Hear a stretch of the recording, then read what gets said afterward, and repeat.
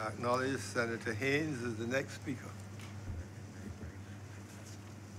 Mr. President, thank you for the opportunity that you've given me to raise and lend my voice in support of the amendment to the Bail Act. In the medical field, there's a term, epidemic. It usually applies to the rapid spread of an infectious disease throughout a population. And anyone looking at the headlines over the last few months would see a parallel between what I just described and the surge in violent crime in Barbados. Not only are the number of homicides startling, but the level of callousness. From the brazen broad daylight shooting at St. Philip Carnival back in 2015, to the Kadooment Day shooting in 2017, to more recently, a shooting where an unsuspecting mother lost her life at the hands of her son's killers.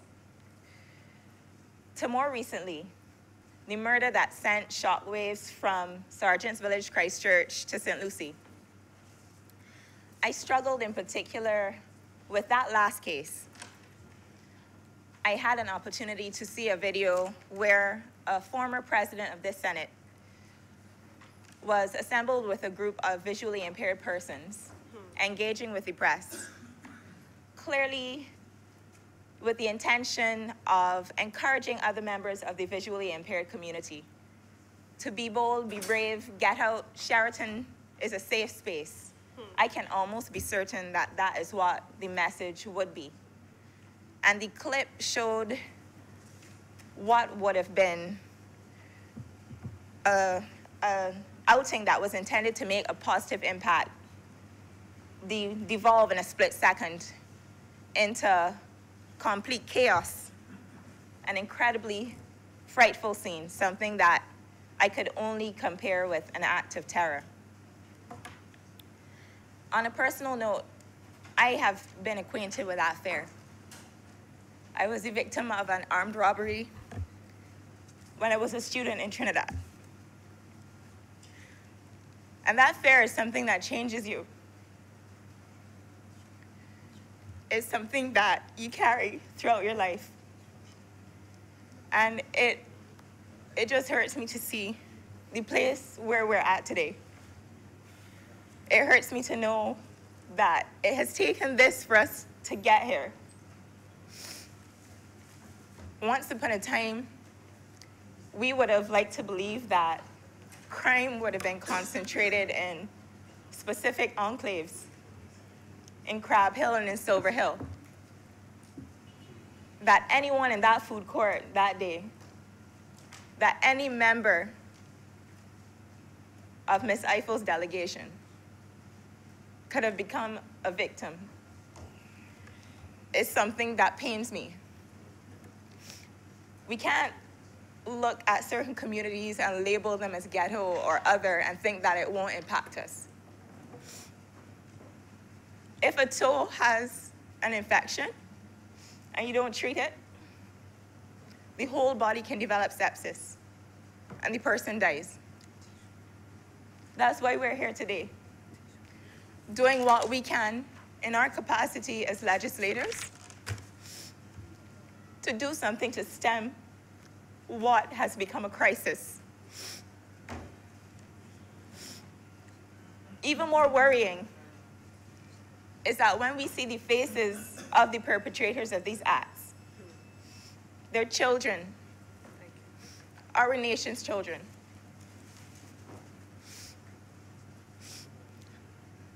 during my time as a medical student, I delivered 10 babies.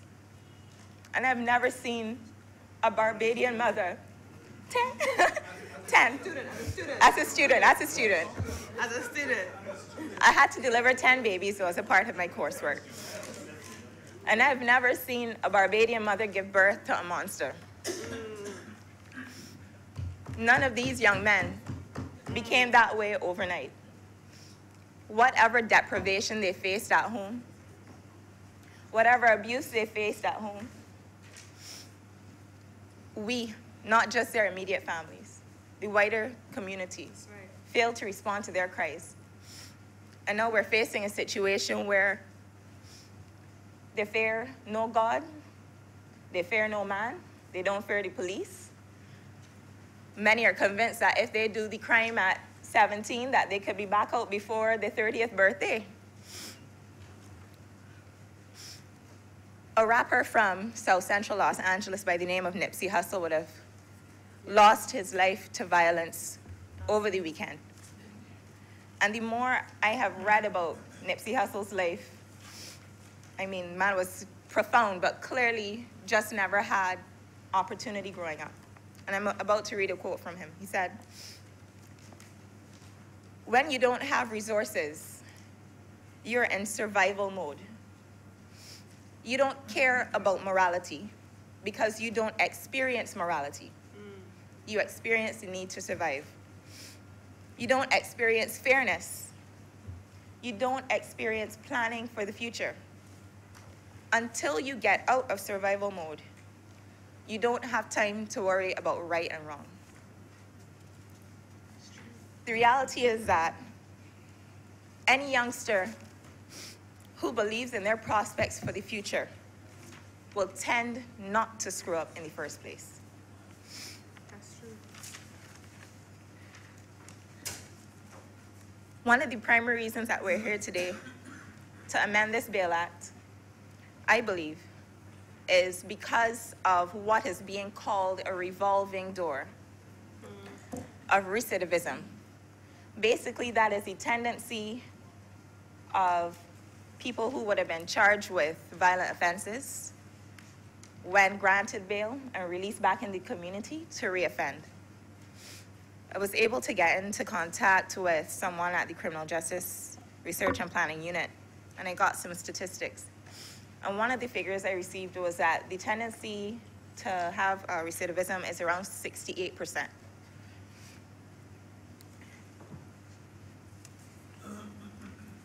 I'm sorry, I will have to shorten my speech because I still feel a little shaky. But what I want to say is that all is not lost. Up to this morning, driving to Parliament, I saw a schoolboy. Obviously, kids are out on Easter break.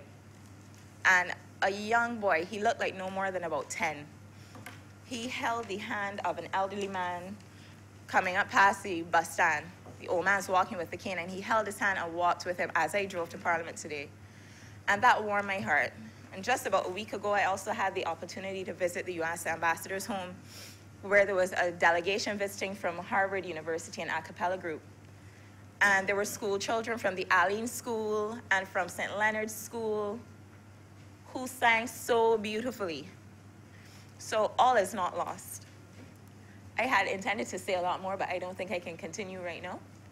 And I thank you for obliging me.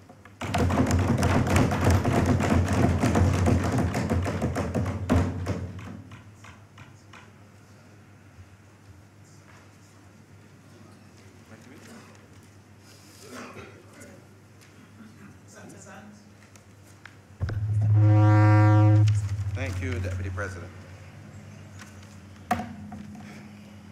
Good afternoon, colleagues.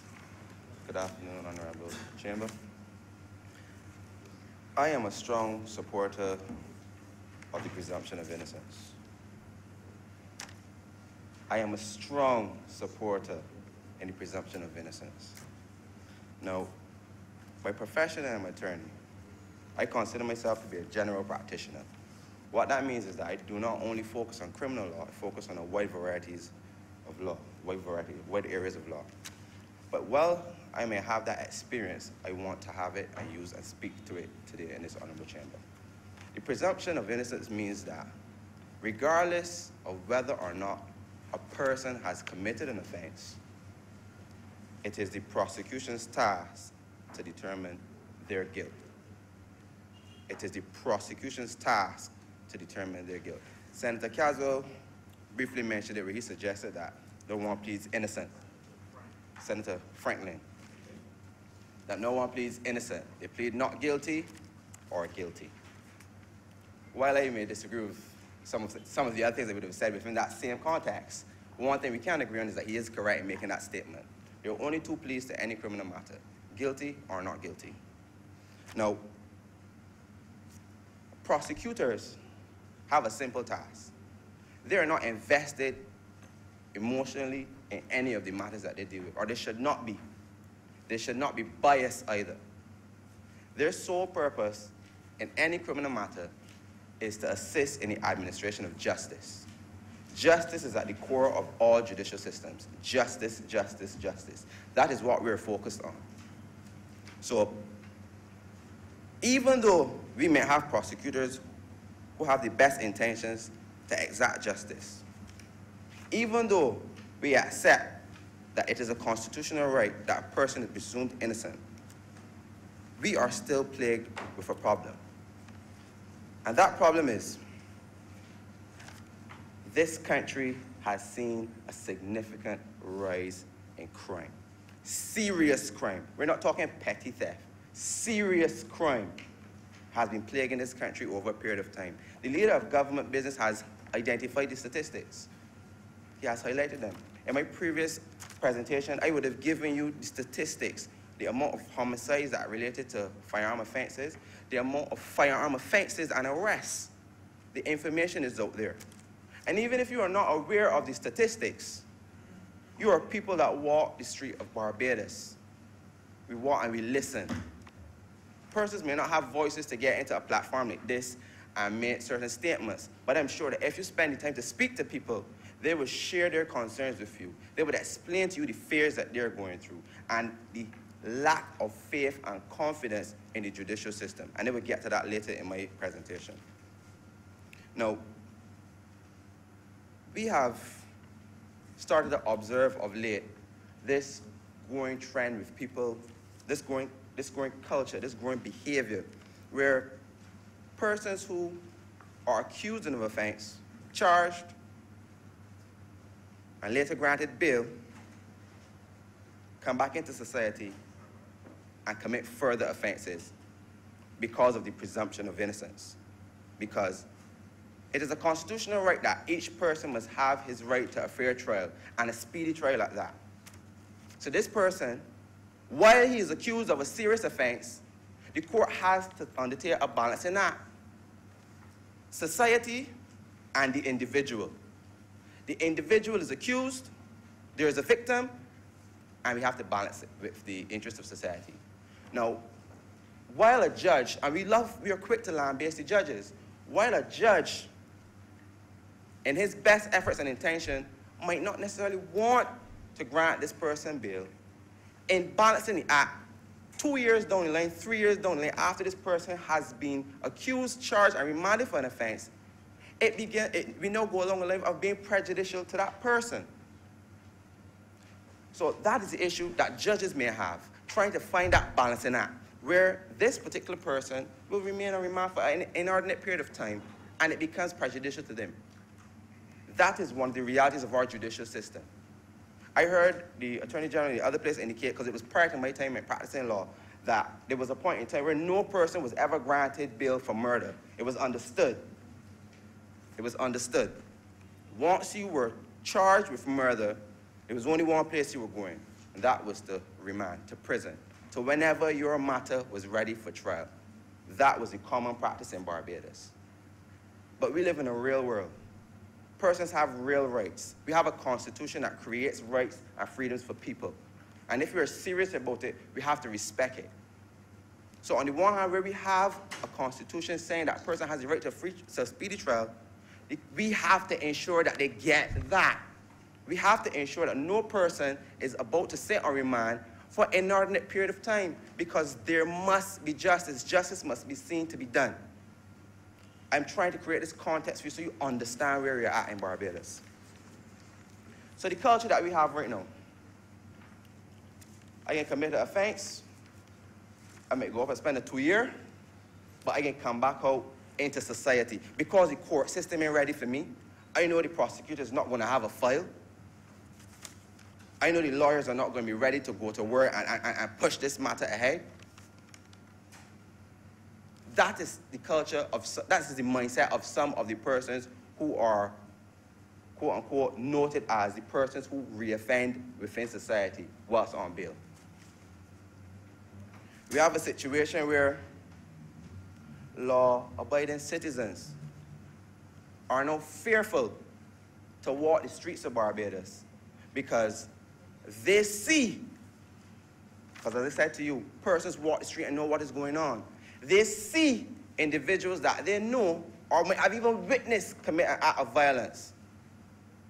And 2 years later, get into a van and see that same person in the van having a conversation with somebody else, like, this man did not just commit a heinous act. That is the mentality that is now being placed in some of our people in society. Fear. Well, if he could do an act like that, if he could commit such a heinous offense like that, and walk back out onto the streets of Barbados in 2-3 years, then what is justice? What do we have a judicial system for? Those are some of the questions that people will ask themselves. They may not come to this platform and say it, but those are conversations that are had on a daily basis in Barbados. Persons do not want to feel as though they will be subjected to any type of violence or become collateral damage in the commission of any type of violent offense. That is society. I heard Senator Boyce indicate that persons in normal conversation will suggest that, but let the fellas that shoot about the place kill one another, it don't affect me.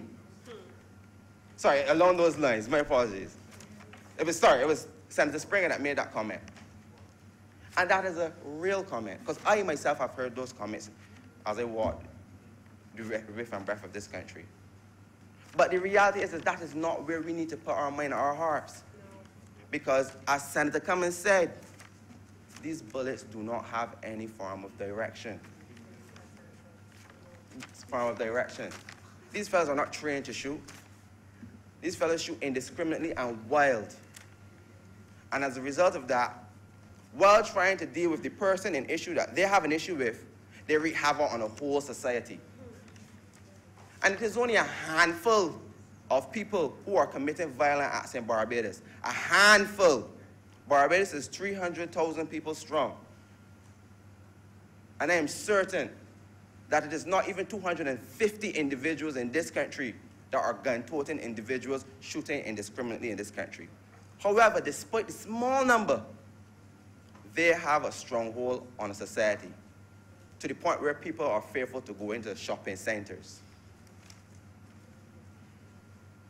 That is the nature of Barbados as it is today.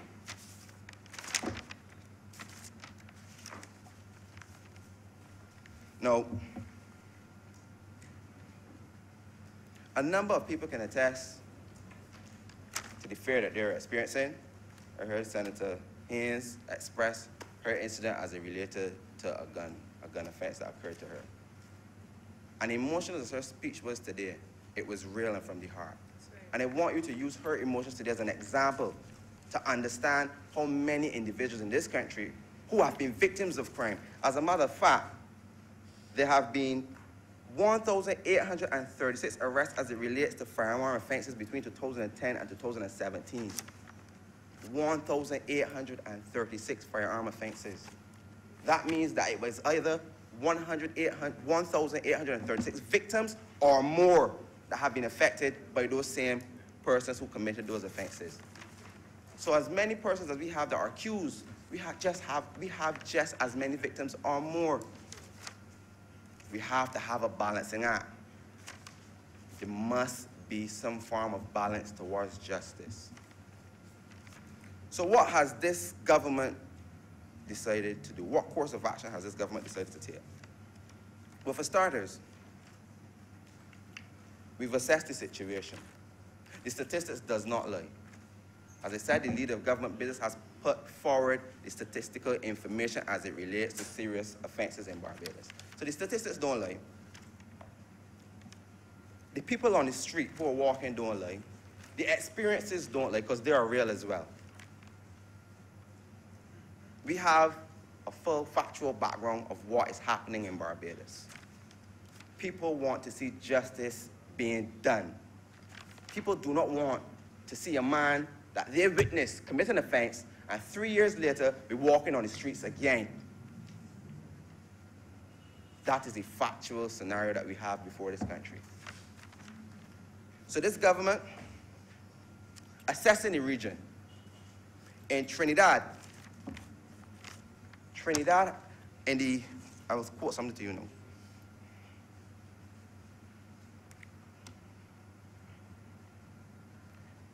In Trinidad and Tobago, they have a piece of legislation, their Bail Act, and it provides that Section 5(1) that bail cannot be granted at all where a person is charged with murder, treason, piracy, or hijacking, or any offense for which death is the penalty.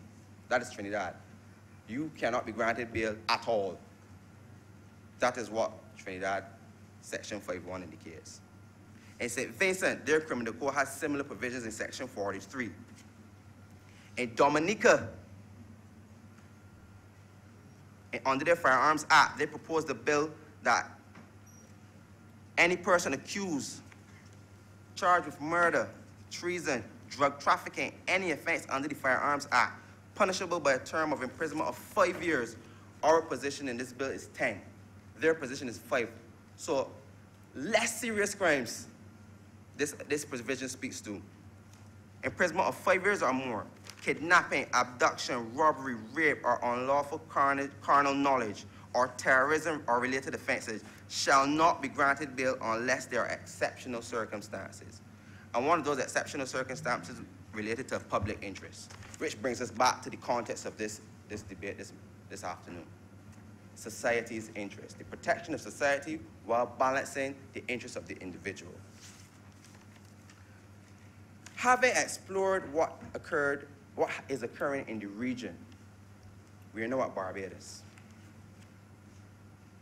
Barbados, we have proposed through this bill that persons who have been charged with serious offenses where it is imprisonment for 10 years or more will not be granted bail for a period of 24 months. Considering the other bills that I've just highlighted to you in the region, it is not the most draconian approach that could be taken. It is not the most draconian. However, it may not be favorable with some. But sometimes hard decisions have to be made when we're faced with hard realities, harsh realities. And our context, the background context I provided you, illustrates that we are here. A decision has to be made, and we have made that determination that this will be the best course of action to take as it relates to dealing with persons who are committing or accused of committing serious offenses in this country. Now, to illustrate that this bill is just words, to illustrate this bill is just not words on paper, this government increased the number of judges from 8 to 13. Increased the criminal courts from 2 to 4. Have provided resources to police to assist in their detection and prevention of crime. They have spoken to the DPP and asked the DPP to take consideration of the fact that they can prioritize their cases to deal with the most serious of cases. What that means is all of the persons who would fall into this sphere of the 24-month period, those cases should be prioritized, because no case should take 24 months to be completed. No case in Barbados should take 24 months to be completed. So by the end of the 24-month period, one thing is for certain: the person will either be acquitted or convicted. And because of the serious nature of the crime, more than likely, from there, they'll be getting a sentence of imprisonment. And to the benefit of our laws, the 24 months that they would have taken a remand can be accounted during the mitigation aspect of their trial. There's a process after conviction where a person mitigates. And one of the mitigating factors is the fact that they would have spent time on remand. So the time has not been lost. It would go towards a discount in whatever sentence is imposed by the judge. Now, I've just explained to you the number of things that this government has done to ensure that our judicial system is strengthened, from the police straight down to the prosecutor to the judges.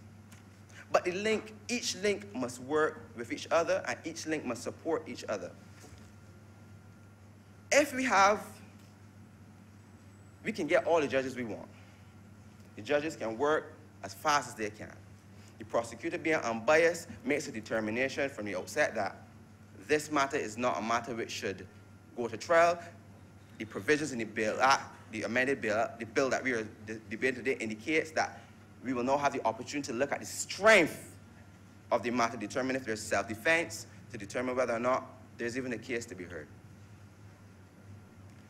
In order for these things to come into proper existence and motion, you have to start at the source, where the charges are laid, at the police.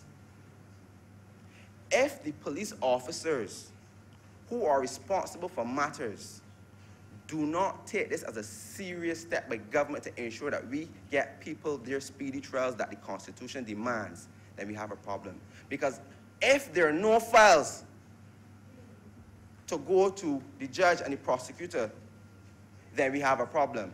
All of the hard work that we have done goes in vain.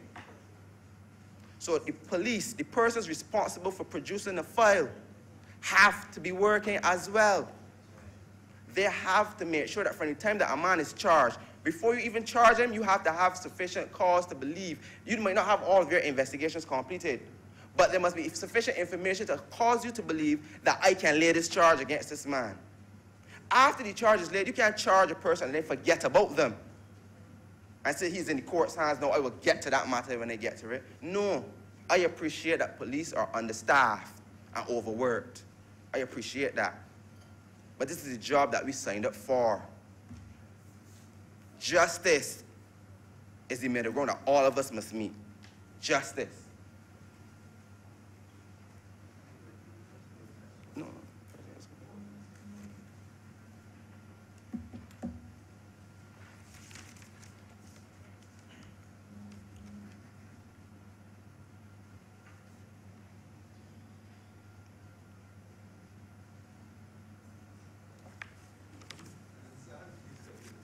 Justice is the middle ground that we should all meet. So, while I understand the issues that the officers may have, I equally understand that we have a bigger picture here that we have to deal with. We don't want persons charged with serious offenses to come back out into society because they have not received a speedy trial and commit more heinous offenses. We don't want that. We can all agree that that is the issue that we're dealing with and we're trying to eradicate it. But to be successful at it, each link must connect. Each link must work together, and each link must have proper communication to ensure that from the time that that person is arrested and charged, the file moves along the link to the stage where the judge, prosecutor, and the defense lawyer can assess the statements and determine whether or not at this stage that person has no case to hear. And if they have a case to hear, let's set a trial date, let's get to work, let's either determine this man's guilt or this man's innocence. And it should not take a 24-month period for that to happen. So this government is serious about providing the resources to ensure that confidence is restored in the judicial system.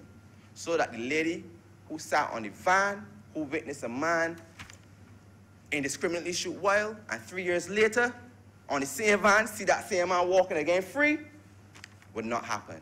If he's walking free, it is because he has been acquitted of the offense for which he was charged. No longer are we going to have the days of, I am on bail for multiple offenses, firearm offenses. I am on bail for 3 murders. Those days are done. The 24-month period for remand for serious offenses will ensure that we can isolate these persons, deal with their matters expeditiously, and either convict them or acquit them. That is the course of action that this country is taking now, having the contextual background that I provided to you. So, while 24 months might seem like a bitter pill to swallow, in light of the significant spike in these serious crimes, it is a pill that we have to take. And while taking this pill, we can be rest assured confidence will be restored to our judicial system, and persons who are accused will have their constitutional right to a speedy trial. Mr. President, I support this bill, and I'm obliged.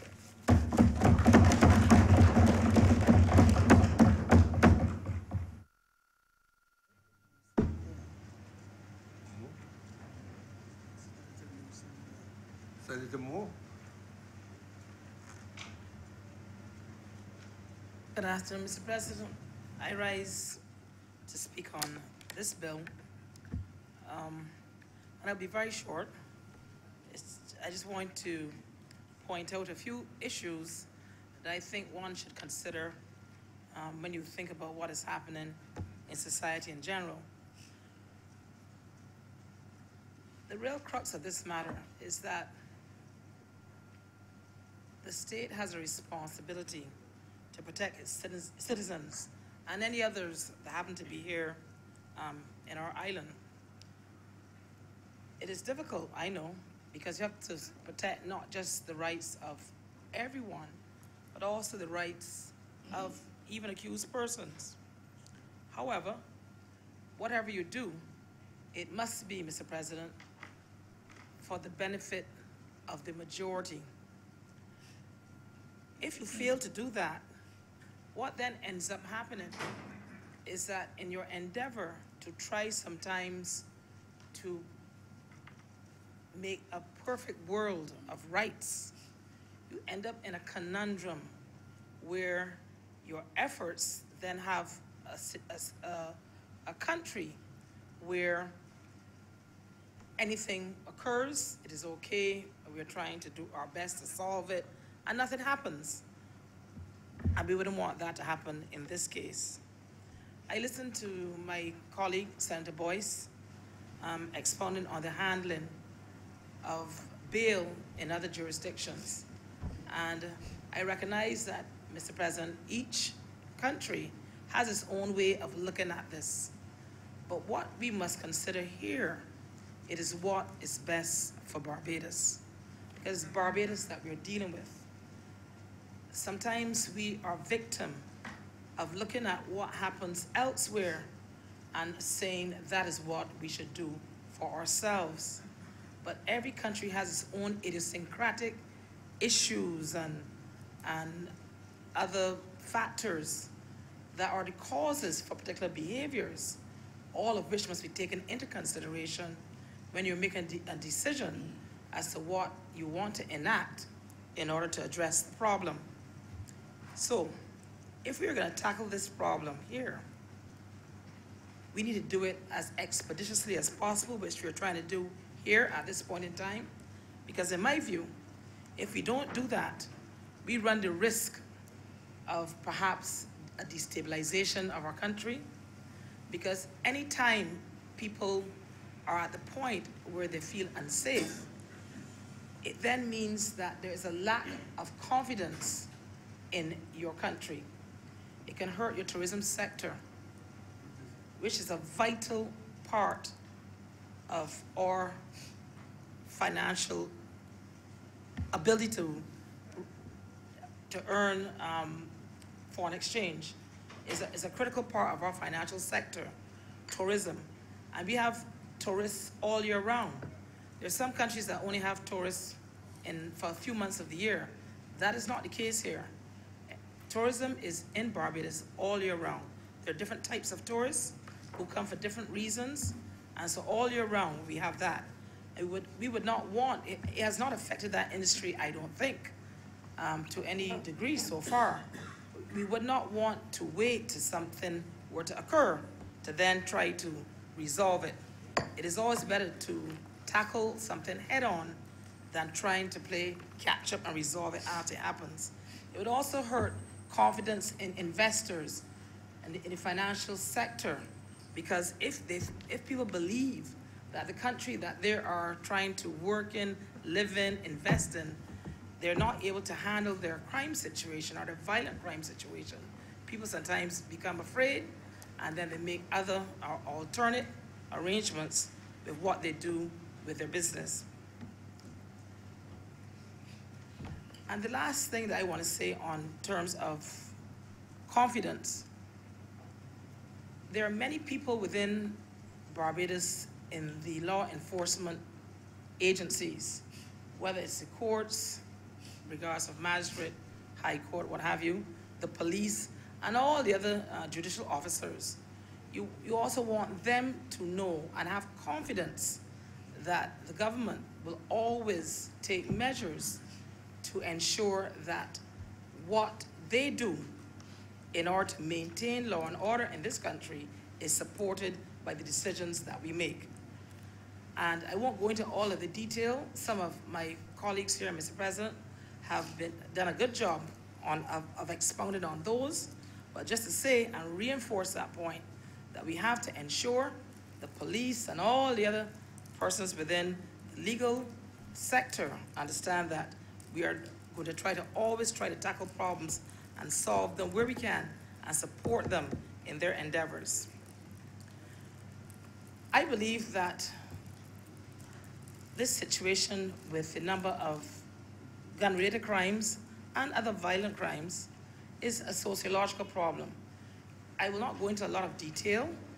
Some people have spoken on it earlier, but I want to speak about one particular aspect of it, and that is, I'm firmly of the view that one has to maintain good structures and good practices as adults for our society not to become where we're going. When adults do not adhere anymore to standard practices of good behavior, standard practices of doing the right thing as much as possible, it then encourages younger people who are impressionable to follow their behavior. And what do I mean by that? One of them, for me, is I took the opportunity to ride on public transport to see for myself what it was all about. And personally, yes, because I didn't want to have second-hand and third-hand information. So both ZR and minibuses. It's just to see for myself, I want to see. And what I can say is you must have proper orderliness and structures for young people. Young people are impressionable. So when people are on their way to school, you have to have some level of order on what they're going to school on. Now, everyone may not always be able to get on a particular, and let me say to you, there are many people in the PSV business who are very responsible and doing what they're supposed to do. And I commend them. And there are many of them like that. But there's some who are not. We need to, as a society, make sure that when we are putting impressionable young people in a position where they must ride on these vehicles, that the ones that they're riding on are compliant with the standard of behavior that is expected for young people to be exposed to on their way to school every day, 5 days a week. That is really important. They should not be on any vans with any terrible music. And when I say terrible music, I talk about some of the dub plates that they have. I'm a fan of reggae music, so I have nothing against dub plates, but it must be music that is within the realms of what is decent. And within the realms of what is decent. So I would suggest that we look at that situation and all the others, because a lot of what we're seeing here today is the result of what has occurred for young people. Young people, when they see certain behaviors, as I said earlier, Mr. President, they will then tend to emulate them. And we need that to be brought under control. And that's why I spoke about the PSVs. We would not want to get back to a culture. I think part of the reason why government would have started putting people on school buses was in order to not expose them to negative behaviors. And we will hope that any PSVs that we use are compliant with what is acceptable. Now, with regard to even what they watch and what they hear, that too is a problem and needs to be corrected, because one is influenced by what one hears continuously. There have been many studies done on this. I would not go into all the different aspects of it. I think most people are well aware over the years, psychologically, what happens to you when you see or hear something for long periods of time. Now, some of what's played on our radio stations needs to stop. It is not right.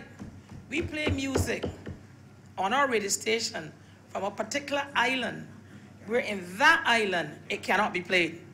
So how is that possible? How is it possible that particular songs that originate from an island, and the island of their origin, they cannot be played on a radio station, but you could bring it here and play it in Barbados. Why? And why are we doing that?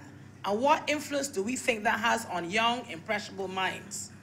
Clearly, as responsible people, we have to look at these things and ensure that we do something as a matter of urgency to ensure that people who are in these positions of making decisions as to what's played on these entities are held accountable for doing what is right. The same goes with what they're watching. It's a little harder now to control what people watch, as I think one of my fellow senators spoke about earlier, where they said that they will see things on the internet and on social media and all the other things. I know I keep walking into that whole social media. It tell me controversy, but it's not a controversy. It is a fact. And if you do not continue to state and reinforce factual information that has an effect on a person's behavior, you're not then being responsible. And I intend to be as responsible as I can be when it comes to that. And I'm saying that parents need to try to ensure that they know what their children are watching and what they're seeing. People are not born criminals. They don't get up one morning and say, well, I might be a criminal. Over a period of time, what happens to you within your life as a young person oftentimes ends up with your being in the situation that you find yourself in, involved in criminal activity. So if we really want to curb what is occurring, we need to look at what happens to our young people and do our best to encourage positive behaviors where possible. I heard someone speaking about the church, and I agree 100%. I'm going to beg Reverend Rogers to help me go back to church more often, like Senator Franklin, who said he will look at it too. However, I do concur, because I remember when I was very young, my parents, every Sunday, you had to go to Sunday school. We had to walk, because in those days, you go walk and go down to Sunday school, down at St. Cyprian's. Now, it does teach you values. It teaches you what's right, what's wrong. It teaches you how to be industrious. It teaches you something, humility. You know, humility is missing from a lot of people, which then sometimes makes them behave in a way that just gets out of hand. The church does teach you a lot of valuable life lessons. It really does. And one should look at that. And when I say church, I talk about church in a broad-based sense, because certainly there are many religions in Barbados, and all, I think, teach values that are important. But the other things that we should be encouraging our young people to do, and that is to get involved in useful sporting activity. It gives you something to do when you are home after school, when you're home on a weekend, and it takes some of the what it does, it stops you from being idle, where sometimes when you're in a particular circumstance or maybe a particular area, if you're not busy doing some sporting, you might fall into the hands of bad influences within your neighborhood, as well as all of the community-based activities that occur in many communities. I really would encourage parents to ensure that children get involved in more of those. There are many established ones. I won't go through all of them, but everyone knows what those are, and there are many established community-based activities that they can do. So in closing, Mr. President, what I want to say, and I'll say as to how I believe that we really should look at this for the long term. What we're doing here today will help towards the problems that we're having. This Bail Act will certainly help to control and certainly help to alleviate, in the short term, some of the problems that we're having. But in the long term, as I said, Mr. President, we have to look at what we're exposing our children to. We have to look at what we do, say, and allow our children to watch and to get engaged in.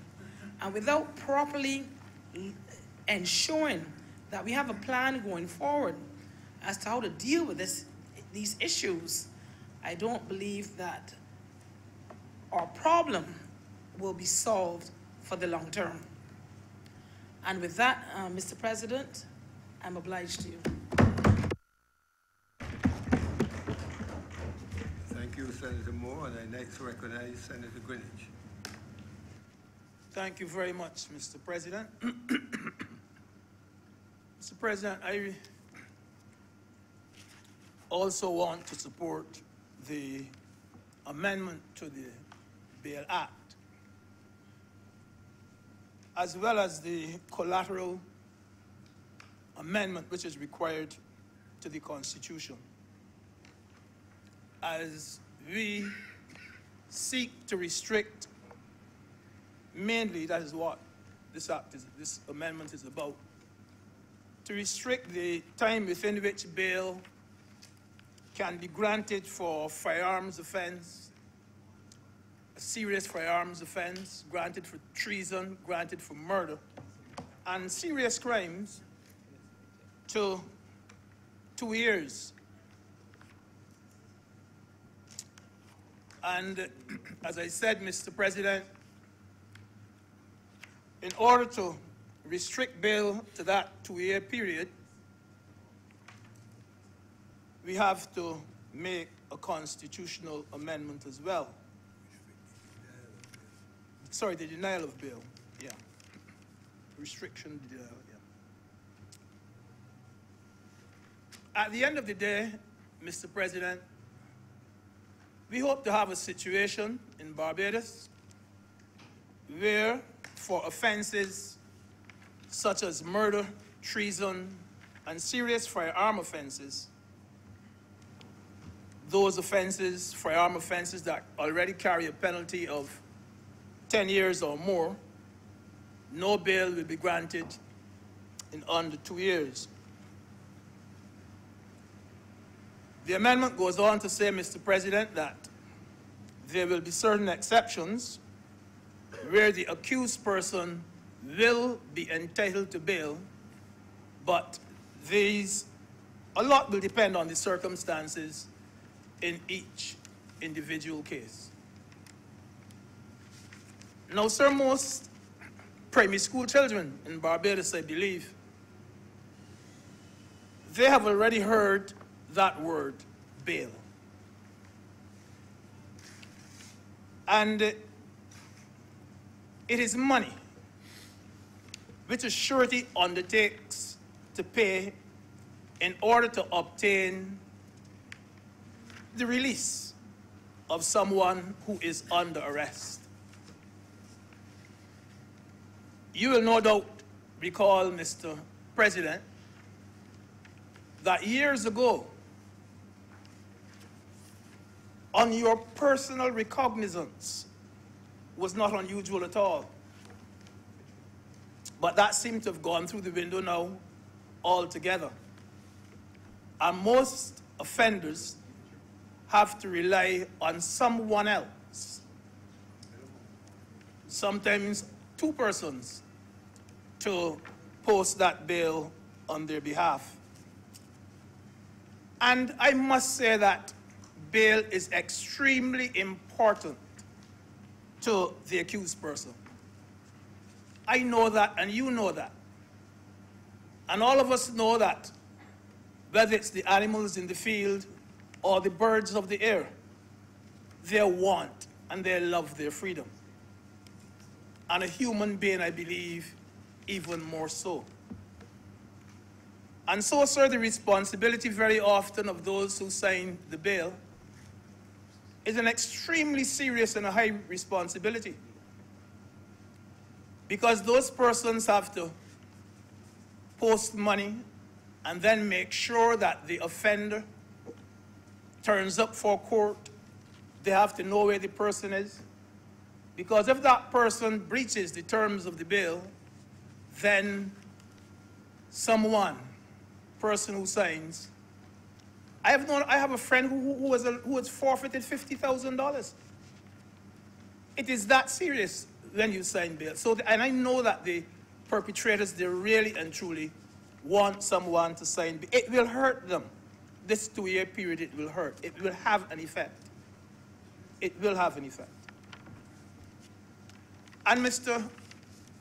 President, I can also say that there is indeed, as most senators have already hinted, a right to bail.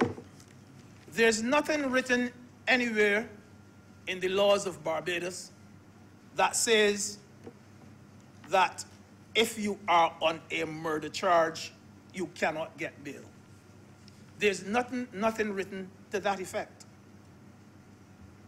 But, sir, that right to bail must also be balanced by the risk to society that is posed by the accused.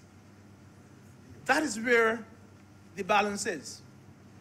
Give him bail or turn him out there in society where he can be a risk.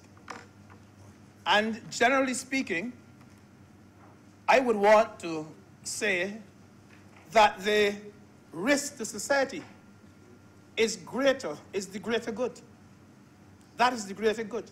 The protection of the public is extremely paramount.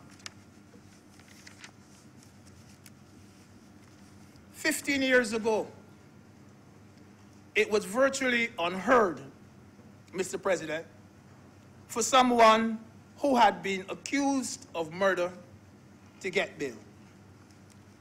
Indeed, this morning, Senator Walker, he made the point that the former Prime Minister had said that he was shocked to realize that someone who was on bail had actually been granted, someone who was on a murder charge, was actually granted bail in Barbados. Murder was always, and still is, regarded as too serious a crime for this to happen. I know, sir, of 2 Christian ladies who are very annoyed with even the criminal lawyers who apply for bail on the accused's behalf. They don't think that a lawyer should be applying for bail on behalf of someone who has committed murder. And they make the point that the lawyers contribute to this problem which is going on. Of course, I say it another way. But I am just saying that I know of 2 very Christian ladies whose viewpoint that is. The mockery now, though, and I call it a mockery, is that it has become the norm for them to get bail. It is the most pronounced change in the assignment of bail in recent times. And why is it so prevalent? I dare say, sir, that it is prevalent because of the system, not because of the judges. I want to reemphasize the point. It is that way because of the system, not because of the judges. Now, our judges are very competent persons. I have every confidence in the judiciary in Barbados. And no one should get the impression, Mr. President, that the judges are doing nonsense. No one should get that impression. But I've heard it already. I have heard people say so openly. I heard one fellow up the last night say these judges are a bunch of jokers. Those were his words. I disagree. The fellow went on to say, you could imagine people can't get bail for stealing a tin of corned beef. But you can't get bail for murder. But you see, sir, as you and I know, sir, very often the judges' hands are tied. I believe, sir, that sometimes when judges are called upon to make these very tough decisions. I believe that they are sometimes forced to give bail when they themselves, in their heart of hearts, believe that the accused should not get bail. But their hands are tied and they have to go according to argument and according to precedent.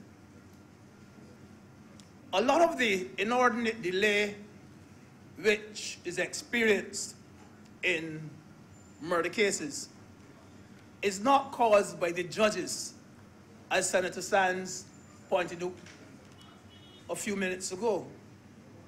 Sometimes the prosecution or the police, the files are not ready. There have been so many instances, sir, as you would know, where investigating officers in the police force, some of them have moved on, some of them have become incapacitated, some of them have died because of the delay, and therefore the files are not in order. But perhaps the biggest problem and the biggest dilemma which the judges face is the fact that somehow, somewhere, sometime, someone started the ball rolling. And I think that is where the problem really is. In other words, precedent, Mr. President, was created. And once that first one or those first two accused persons, once they were granted bail, there was no turning back from that particular course of action. Criminal lawyers picked up on that fact, and they said that if those fellas before got bail, then their man is also entitled to bail as well. And the judge who made the decision is forced to say, yes, I agree. And so it continues even to today. The lawyer says, my man is entitled to bail too. And the judges, they're hemmed in by precedent. So as most people have said in the chamber this afternoon, sir, the key thing is to fast track all murder cases and get them out of the system as fast as possible. No murder accused, sir, no murder accused or his attorney should be able to argue in front of any judge that the man has spent 5 years on remand and his case has not yet started. No murder accused or his attorney should be able to argue that in Barbados. But it happens. It happens. And when you reach a situation like that, the judge is hemmed in when the person says, I would like bail for him. You're hemmed in. So the key is to try the murder cases quickly. The prosecutors have to get the witnesses ready, the exhibits ready, their files ready. And they definitely cannot take forever to do this. I want to say, Mr. President, that gun-related crime in Barbados has been the biggest pressure point for this administration. Gun-related crime, a few months, and we'll go on past 20 in a flash. And what we are doing today is a matter of necessity. I think it is a very defining moment, sir,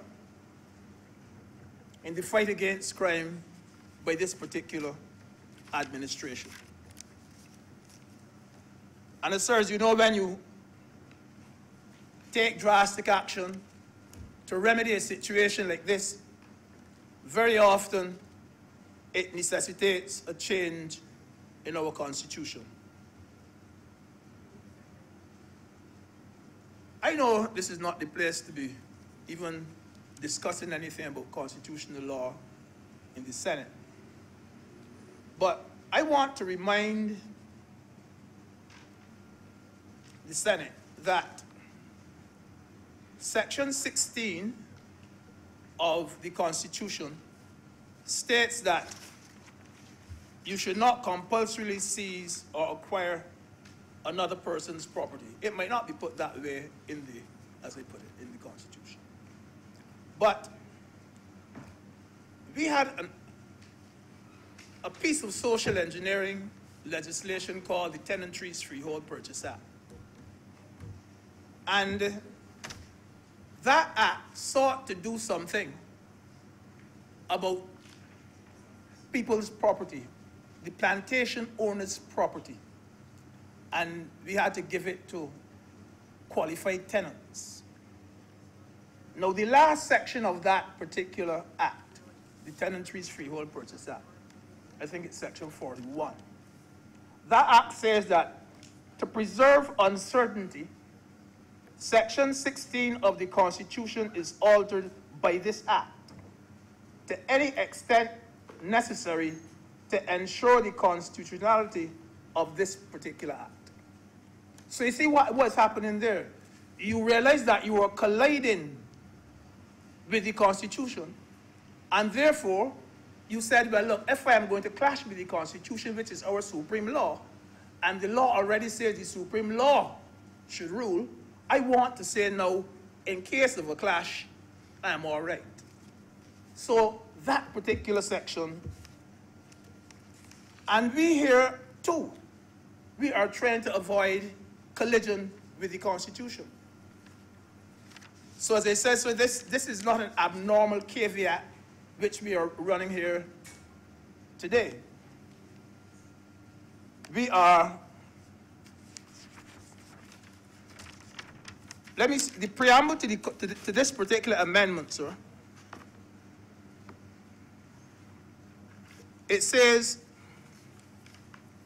and whereas section 49(6) of the Constitution provides that no act of Parliament shall be construed as altering the Constitution unless it is stated in the act for that purpose. In other words, we saw that there was going to be a clash.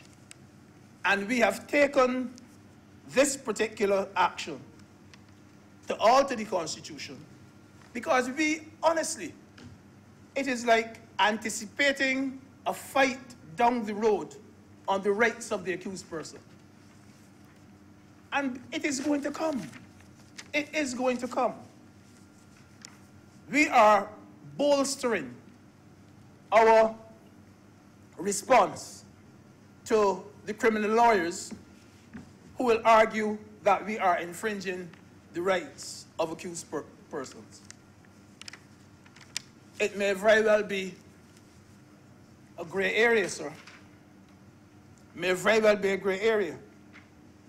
In fact, I was very, very moved when I heard Senator Boyce, and this is what Senator Boyce quoted earlier in today's proceedings. Caribbean parliaments are not at liberty to legislate whatever or however they see fit, without having regard to the limits enshrined in the constitutions, which ultimately have to be construed and guarded by the judiciary. And that makes a lot of sense. That makes a lot of sense. We are anticipating that battle. Because I can hear the criminal lawyers arguing, no, I can hear them arguing the point. This is not yet a fait accompli. It is not yet a fait accompli. I can hear them arguing if the Constitution is the supreme law. No other law can trump the Constitution. And if the Constitution says that this man has a right to bail, that is what it is. You can't restrict it, and you can hear that forever being argued.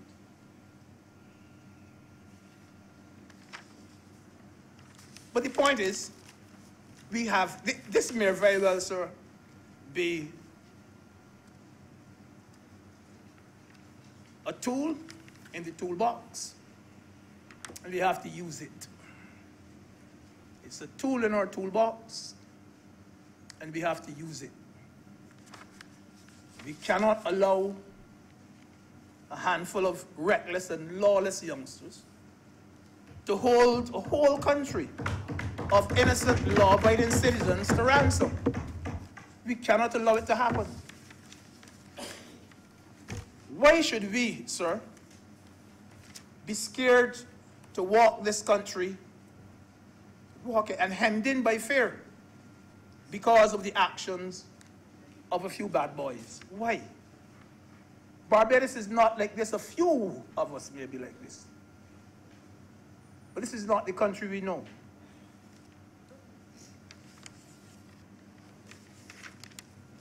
There are some of them. I've heard the arguments. We must look after them. We must send them to Sunday school. We must do all these things. But there are some of them who are literally seeking to destroy the fabric of this nation. They are not rational. They are just not rational. There is a lack of the ability to reason. People have said that they don't care. I heard that in here this morning. But I go further. I would say that they don't care about God, man, or the devil. They don't care about man, woman, or child. They don't care, sir, about locals, about tourists, or about advisories. Those things don't mean anything to them. They don't care about the policeman who arrested them or the judge that they appeared before. They just do not care. They don't care about religion. They don't care about church. You can talk about sending them to the church. They don't care about that. Never forget, a few months ago at a funeral, a gun dropped out of a young lady's purse at the graveside. At the graveside.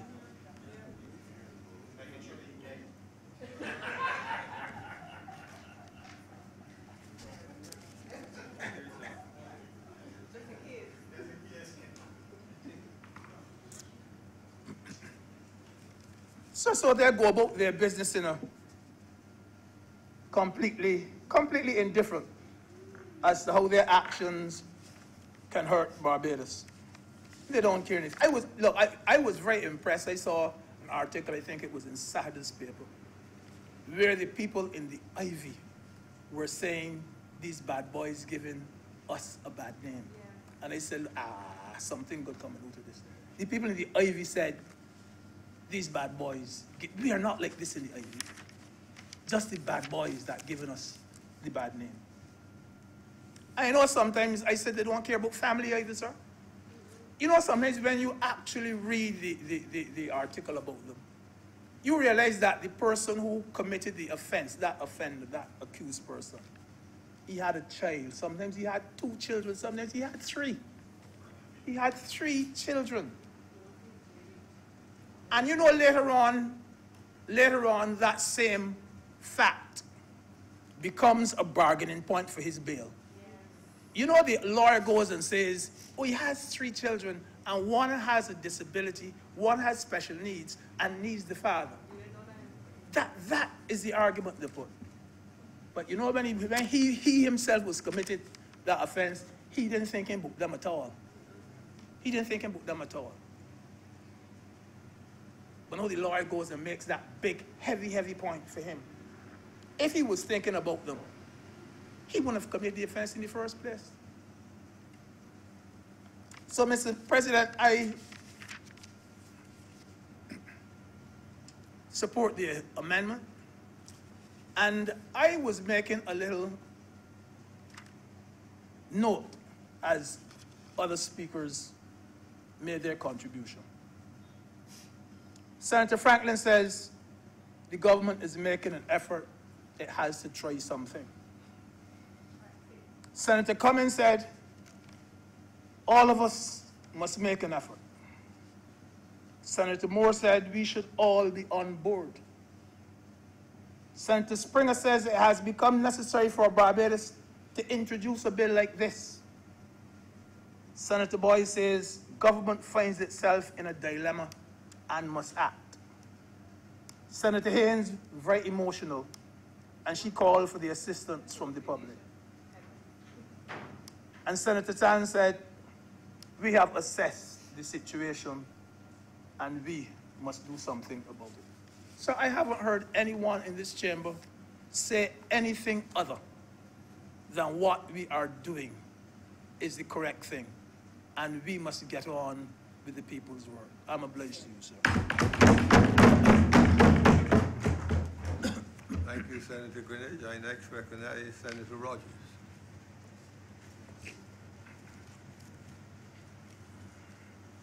Thank you very much, Mr. President, for affording me the opportunity to speak briefly on this matter.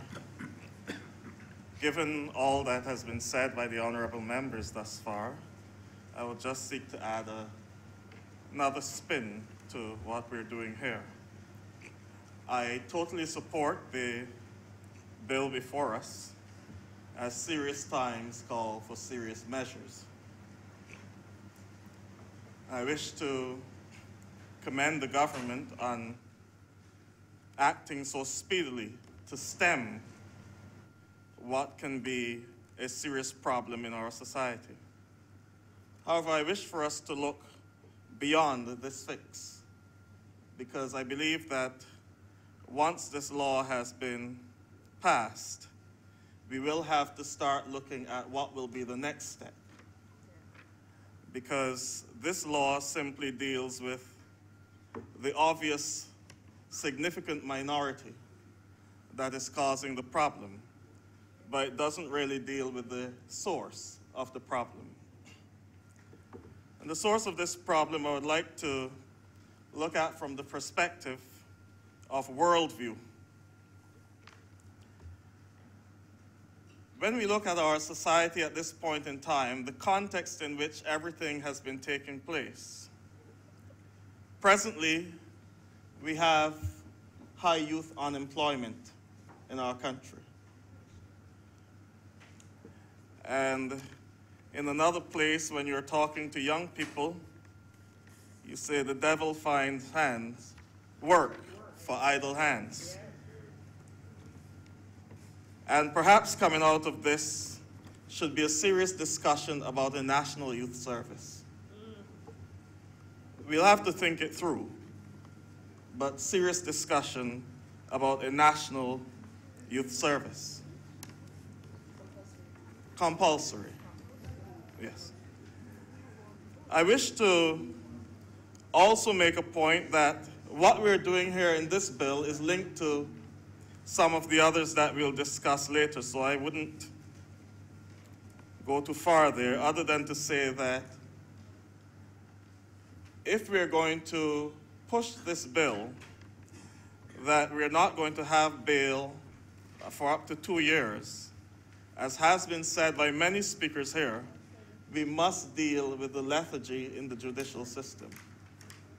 We must deal with the lethargy in the judicial system, because a slow judicial system, a judicial system that does not seem to offer justice to people, can cause more harm than good.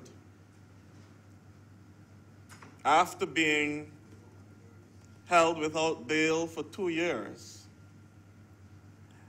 if there isn't anything happening, we can have an even greater problem on our hands. Now, and it has more to do than the speed at which judges pronounce judgments. I wish to give an example of my interaction with the judicial system, offering evidence some years ago. Over almost 20 years ago, when I was a teacher at secondary school, a young lady confided in me about a matter, a serious matter, which I took to the guidance council, and it became a court case. I left teaching and became a priest, and the case was not finished as yet. Over 5 years. Luckily, the young lady had good support at home and was able to get past that. But there are many in the system for whom, when the mills of justice grind so slowly, victims are taken advantage of over and over and over again, just by the length of time it takes for the case to come to an end. Likewise, perpetrators are left to walk around accused perpetrators are left to walk around with something hanging over their heads while the system takes its time. And on that occasion, it was not anything to do with judges. It had to do with a lawyer who just wouldn't turn up to court. But enough said on that. But when we think of the crime that we're seeing in our society at this point in time, I looked through the statistics of 2017 and noticed that of the 28 murders we had there, over 70% of them were persons under 40 years old, one. And in 23 cases, they were gun-related. I highlight that statistic and the age range to couch my comments, my speculation, in a particular direction. Since the mid-1990s to present, I believe the worldview has changed in terms of what our young people are exposed to. For the first time in that period, we saw international policies that sought to deal with bullying in a different way. Great nations sought to solve their problems in a way that we did not consider the way persons ought to solve problems. By this I mean, we had the advent of what is now referred to as the Bush Doctrine. The Bush Doctrine with the concept of preemptive aggression against suspected future enemies. The person may not have done anything to you at this time, but you have made up your mind, let me get rid of them now before they get stronger later. And sometimes we can pass these things off and not realize the psychological effect they've had on the world and how people deal with conflict. And this was emerging from a nation that deems itself the leader of the free world. When we imbibe of this over and over again in recognized media, what are we saying to the little boy and girl who have playground conflicts? And so I believe that internationally, we've begun to see a change in worldview which has affected young people in our time. I believe the generation from the mid-1990s to present have seen more murder in their lifetimes than any other generation in human history. Seen, actually seen it. Because we now have access to devices where we can see in real time or recordings of people actually being killed. Not movies, but actual murders. We get the WhatsApp messages and the Instagram messages from time to time showing us the dead bodies. And these young people have been open to this constantly in their lifetimes. In fact, just think of it. Any child born in the late 90s to present has grown up in a world with war. It's been constant war from about 2001 to present. That is all they know. That is all they've seen. And so there's an element of desensitization when it comes to death and murder in our society. We need not speak about social media and the gaming industry that has opened our children to games and visuals of death and persons being killed Arlene Kaplan, in a 2012 article, Violence in the Media, What Affects a Behavior, quoted a Dr. Emmanuel Tanier, who was a retired clinical professor from Wayne State University. And Dr. Tanier said, "You turn on the television and violence is there. You go to a movie and violence is there. Reality is distorted. If you live in a fictional world, then the fictional world becomes your reality." Likewise, the 2009 policy statement on media violence from the American Academy of Pediatrics says, "Extensive research evidence indicates that media violence can contribute to aggressive behavior, desensitization to violence, nightmares, and fear of being harmed." I highlight all of this to come home to us. Come home to us because I know that on a local level, we are now experimenting with movies. And there's one that has become popular of late on YouTube. Once you can get past the expletives, there's a serious story to be told. Like Senator Cummins, I like to delve into what is happening in the belly of the society to understand how I'm to deal with people. And so,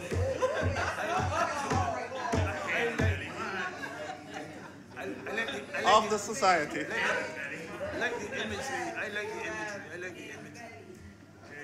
And what we're seeing is a group of young persons who are detached from the society. They're detached from our world. They're detached from our value system. And perhaps intentionally so. Intentionally so because they have made up in their minds, either real or imagined, if this is how they're going to get through at the top, none of it is going to trickle down to me at the bottom. So I have to do what I have to do. And going back to some of the very lyrics from the dance hall and so on that Senator Cummins would have talked about. Reggae artist Anthony B.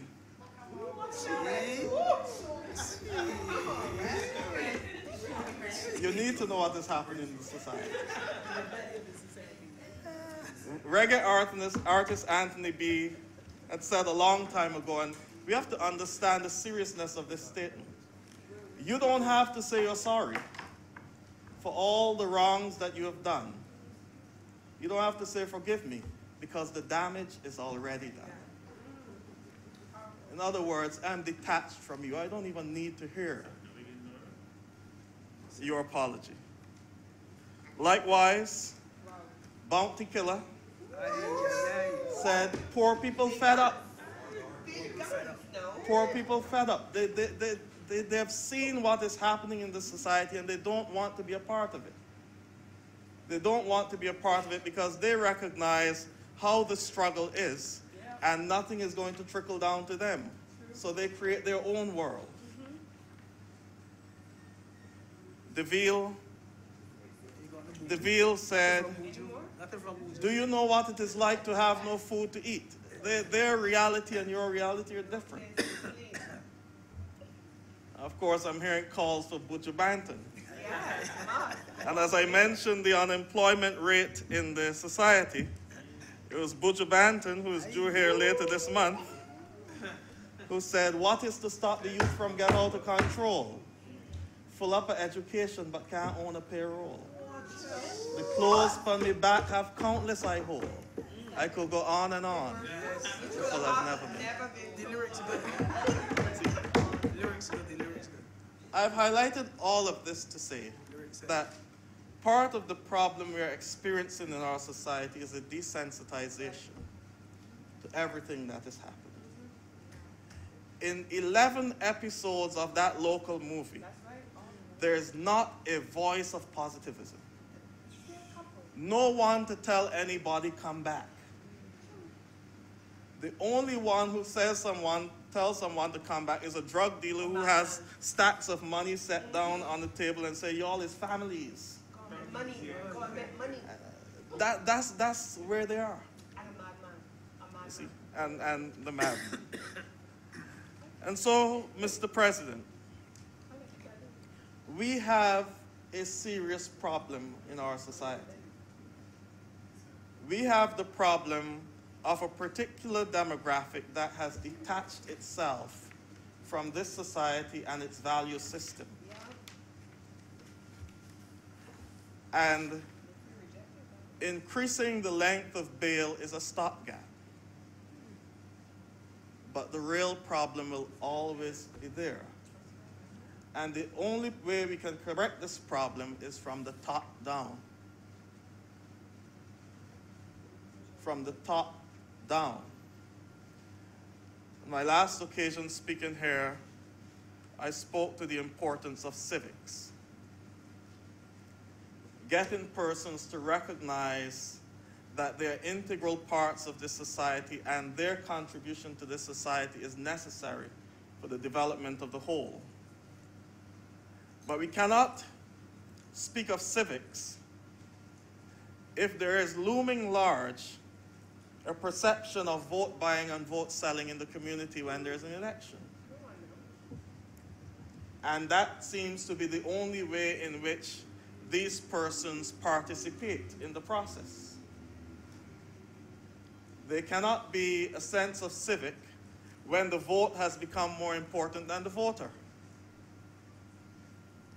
where the voter is only needed once every 5 years, and we'll come back to you later on. If that continues to be the trend, or the perceived trend, then we will continue to have this problem in our society. And no matter how long we extend the period before bail is granted, the problem will always be there.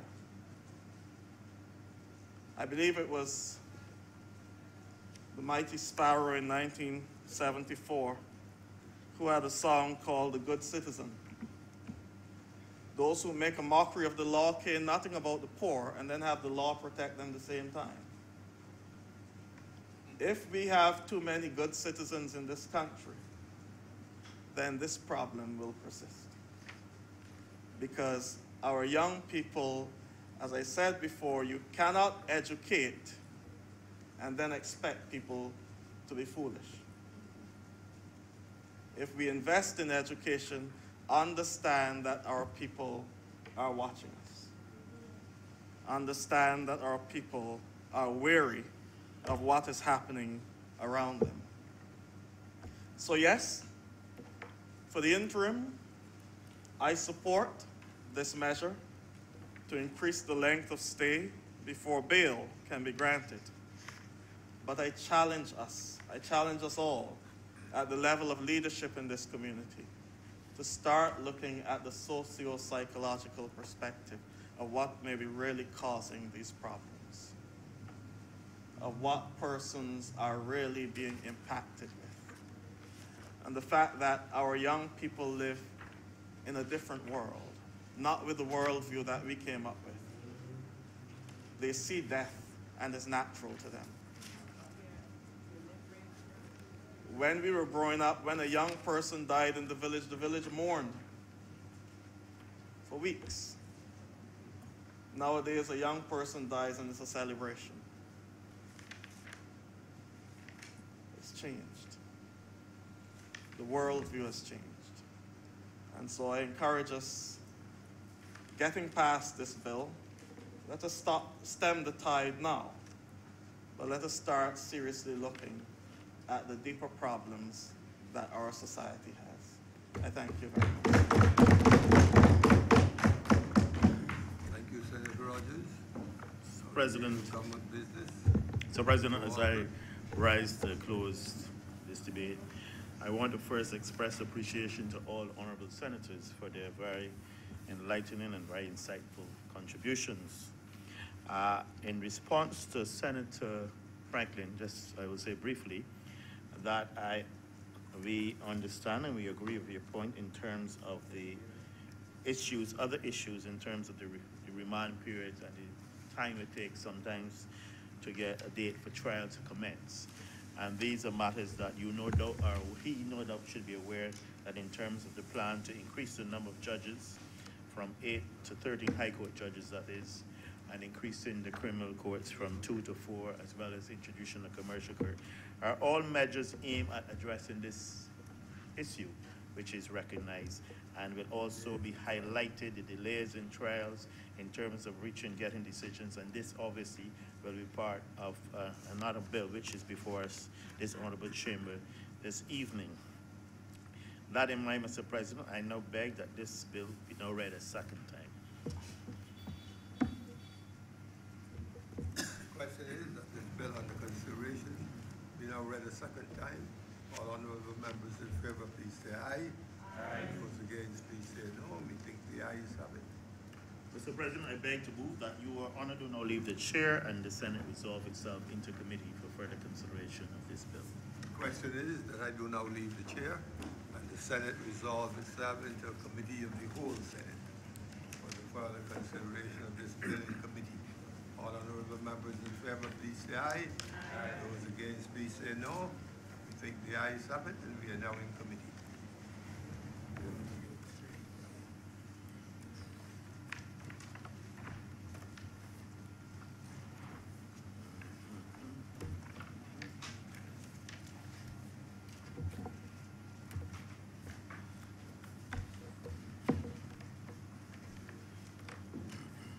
The Senate is in committee. Clause 1. The chair, I beg to move that clause 1 stand part. The question is that clause 1 stand part. Honorable senators in favor, please say aye. Aye. Those against, please say no. Methinks the ayes have it. Clause 2. Chair, I beg to move that clause 2 stand part. Question is that clause 2 stand part. Honorable senators in favor, please say aye. Aye. Those against, please say no. Methinks the ayes have it. Clause 3. Chair, I beg to move that clause 3 stand part. The question is that clause 3 stand part. Honorable senators in favor, please say aye. Aye. Those against, please say no. Methinks the ayes have it. Mr. Chairman, I beg to move that you do not report to His Honor the President the passing of one bill in committee. The question is that I do now report to His Honor the President the passing of one bill in committee. Honorable senators in favor, please say aye. Aye. Those against, please say no. Methinks the ayes have it.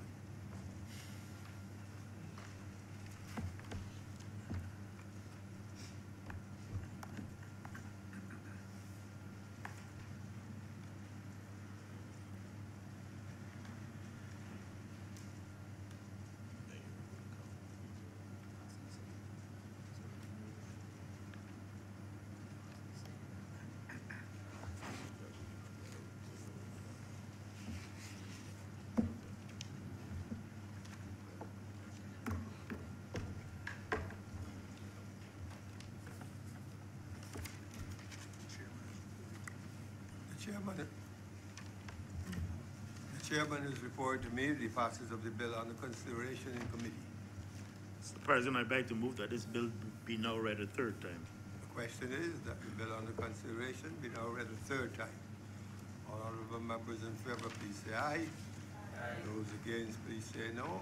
Think the ayes have it. Mr. President, I beg to move that this bill do not pass and be cited as the Bill Amendment Act 2019. The question is that the bill under consideration.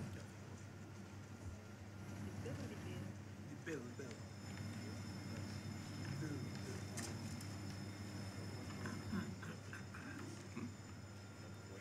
Why is it divided? A division is being called for?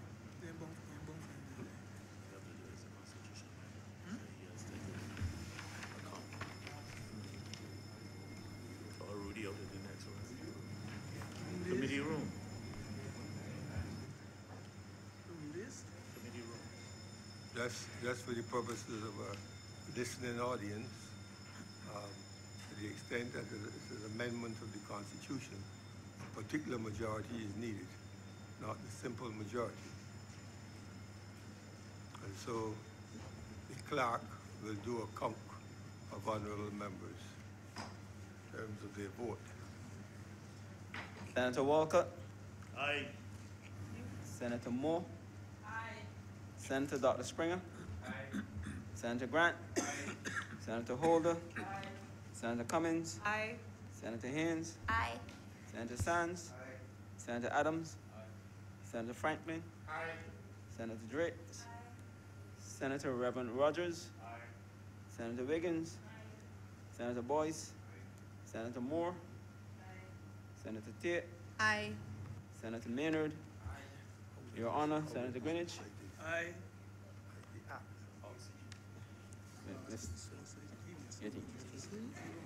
Mr. President, 18 honorable members voted in favor of the bill. Therefore, in accordance with Section 49 of the Constitution, the bill has been duly passed.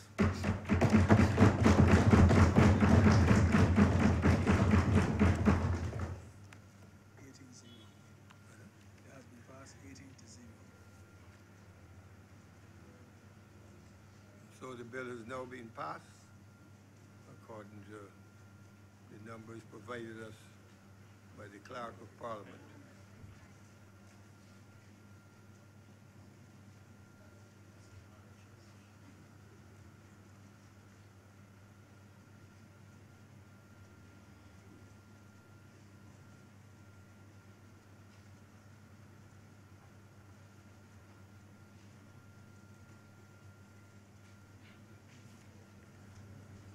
Order number 4, sir.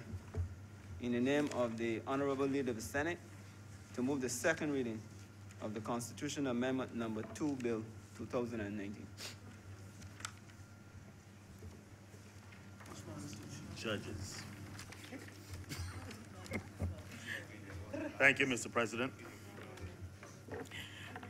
So I rise to lead off debate on this bill. It speaks, Mr. President,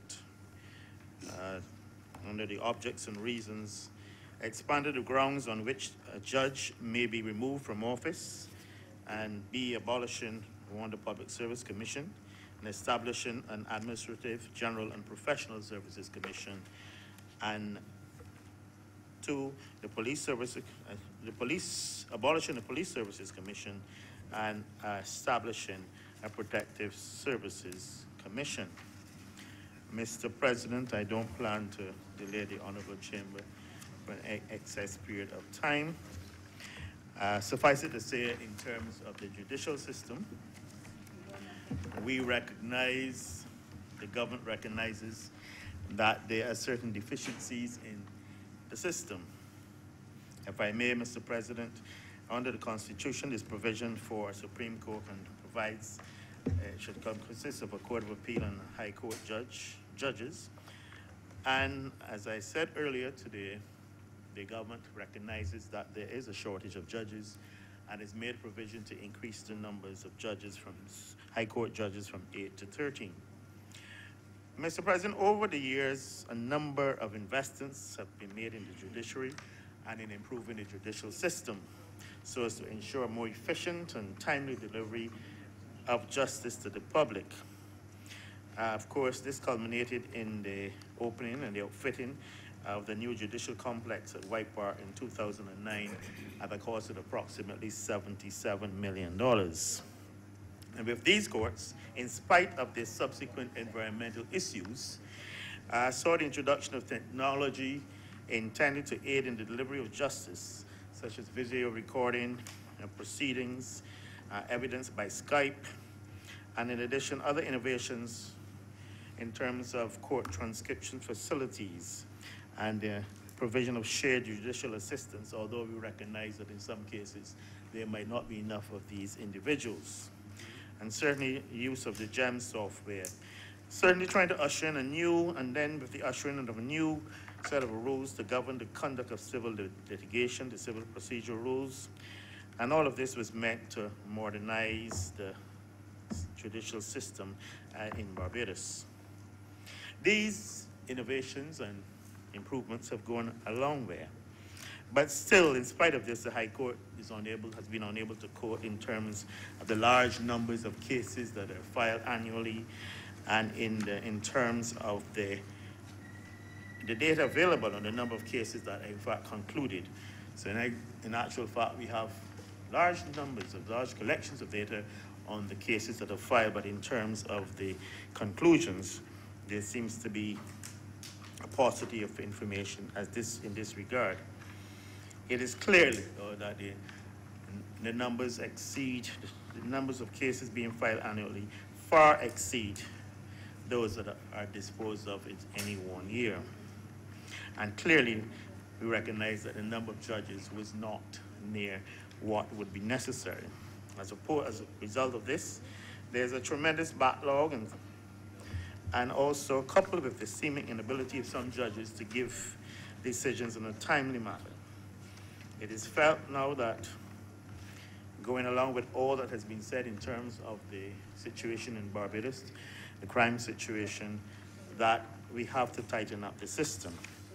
And with this in mind, this amendment, this bill, seeks to establish a period for the delivery of decisions by judges, and provides that failure to do this as possibly one of the reasons for removal of judges. In terms of establishing a finite period in which a judge should give a decision, obviously cases unfold differently in terms of evidence. There are different amounts of evidence for consideration in terms of evaluation. And some cases, obviously, there's a varying complexity in some cases. But following the Trinidad example, it was figured that 6 months was a reasonable time in terms of Trinidad and Tobago. One also has to be mindful of the infringement of the litigants' rights in terms of right to a speedy trial, and the possibility that in some cases the Crown may be liable if there are prolonged delays in terms of compensation for litigants. So as a result of all of this, it is proposed that in this amendment that there should be certain changes in terms of the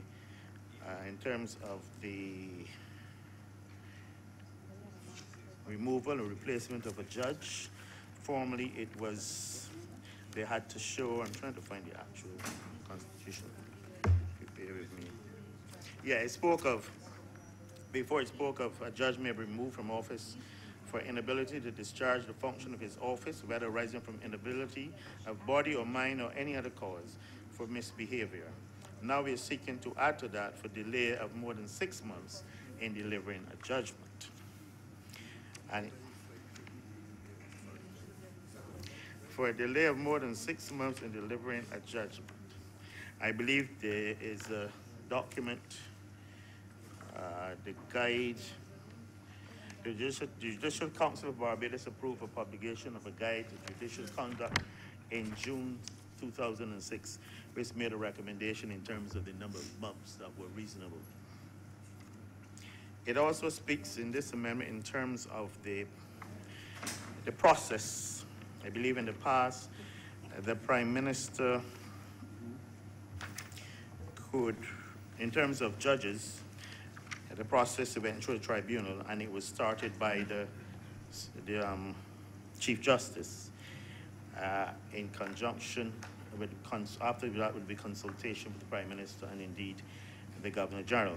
In terms of the removal of the Chief Justice, his normal process would be the Prime Minister making a recommendation to the Governor General. The proposal is now that if the Prime Minister, in the case of the Chief Justice, or if the Prime Minister, after consultation with the Chief Justice, or the Chief Justice after consultation with the Prime Minister, because as I said, it went one way, the Chief Justice initiated the process, advises the Governor General that the question of removal of a judge from the office for inability, misbehavior, or delay, as aforesaid, ought to be investigated then, and that is how the process is triggered, is proposed to be triggered. I just believe one modification, just in that it goes both ways. In terms of the commissions, I think historically, Mr. President, the Civil Service Commission, when they were started in the 50s, constituted were government agencies that were constituted by legislation, and they would serve to regulate the employment and working conditions of civil servants, as they were called at that time, oversee the hiring, the promotions, and promote values of public service. And this came out of a 1950 United Kingdom white paper, which set out measures that were aimed to improve the quality and efficiency of the colonial service. And this is a system that we have adopted and we have followed. I believe in 1966, the Constitution of Barbados established 3 of these service commissions: a Judicial and Legal Services Commission, a Public Services Commission, and a Police Services Commission. In the case of the Public Services Commission, the power to make appointments to public officers and to remove and to exercise disciplinary control over persons holding or acting in such offices was vested in the Governor General, acting in accordance with the advice of the Public Services Commission. In the case of the Police Services Commission, power to make appointment to officers in the police force and to remove and to exercise disciplinary control over persons holding positions was vested in the Governor General, acting in accordance with the advice of the Police Services Commission. Sir, the Constitution was amended in 1975 and made provision for the establishment of a Teaching Services Commission. Our membership of this commission has never been constituted, although it is this government's plan to do so within the next year. The Constitution provision for this establishing this entity was proclaimed in 2017 by the previous government. So definitely, sir, this has been the process. It has been an ongoing one. In 1998, the Constitution Review Committee's report focused also on these commissions. They recognized that there was some inefficiency in the Public Service Commission, and in terms of its terms of reference, and in terms of the numbers of persons which it represented, how frequently hearings were not held, and it decided that there was a need to strengthen this entire process and create more transparency in it. And one of the major recommendations of that Constitution Review Commission was that there should be a Protective Services Commission with the responsibility for appointments and removal and organization and discipline of the Royal Barbados Police Force and the Barbados Fire Service, and the Police Services Commission be abolished. Mr. President, in our manifesto, we spoke of the need for these commissions. We spoke of the we spoke of this need for an administrative, general, and professional services commission to replace the Public Services Commission. We spoke of a need for Protective Services Commission to cover the police, the fire service, the prisons, the customs, immigration, and indeed the forensic services. We spoke of the need for a Teacher Services Commission. I think, Mr. President, all members of this honorable chamber would have heard and would certainly have known of the issues and the inefficiencies within the Public Services Commission. I believe they looked after probably as many as 20,000 people at one time. The commission, there were issues in terms of, over the years, in terms of the selection of members of the commission, how frequently it met, sometimes once a week, sometimes twice a month, dealing with the issues of all of these public servants. There were issues of terms of transparency, in terms of the decision, the issues of the temporary workers who oftentimes work, especially at the QEH and other places in the public service, month after month, sometimes as much as 6 months. Some nurses and nursing assistants would work, and indeed maids, without getting a salary because certain PSC 5 forms had to be sought after and processed. And there were also issues of term. I'm sure that my colleagues who are members of the trade union within this chamber could speak to the issues that they've had from time to time in terms of apparent lack of transparency, and in terms, sometimes in terms of the qualifications order, and how they seemingly raise queries in terms of the qualifications for certain posts, and how certain individuals were able to inveigle themselves into positions which persons thought perhaps would have been better served by other individuals. Similarly, the Police Services Commission especially over the last 10 years, has been fraught with issues in terms of gain of it being, claims of it being politicized, and perhaps this is borne out by the fact that the last chairman of the Police Services Commission was selected as a middle-level officer and has now emboldened himself as becoming the general secretary of an entity called the Democratic Labour Party. And as part of the structure of these commissions, it was stated that there was supposed to be no members not associated with political institutions or indeed political parties. Perhaps he had a change of heart after the government change. And of course, the recurrent issues in terms of the police commission and the battles throughout the court in terms of officers being recommended by one commissioner and then those being overturned by the acting commissioner when the commissioner was on leave. And indeed a situation most recently where the commissioner made certain recommendations in terms of promotions, and these were completely thrown out, and promotions were made on the basis of the actual members of the commission. So this has had its issues, and it is now hoped that with the establishment of these two commissions, that we will work towards an improved, a more efficient and transparent system. I should also note in passing that in both of these commissions, the numbers constituting the membership will be increased. In terms of the Protective Services Commission, I believe it is expected that apart from the chairman, there will be no less than 2 or more, and no more than 8 other members. And in terms of the Administrative Commission, that it will be chairman, no less than 4 additional, no more than 8. And essentially, Mr. President, this is what we're attempting to do in terms of bringing more efficiency, transparency, and giving confidence, and also trying to make these commissions more nimble and being able to adapt easily to the changing times and conditions as it is in Barbados today. With those few words, I beg that this bill be now read a second time.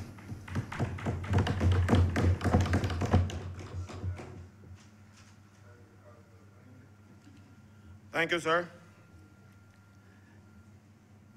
This amendment to the Constitution pains me for a number of reasons.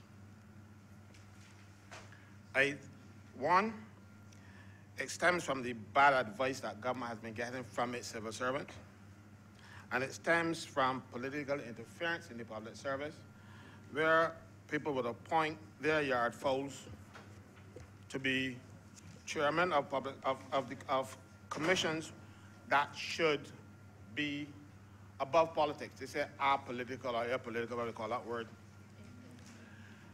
But what the commissions have been doing over the years, answering to the whip of the politicians. And the last session was worse than I've ever seen it before in all the years that I've been around the public service. And I joined the public service on the 2nd of January in 1980. And I've never seen it so bad. Sir, the only time it has been this bad, it was from, I'm talking about now, in the world.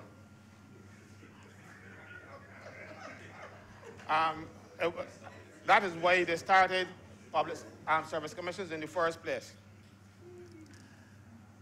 Let's go back to 1854. In England, where we get our Constitution and everything from, there was a problem in the public service, the civil service, as they call it then, where people either bought their jobs or you had to know somebody to get a job. It was based on patronage or purchase. There was a report by a gentleman who was called Northcote and Trevelyan, the two highly regarded persons. One ended up being the Chancellor of the Exchequer, and the other one was a permanent secretary. They did a report, and in that report, they made recommendations to change the service. And let me give you 4 of the recommendations that they made. And this is where our service came from. The first one was recruitment into the civil service should be by open examination conducted by an independent civil service board, hence the Service Commission. 2, oh dear, don't tell me you drop. No, we just had a little failure with these computer things. 2, entrance. Oh dear. They keep jumping over. Don't want me to read them. Entrants should be recruited into the Home Civil Service as a whole rather than to a specific department, meaning the general service that we have. If you're a clerk in customs or you're a clerk in immigration, you are recruited to the service. That's where it can be transferred. Recruits would be, and 3, recruits would be segregated at entry into a hierarchy of grades, ranging from clerical officers who would conduct routine tasks through to those who would provide policy advice to ministers, permanent secretaries. And 4, promotion would be on merit, not preferment, patronage, purchase, or length of service. Sir, our civil service of recent, even though the rules say that promotion would be on merit, that was a joke. You had to know somebody. And that is why the civil service today is suffering, because the people at the top were put in place for political purposes. Then you inherited them. Unfortunately, once a permanent secretary, always a permanent secretary, until you got either you retired or you get rid of them for misbehavior or something. And nobody tries a permanent secretary, might transfer them or give them what people call special assignments. Special assignments usually refer to a fellow who gets a newspaper on the desk. You know, and he does nothing for the job, but you don't have anything specific to hold him on, or you don't want to hold him on it, because it is difficult to fire them, because you have to go through a whole process. And I like the process. But it is about time we bring some of them through that process. They're lighter ministers. And one of the reasons why this is here is because the Prime Minister gets some bad advice too, you know. But what they didn't tell the Prime Minister and what they didn't tell the other ministers is that lying to a minister, lying to Parliament, is an offense in accordance with 5C of the Code of Conduct and Ethics. That's it. 5C, let me get it. It says, officers shall, A, B, C, not deceive or knowingly mislead ministers, Parliament, permanent secretaries, or the public. And then it goes on to paragraph 27 that says that it is, when you breach section paragraph 5C, it becomes a major offense for which you can be dismissed. Well, there's not enough permanent secretaries that can be dismissed under this provision. They mislead ministers, they lie to them to get their way. They lie to them to get their family in the public service and their friends. So we have gone back to the pre-1855, because the first Civil Service Commission was established in 1855 to provide for a service commission that would be independent of politicians, so that they would pick the best people for the service. Now, what has happened? In 1974, the then Prime Minister could not get his way, because you had a professional corps of civil servants then who would say to him, I'm sorry, Prime Minister, you can't do that. So what happened? The Constitution was amended to say that permanent secretaries and heads of department and their deputies, well, they weren't deputy permanent secretaries in those days, but the deputy heads of departments, in order to appoint them, the commission, the Public Service Commission, had to consult with the Prime Minister before the Governor General, before they can advise the Governor General on appointments to permanent secretaries and heads of the department. That consultation turned out being the Prime Minister's recommendation. So the Public Service Commission became a rubber stamp for the Prime Minister's wishes. The Barbados Labour Party and opposition then, led by father of the senator over here, said that they would have amended the Constitution. They would have repealed those amendments because they were wrong. They marched the government house. I was a little boy to follow politics in those days. I was at school. They marched the government house and they said they're going to repeal those amendments. But when they came into office and when they saw how that we can use these to our own benefit, they didn't bother. Up to this day, they have not been repealed. And the Barbados Labour Party came back into power several times. They were wrong then, and they're wrong now. Because I do not believe that the Prime Minister or any minister should be advising an independent service commission who should be appointed to a position in the public service. This consultation, I remember in Trinidad, they had a similar amendment to their constitution where you had to consult with the Prime Minister. The commission, the Public Service Commission, had to consult with the Prime Minister before advising the President. Patrick Manning was Prime Minister at the time, and they consulted with him. He had one person in mind, but the commission had another. And they recommended to the President that their man should be appointed, not the Prime Minister's man, but the Prime Minister put them in court. And the court ruled that consultation didn't mean that you get your way, basically, that's what they said. They consulted with you, and that was enough. But in Barbados, we take consultation to mean that the Prime Minister's position is the one that is accepted. That is why most permanent secretaries that were appointed the last time were Dems. I am not ashamed to say it. And some of them were duds. Didn't know what to do, can't do it. And what they do now, they're comfortable in their job as permanent secretary. And when the new government come in, they're obstruct because they prefer the people that put them there because the people who will tolerate them. And you, present government, dance around them. Keep the service mediocre. Most of them don't know what to do. I remember sitting at a meeting with a permanent secretary, and I said to him, but you know, you have authority to appoint people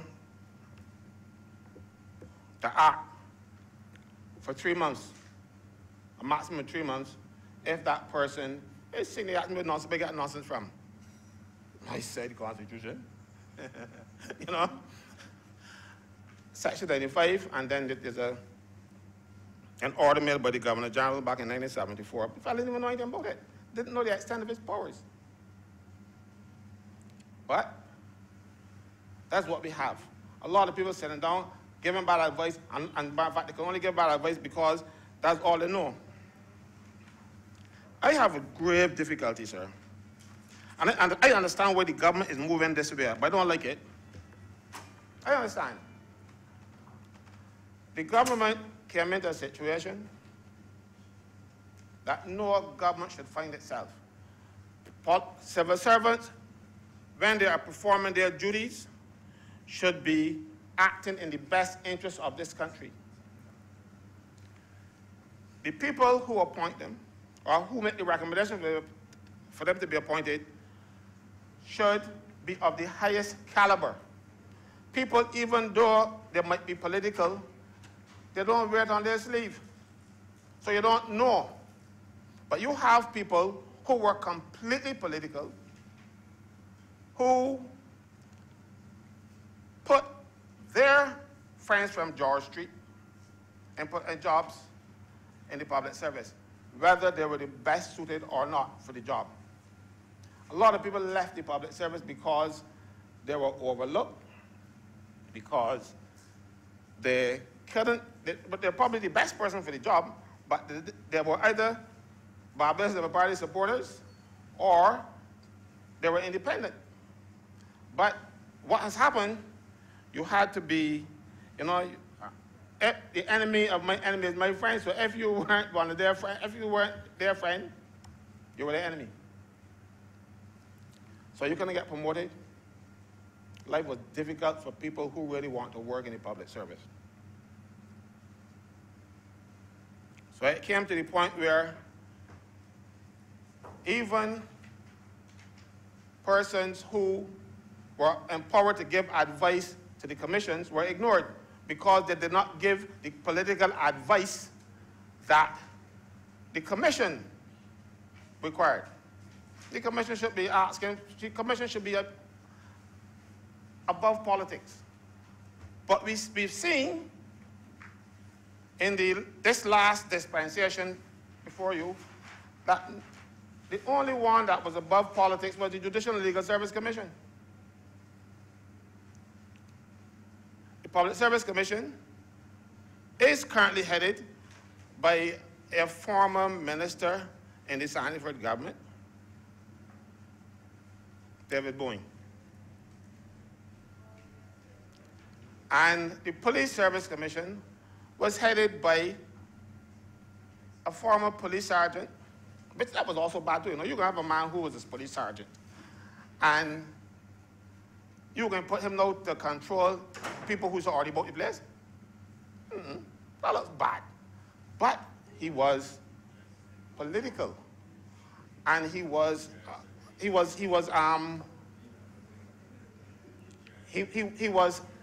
friendly, close, whatever you want to call it, to the Democrat Labour Party. So they put him in. You're talking about guys, you forget, you lost.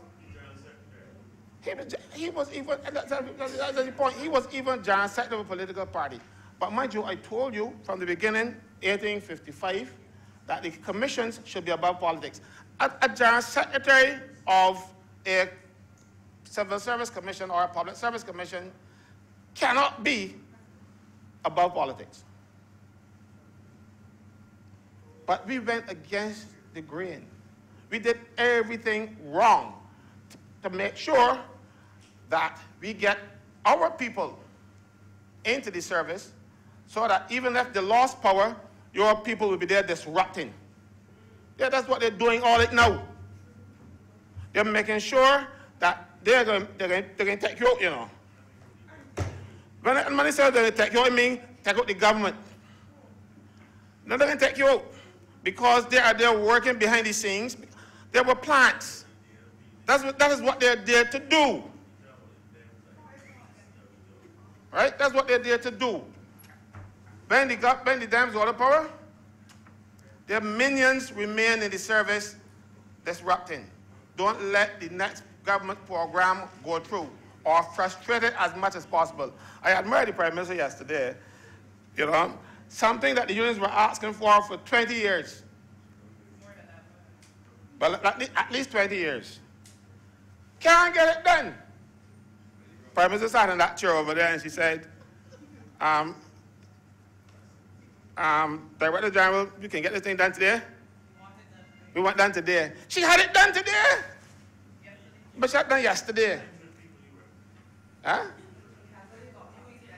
You know? You know? So, no. If the Prime Minister does something that I don't like, I say so. I must also say when she does something good. It took 20 years to get this one thing done. Civil service, and you want to know what it was? Customs officers who were, but you can't even call them customs officers. Most of the people who are doing the work at the airport, the seaport, and doing searches and things were not customs officers. They were clerical officers wearing customs officer uniform. But the law gave the controller of customs permission to deploy clerks. So you had people at the clerical level, some as much as 30 years. doing work at a level senior to what clerical officers should be doing. Technical work.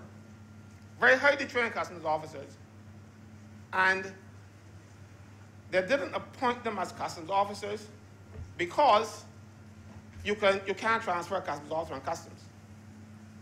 A customs officer is a departmental post. So you can only transfer him to a post called customs officer, and there were only customs officers in customs. Similarly, immigration. If you're an immigration officer, they can't take you and transfer you to the Ministry of Health and call you something else because that's a departmental post. Unless you want to be transferred and you ask them and you consent to the transfer, they can't transfer customs officers, they can't transfer police unless they can transfer from station to station, but they can't transfer them out of the police force. So what they did with customs is to keep them clerical officers, so if a fella don't do what you want, you punish him by transferring him over the Ministry of Education or whatever else. Now, these people that the orders that made to change them into clerical, from clerical officers to customs officers from yesterday, those people know how security of tenure. I must compliment the Prime Minister. She did something good and she does something, but not too often. So when she do it, That's your girl. you know, when she do it, I have to say so. Okay? But, so, don't get me wrong. When she do anything I don't like, I can tell so too, you know. So don't laugh me, don't laugh at me now. She's right this time. You love her. It took 20 years. Not so long. Seconds. Does it take you so long? Right? So, but she rubbed my belly, then never you like it, because I'm happy.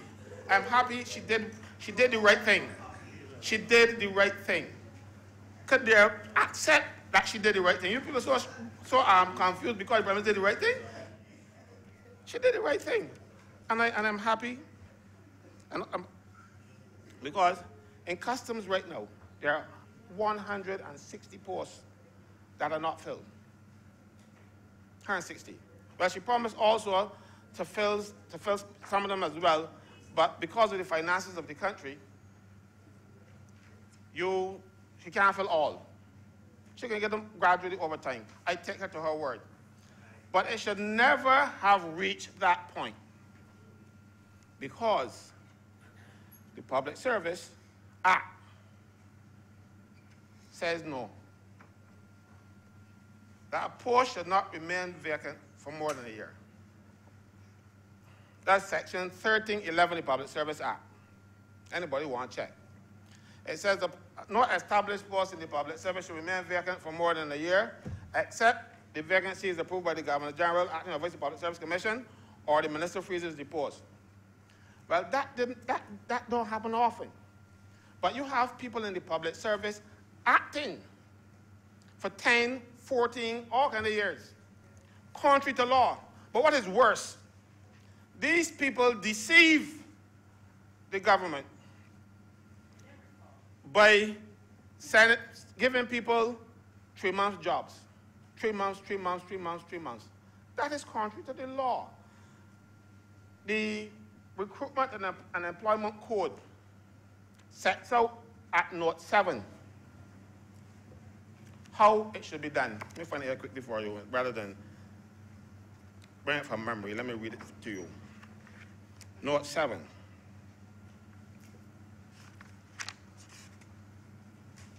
It says, in order to give managers flexibility to meet short-term needs sensibly and economically, recruitments to appointments of up to 12 months may be carried out without open competition if personnel from within the organization are filling such vacancies.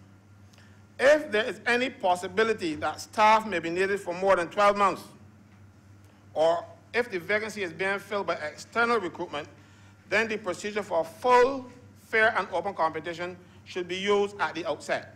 So they tell you if the post is vacant and you know you're going to need the person more than 12 months, you should start the process of filling it immediately. That's what it says. But we have people in the public service who have 10, 14 years getting 3 months, 3 months, 3 months, 3 months. That is why I am quoting from the Employment and Recruitment Code. It is, and I quoted Note 7. It is the first schedule to the Public Service Act. These people deceive ministers. Even yesterday, the Prime Minister was complaining about these PSC 5s and PSC. The PSC 5s all are unnecessary. The problem is the personnel officers take so much time dealing with work that they shouldn't have to do. They haven't got time to forward information to the Public Service Commission to get the business that they should be doing done. All this nonsense about PSC 5, and that is why you have this backlog. I remember when I first came into the service, I got an appointment until further notice. Temporary, but until further notice. So nobody didn't have to come and give me a letter every 3 months, and then they got to wait and hope that I get paid. When that when they run out, they got to get another authority. All of this is not what the fellow from Yes Prime Minister said. He says, oh, that is good, useful work. You know, all of that thing, when you go from committee to committee to committee, that is good, useful work. That's what they're doing. They're making work. Yeah. They are making, it's useful work, but it's useless. Absolutely no need for it. So when they tell the PSC 5 and come back and all kind of thing, there should have been one PSC 5 for that post because a person gone home. He retired. So you know there's a vacancy. There's going to be a permanent vacancy for that position. Why would you fill it for 3 months? And then 3 months. And then 3 months. And then another 3 months for years. So every 3 months, you have to do over this work that you could have done once and advertise the post and but you don't want to advertise posts. You want to make sure you know which fella is a B or which is a D. So you keep the post vacant and also keep people on tender hooks. Not tender hooks, it's tender. So, so these people now are afraid even to do their jobs because, you know, everybody PSC 5 don't come back down, I got to go back down, you know, and some of these people have been acting for so long that they're almost the top of their scale and are not appointed. So the commissions, the Personnel Administration Division, was not forwarding the correct work to the commissions. So the commissions were not, as I said, they were not fed the work to be done. Personnel officers doing a lot of nonsense that is not required, that is also in breach of the law, because the Public Service Act is a law. All they had to do is to follow the act. If they are following the act, we wouldn't have these problems. So no, and they're telling the Prime Minister, but oh, well, each commission should have about 5,000 people. It's a joke. One commission got 30,000 people because the commission will make a decision on what you send before them. But the problem is they were not sending it to the commission. Then getting to the commission, I went to a case before the commission wants to represent a lady who was charged with an offense. And the chairman of the commission was a former member of the council of the union, so I met him there. So I said to him, tell me something. How do you get so? And they said, like you, I wrote you over 6 months ago, and you didn't respond to me for this matter, and now we're here. He said, Caswell, I got a letter from you. So he turned to the officials there and he asked, you know anything about this letter? And they said, oh, we have it here for filing 6 months. One letter. When he read the letter, the case was dismissed. But they withheld the correspondence from the commission because they wanted the commission to make the decision that they wanted. Case done, you know. One letter, and the case would never have come up. But when the commission only getting fed the information that you wanted to have in order to get somebody out the service, that's going to be the decision they make. But thankfully, she had a good representative.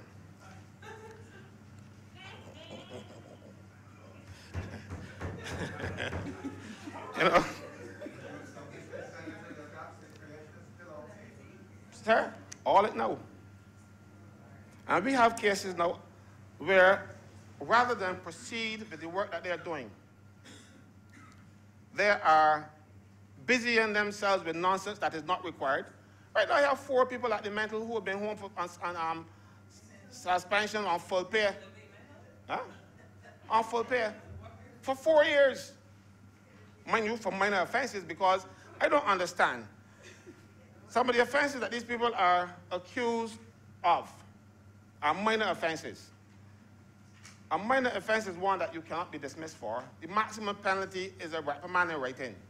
But a fella is on suspension for 4 years, and when you finish the case, all that you could do with him is get a reprimand and writing, and he's drawing 4 years' salary. I got one national insurance.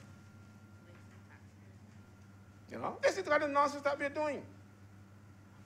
But these matters have to be fed to the commission. But the personal officers ain't got the time to do them because they're so busy in themselves with PSD5s. That they should have done once. So the reform that we need is not at the level of the commission themselves. The reform that we need is at the level of the Personal Administration Division. They have been blocked. They are the log jam. They have been blocking progress in the public service for too long. We need to do something about not the commission. You need to do with the secretariat, the people who advise the commission. You could have got one commission, but you need personnel officers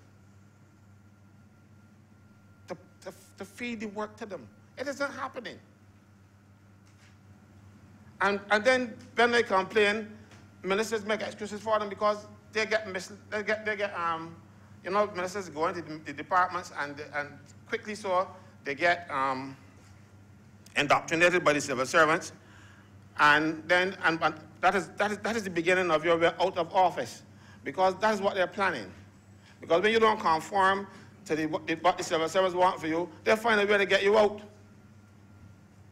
No government has been changed in my lifetime that the civil servants don't play a part, a major part. Trust me. They got a lot of power. I don't want the power. I want them to be fair and to treat people properly, and they're not doing that.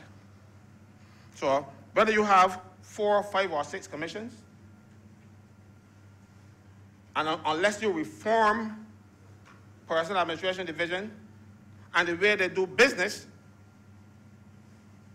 you're going to get the same problem over again, and you're going to want to divide the commissions again. But you are treating symptoms. I want you to treat the cause of the problem. The cause of the problem is the poor performance, lackadaisical approach that we get from PAD, Personal Administration Division. If it didn't have to exist, it wouldn't. They waste time. Disciplinary matters that they should be processing. I have a case now. This guy, he went before, he was outside the court sitting down. And the lawyer said that the courts were closed for industrial cleaning that day. A lawyer walked up to him and said, the court's closed, could you hand this thing to the judge clerk for me? And he's a vault attendant. So, he took the envelope and he handed it to the judge clerk. The judge clerk looked and said, I want that. So he came over the registrar and said, well, they charge him for serving documents on the rest. He bought things with an envelope. A lawyer sued the judge and the 3 registrar. They suspend him. He's on about 3 years now. And all he did was to hand an envelope over. Somebody handed him an envelope with documents in it. They asked him, you know what's in the envelope? He said, what? I got order to open the judge mail. That was his answer. So he just handed the envelope. It could have been a bomb. The person handed it to him, and in good faith, he delivered it. But if somebody see me and say, well, you're going over by Dr. Cheltenham's office, I say, yeah, they got it. He said, I carry that for him. I would carry it. He was outside the court, waiting, sitting down, and he got suspended now for 3, 4 years not going. Mind you, on full pay. You know? But the man won't work. They got some people who won't work. Everybody don't like being suspended on full pay. You know? He gets suspended for foolishness. And that took 3 years. Now they come and say, well, he was working and they will transfer him and they can take off 6 months. They're going to go pretend to be doing something now after having it for 4 years. They can take 6 months half pay. I said, no, I'm going to appeal. So he can appeal to the Privy Council. I said, I'm not appealing to no Privy Council. I'm appealing to the Public Service Appeal Board in accordance with Section 30 of the Public Service Act. It says here, an appeal shall lie to the Public Service Appeal Board from a decision of a service commission or a decision of any person to whom the powers of the commission have been delegated. I can talk about them delegated powers too. That's the appeal, you know. But because they were so busy, up to this day, the Public Service Act was passed came into force on the 31st of December 2007. And to this day, these people didn't get the board set up yet. No, it didn't function. They appealed it though. The act said they appealed it. And they appealed. So they can go set up one. That's what the act says. Has not appointed one board yet and has not advised the minister that the minister got to appoint one of these boards. They ain't do it. They're too busy doing foolishness to people because the Privy Council don't hear evidence. They get memorandum and they make the decision there so they can influence them. A Public Service Appeal Board, I can appear before them. So they don't want that. So they didn't put it in place. I am sure no minister in this bloated cabinet has ever heard of a Public Service Appeal Board.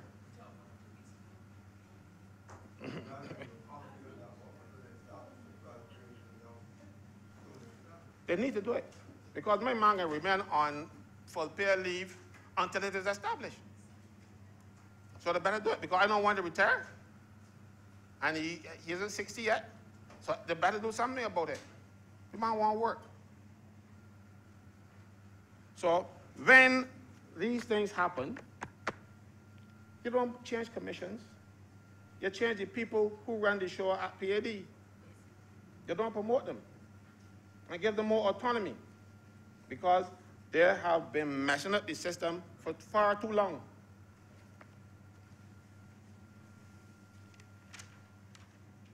I said I'm going to speak to these delegated functions. Under the Public and Police Service Delegation of Functions Order 1974 is published as SA 122 of 1974. The Governor General has delegated certain functions to department heads, including discipline. So the chief fire officer can discipline his men, and the superintendent of prisons can discipline men because the Governor General has, at Section 95 of the Constitution, delegated that function to those men. The provision is at Section 195, and the Governor General made the order. So they cannot do disciplinary matters rather than go through the whole set of process and stuff. But now we have a system where PAD is advising them that you can delegate, the chief now could delegate somebody else. Ignoring the rules here, and I think you're familiar with this, delegatus non potest delegare. A delegate can't delegate. That's all it is. But no, they're doing it all over the place. National Insurance doing it. We need to put these people back in order so that when the commissions get up and running, that they're doing the right thing and not being misled. I am tired of dealing with people who flout the law. The next thing, sir, I want to talk about is the qualifications order. The last Prime Minister signed a qualification order, one that gave him power to appoint people in the public service. Mind you, he didn't have that power. That power is vested in the Governor General acting on the advice of the Public Service Commission. But that order says he appoint these people. It's deemed to be appointed. He can't deem nothing. But That order went before the Prime Minister. And I can tell you why they did it.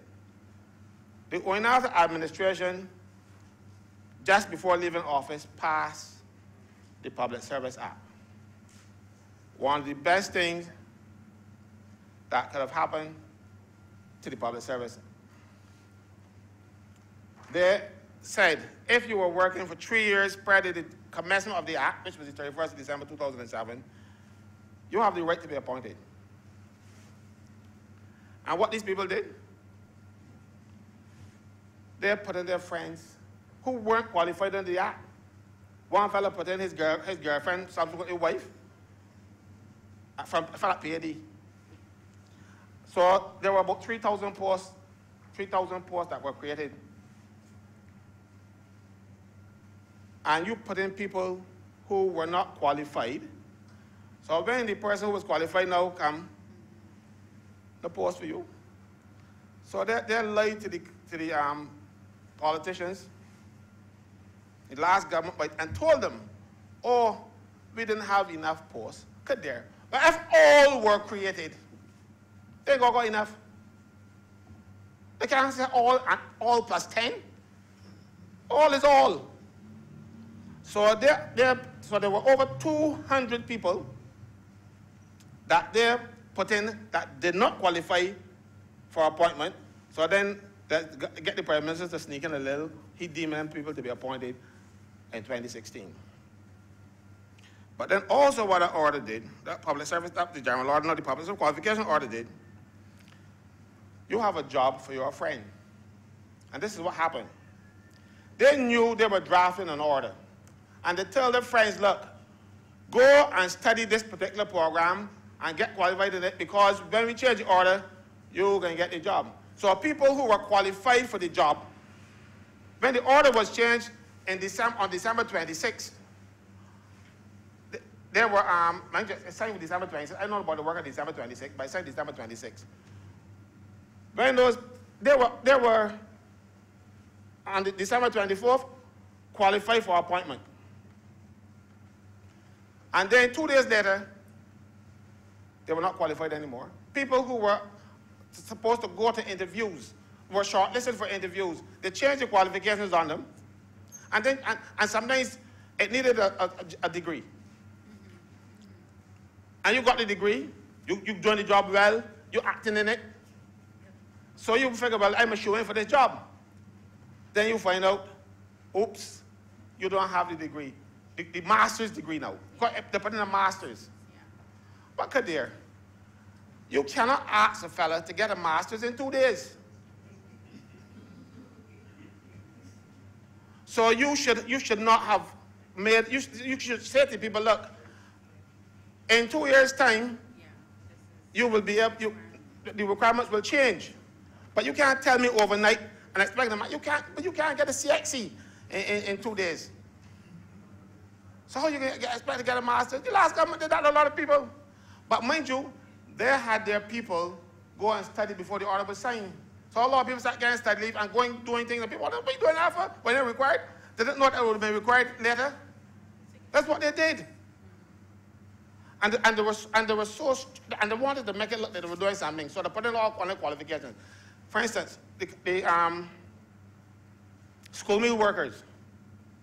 There is nobody at the school meal department now that qualified to be a cook, a school meal server. You know, they call school meal assistant. Or servers. You want to know why? The order says now that you have to have this certificate, CLSE, Jamaicans call it Come Slow Learners Come. I can't remember the thing. But it is done in third form at secondary schools, and they only did it in 2016, I think it started in 2016. And you put it in the order so people who were supposed to get jobs. So no, none of them. We got grandmothers. One woman came to see me, she said, but my granddaughter did that certificate last year. I know she is required to have it. But the first time they did it was that year. So the only people who were qualified to be cooks or servers or school meal assistants at the school department where people in third and fourth form at secondary school. That is nonsense that these people were put in front of the minister to sign. And he signed it. You know? And nobody get punished for it. So the Prime Minister promised to review the order because it has put it put qualifications. Sometimes, like for instance, you have a post in customs. A guy got promoted to assistant controller of customs because he did an online course for 6 weeks. Other people need a LLB, you know. But is it LLB or this online course that they put in? Online thing for 6 weeks. You don't know the exam, you do the online course, you do it by thing, and then you get this thing. Pass. Online. Assistant Controller Customs. That's what the order provided for, you know. So these jobs were, the qualifications were tailor-made for the people they want in the jobs. You know? And we sitting down here and taking advice from the same people because they want to put their friends and family in these jobs. I'm tricking with it, you know. They're tricking with it. Trust me when I tell you so. So I understand where the government is going with this amendment. But I think it was not necessary. You needed to do something about the commissions. The commission, and what troubles me, see, because when you tamper with the commissions, a time will come when the next fellow can come in and tamper with them again or do what you did. You know what I mean? That's the likelihood, because when you lose next time, I'm hoping that Brother Adi don't change up what you did.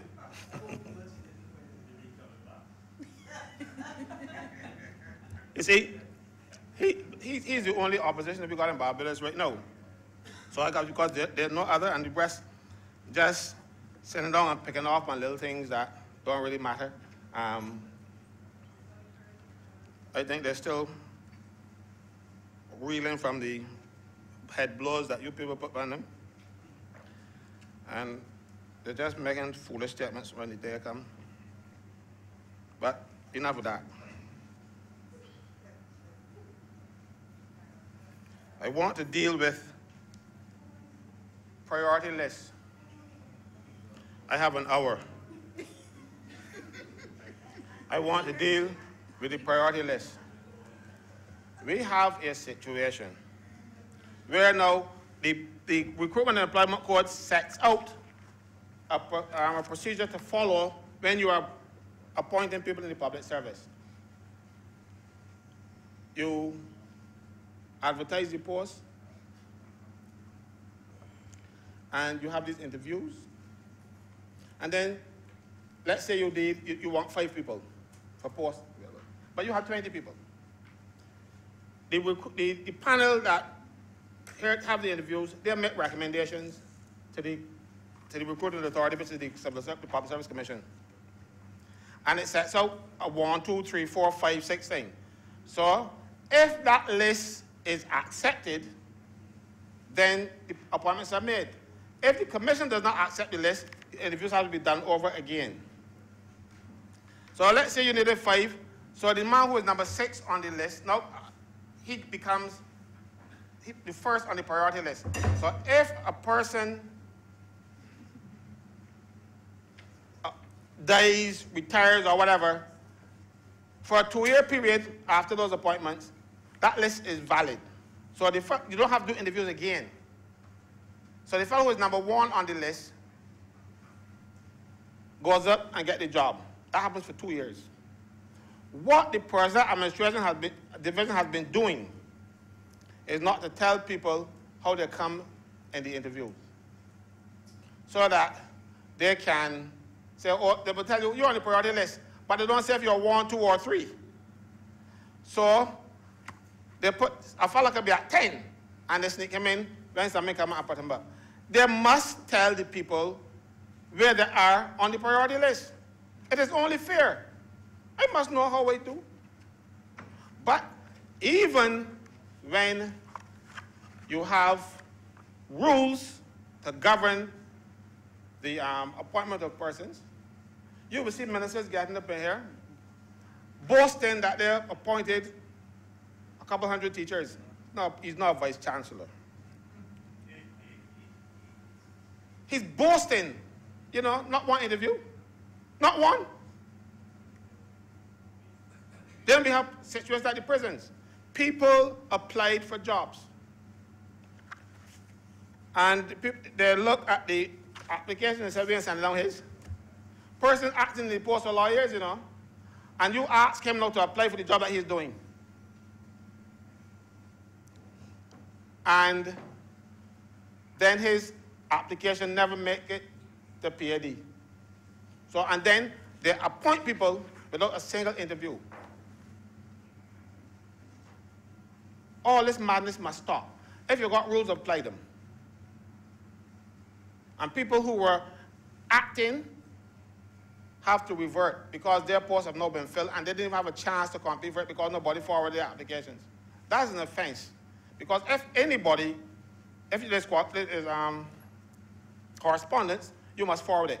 Heads of the department can selectively decide that they may forwarding people correspondence to the commission. But it has happened. It has happened at the prisons. And people are being disadvantaged. So, it is with a heavy heart that I have to sit down and allow this amendment to pass because it is correcting some nastiness that has happened in the service going on for the last few years. It isn't right. And I don't like public officers dealing with politicians over civil service matters, but something had to give. You imagine in the last government, minister get up and say he won't meet civil servants. I tell him I'm not meeting with you. You're not the minister responsible for civil service, and you are not the permanent secretary. So I'm meeting with you. Don't curse me. I want you. The only minister I will meet with to discuss civil service matters is the minister responsible for civil service. So I ain't coming by you to talk civil service, Mr. Leader. That's not your function. Your function is to maintain good relations with the outside world.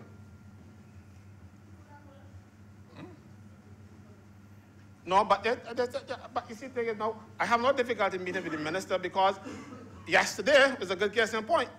When you brought a matter to the minister, and the minister can fix it. She said, do it now.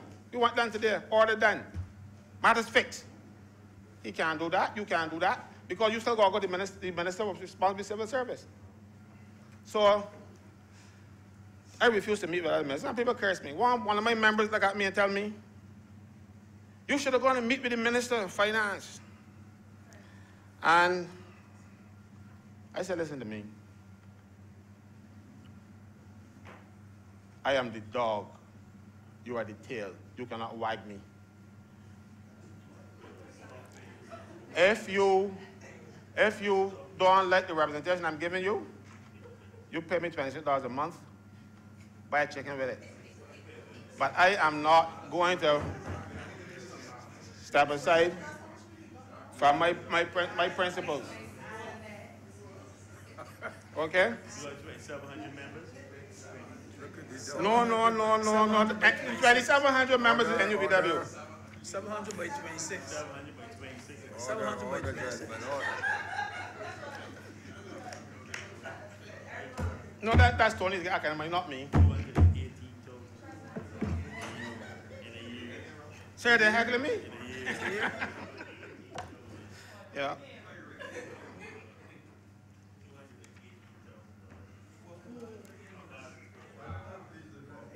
Yes, sir. Thank you very much. I was begging for the interruptions to stop because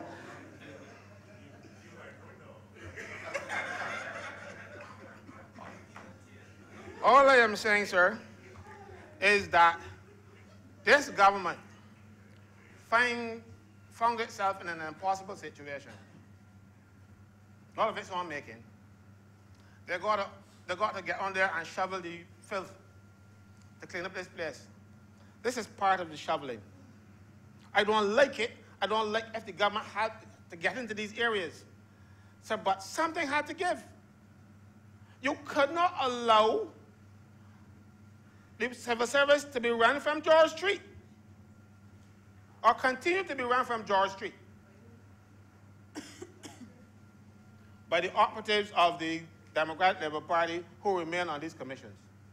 So even though I wouldn't like to see ordinarily the government saying, out of an abundance of caution, or did they say that?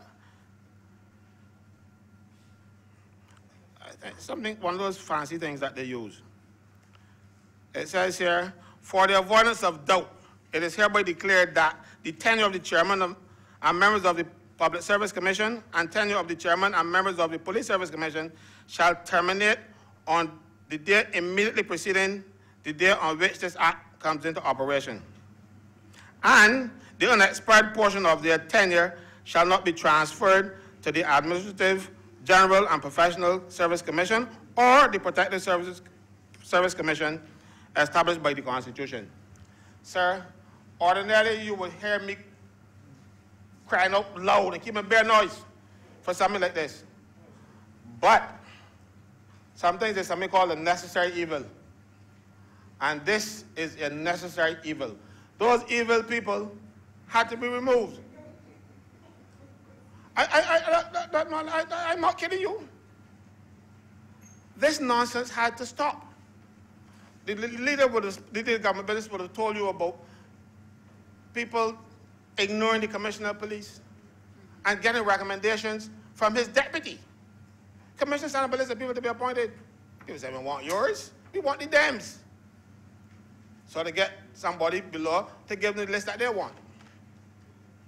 So, you see, the police the service commissions, ordinarily, they don't terminate when the government changed because they're appointed by the government general. They serve their 3 years. So you would have had now another 2 years with this obstruction. As I said, I don't like it, but sometimes you have to go down there and do things that are necessary, like the Bail Act that we just passed. I believe that was necessary for the times. This is also necessary for the times, you know, because the civil service would grind to a halt or there would be mass confusion in the public service if those people continue to obstruct the work of the government. My job here is not to obstruct the work of the government. My job here is to point out when you get it wrong, as you usually do. And I will point it out. You're getting it right now. This had to happen. It should have happened in June last year. But taking your time and laziness is what people tell me, and you took your time. And you allowed a lot of damage to happen in that interim, because even the new commissioner of police, his list was rejected by this serving commission. These people have gone mad with power. So, Mr. President, as I said, I am a constitutionalist. I like the pure thing. But when you have a situation like this, where the system is breaking down, and it is being broken down for partisan political purposes, then somebody has to say, stop. Enough is thus far and no further. Well, the government has said, thus far and no further. I will, thank you, sir. Sorry, I didn't finish all my notes. Could get another 10 minutes or so. Anyhow, sir. Anyhow, just to finish off then, because I noticed the president has been pointing at his watch. Sir, let me be absolutely clear. Under ordinary circumstances, I would oppose this amendment. But these times are not ordinary times. and it is for the good of the public service that I would support these amendments. The service needs to be taken out of the hands of the people who mean to do public servants harm. They don't care about their public servants' career, they care about their political agendas. Sir, and again, I have to say I'm grateful to the Prime Minister, and I'm doing this too often now. I'm not coming anywhere. I just say when you do something that is right, I will say so. Sir, this might be one of those things where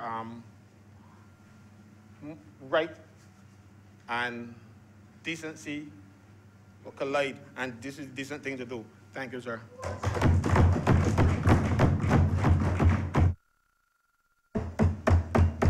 Senator Tony Moore is next. Thank you, Mr. President. Senator Franklin has made it very easy for me to comment without the added pressure of hearing that my tummy is being tickled. Because we will be pretty much speaking the same language. My background is in human resources management. And a background in human resources management is not responsible for my understanding that HR involves a number of activities and planning in the areas of things like recruitment, performance management, training, and so on. But beyond that, it involves helping an organization to achieve its strategic goals. And I start there because I want to say that within the public sector, human resources management is undertaken not by one single department. It is a centralized system that functions through the Ministry of the Civil Service, the Training Administration Division, and the Public Service Commission, with the Personnel Administration Division acting as its secretariat. That is important to understand, because when people who function within a private sector context think of an HR department, they're thinking of one unit within an organization that doesn't have these parts operating not only physically in different spaces, but intellectually sometimes as well, and strategically in different places and spaces. I don't agree, therefore, that the problem rests simply at the Personnel Administration Division, nor do I recognize that the answers to any efficiencies in an HR system rest solely with any corrections we make in terms of the amendments that are before us for the Public Services Commission. I feel that there is a need to look at the centralized system of HR that functions within the public sector and which is supposed to help the public sector achieve the efficiencies that we are seeking, the public sector reform that we keep hearing about. I'm therefore submitting that there needs to be a comprehensive look at human resource management within the public sector and how it is performed. I've been taught that form must follow function. So when we are looking at addressing cause and not symptoms, we must therefore look at the entire system and see where there is need for rework, the need for a complete rework of the HR system if we are going to achieve public sector reform. I acknowledge that public sector reform, Mr. President, is very complex. It is very complex and it is very difficult, not only technically, but within the public service context, it is very difficult politically. But decisions must be made in a policy environment that is not distorted, as we've been hearing from opposition senator.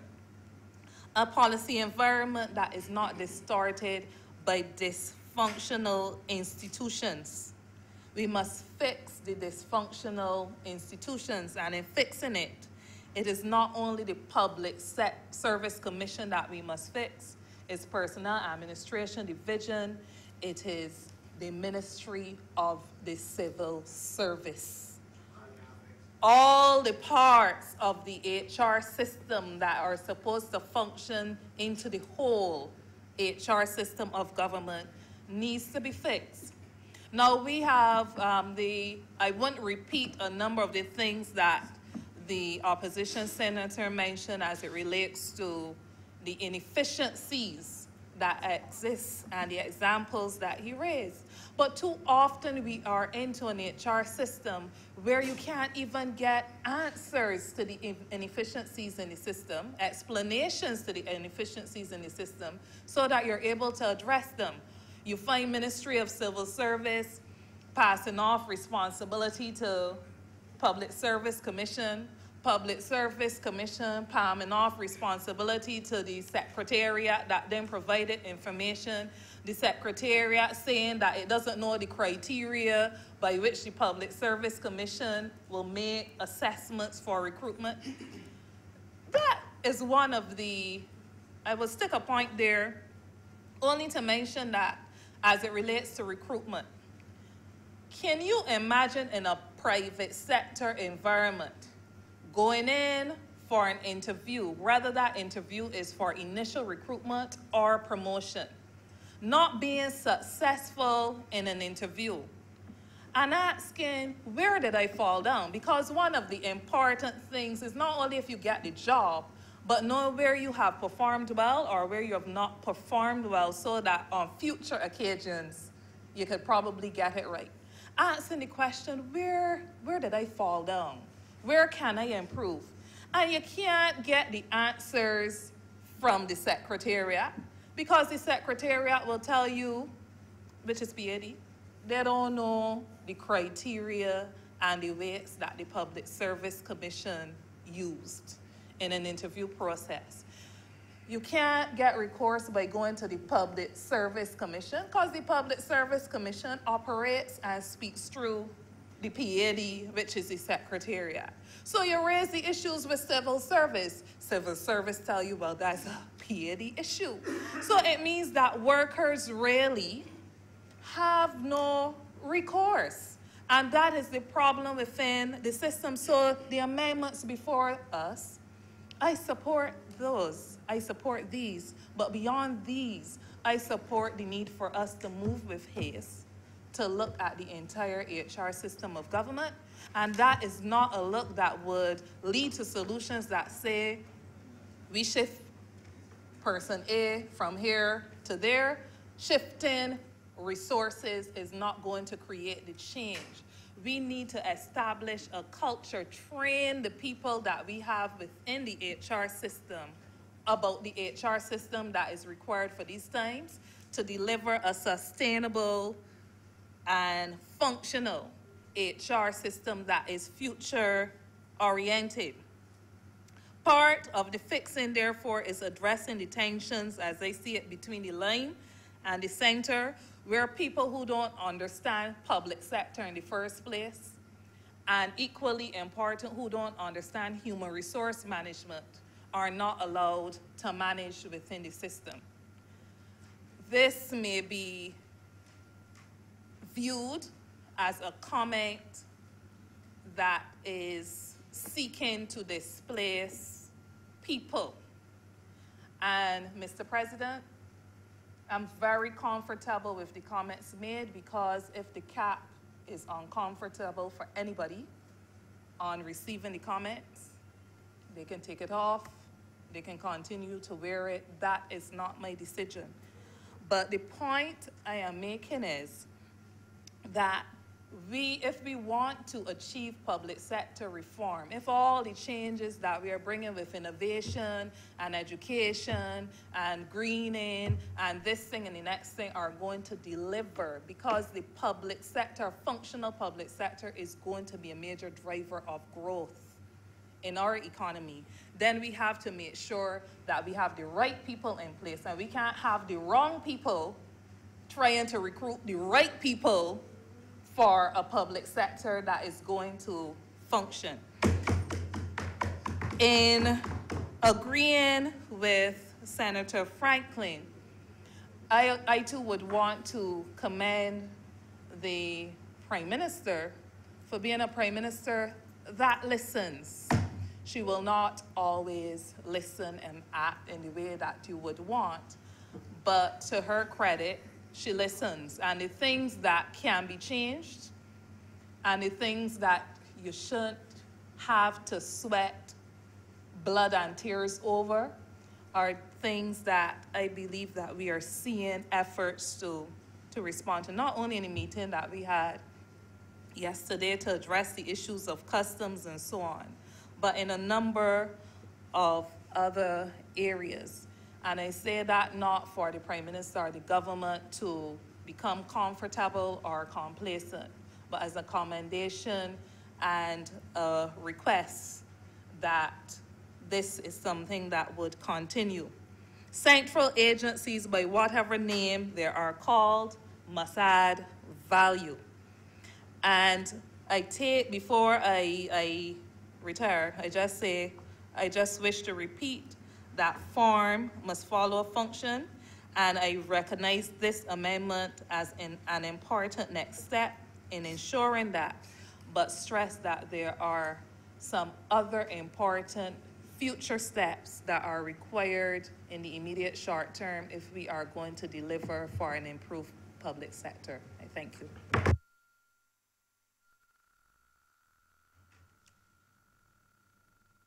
Senator Boyce. Thank you, Mr. President.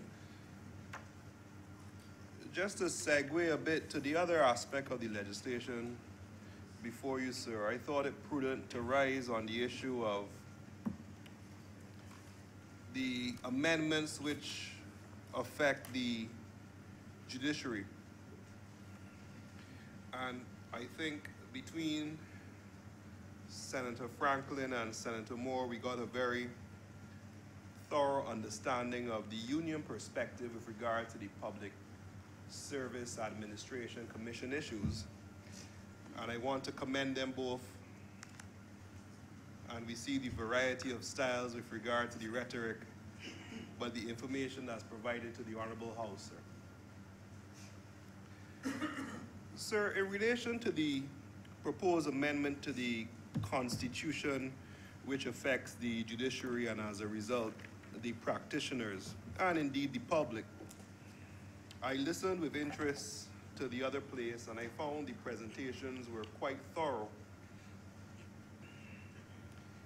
albeit a bit from a certain perspective. And I thought it prudent, sir, that to get a balanced view, that we perhaps look at it from a different angle, an angle from those who find themselves practicing in the courts, or those who, dare I say, sit on the bench, even though I am not privy to such privilege.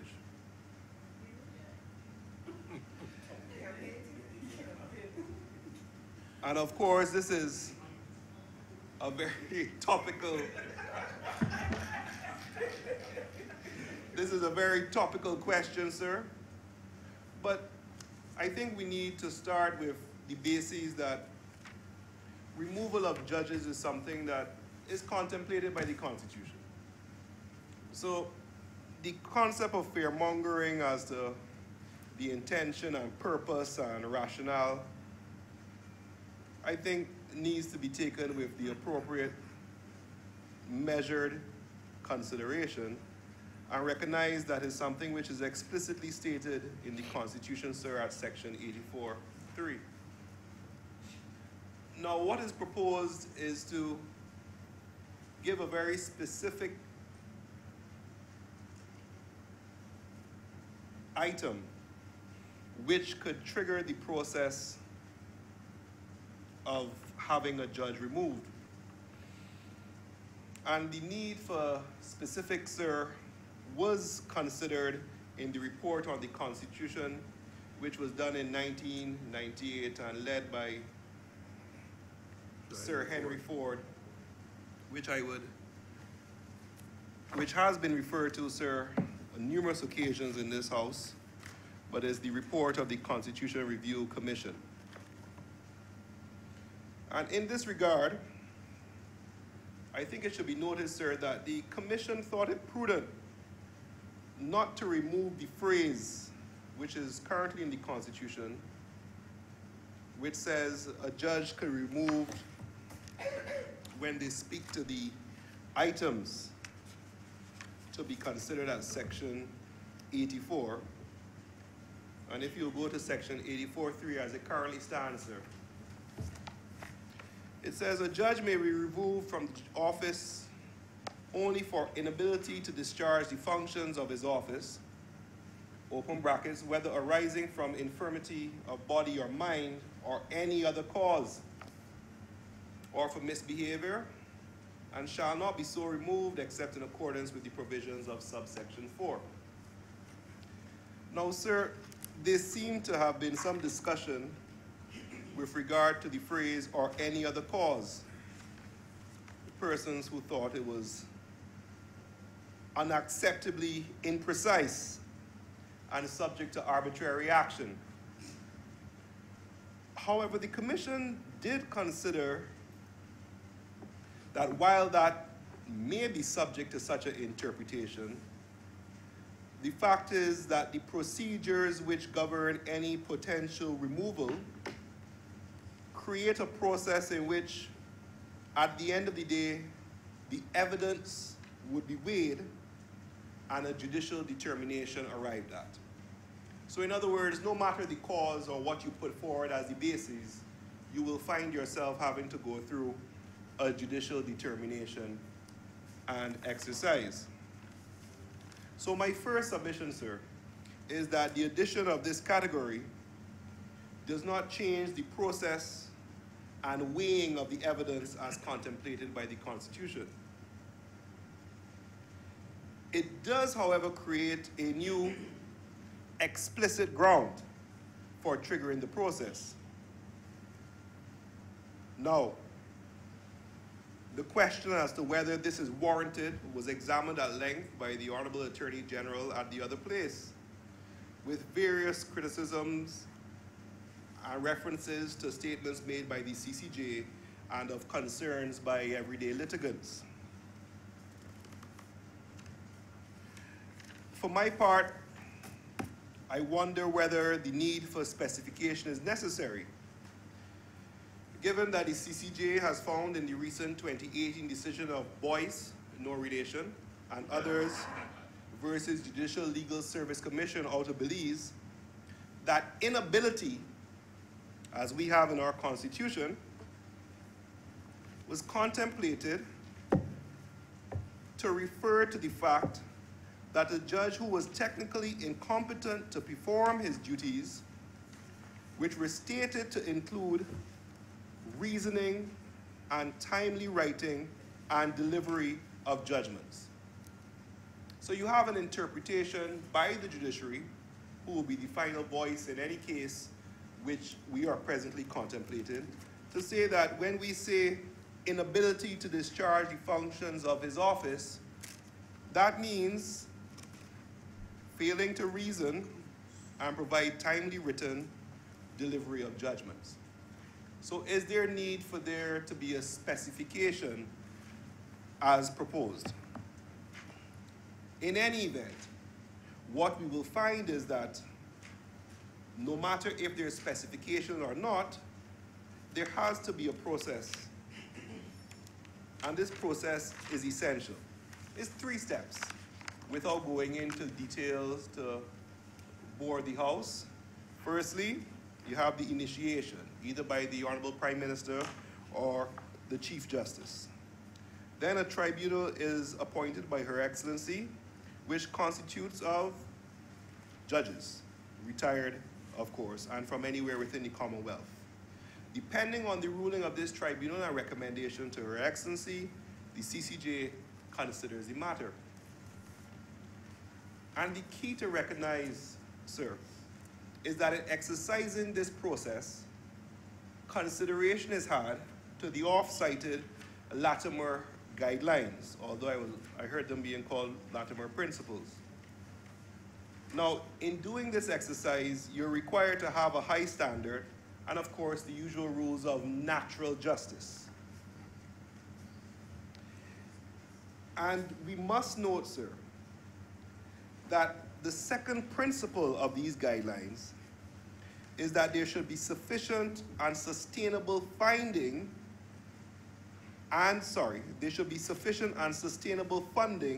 for the judiciary to perform their function to the highest standard. So let me stop there, sir. In any exercise which involves contemplation of the actions of a judge, there will be certain guidelines and principles applied. In exercising those principles, the persons who are doing the review will be questioning whether or not there was sustainable funding to allow the performance, or maybe albeit justify the non-performance in the circumstance under consideration. And what is interesting, sir, is that when they refer to funding, they speak to attractive salaries. And I believe Senator Franklin, I certainly wouldn't join him in his description, but I believe Senator Franklin called the existing salaries akin to chicken feed, sir. They also speak, sir, to funding to include benefits, provision of supporting staff, resources, and equipment. So, sir, in any exercise in which a judge's performance is being questioned, there will have to be consideration as to whether our judges are currently provided with these items. The Honorable Attorney General has made it clear that they will be provided with these items going forward. But that is something that I hope we see, but that would of course be subject to the necessary availability of funds. So it's easy to say what should be done by those of us who don't have to shoulder the burden. And when we think about it, practitioners are aware of what it takes to prepare thoroughly. Or if you're like me, you may be guilty of over-preparation. But I also say there's no such thing as over-preparation. My associates might, however, disagree. The fact is, the hours, the manpower, the necessary experience, the technological resources which are utilized to prepare a commercial or civil case are not small. Do our judges have the resources? Do our judges have the resources to meet these obligations? Will they be given the resources to meet the obligations? That is the consideration. I remember, sir, and I can't be too factual, so permit me, I was speaking with a colleague overseas who thought it, for whatever purpose, to accept the invitation to join the bench on a temporary basis. And we would joke as litigants that we would go there and clear the backlog in 2 days. Either you win or you lost, and send that to the Court of Appeal. And he was telling me that when he looked at the lists that he got every day, it was somewhat distressing. Sir, you will recall that the list for any civil court currently is a minimum of 10 cases a day. A minimum, sir, if you're lucky. You have to deal with the conduct of certain litigants. You have to deal with the conduct of certain lawyers. You have to deal with the issues with regard to staffing. You have to deal with lack of transcriptions. Who is doing your research? Currently, judicial assistants are shared, and I understand that resources are being provided in this regard, but we're dealing with the facts as they currently are. You have to deal with the scheduling of cases. You have to deal with the lack of files. Mr. President, you would be aware of the situation when there was a transfer from the old building to the new building, sir. And then there was a transfer from the new building to the temporary building, sir. And then there's a transfer back from the temporary building to the new building, sir. And what has happened to the files and the conditions of the files, sir? This is just the reality. So, split. Yes, sir. Can't be found. Exactly, sir. If the files could be found, and then those are found whether they're safe to be handled. The point is, without saying, we need to understand that it's easy to, dare I say, be judgmental. No pun intended, or pun intended. While being unaware of the reality and the burden that's being carried. Now, if the adequate resources are provided and the facilities brought to the standard and the funding received, I can certainly see this amendment being utilized and accepted when implemented. However, I believe that even if it is agreed, and I will be agreeing with it because I believe the intention is one which should be commended, even if there is agreement with the proposed amendment, you will find yourself failing should there be any attempt to move forward and the current situation remains as it is on the ground. So, Mr. President, in highlighting these issues, I thought it prudent to just give another perspective and to say that while I will be supporting this bill, we need to understand that we should ensure that the resources are put in place not only for the proper functioning of justice, sir, but to ensure that any attempt to utilize the proposed amendment would be able to have the necessary effect. Thank you very much, Mr. President. Thank you. Senator Tate. Thank you, Mr. President. I shan't be long because Senator Boyce has basically highlighted all or most of the points that I would have addressed this afternoon. I just wanted to highlight, sir, the proposed amendment of Section 84, and in particular, the one for subsection 3, it would be by deleting subsection 3, and in substituting C for delay of more than 6 months in delivering a judgment. I'm sorry, let me be clear. A judge may be removed from office. The amendments, okay. For delay of more than 6 months in delivering judgments. My focus, Mr. President, is that 6-month period. Now, don't get me wrong, Mr. President. I understand there is a dire need for structure and for accountability when it comes to the delivering of judgments. There can be no dispute that a judgment that is in excess of how many years old, that is untenable, it is unsatisfactory on a number of levels. I believe it is Senator Greenwich who would have alluded to situations where persons have died waiting for judgments to be delivered. That is not the issue. My concern is, following on from Senator Boyce's comments this afternoon, that you are, by putting this 6 month, I don't know how realistic it is unless and until, as he said, we have the resources in place. Because where you have judges who are faced, and he said 10 cases, I don't know what list he's looking at, because mine has gone 20 plus. So you have a judge every day, not once a week, my apologies, Mr. President. You have a judge who every day is being faced with 20 cases, 15, 20. And everybody on that list thinks that their matter is important, because it is. Even if of the 20, 10 are adjourned for whatever reason. And you can have 8, 7 with a decision that day. You still have at least 2 a day that are going to need a written judgment.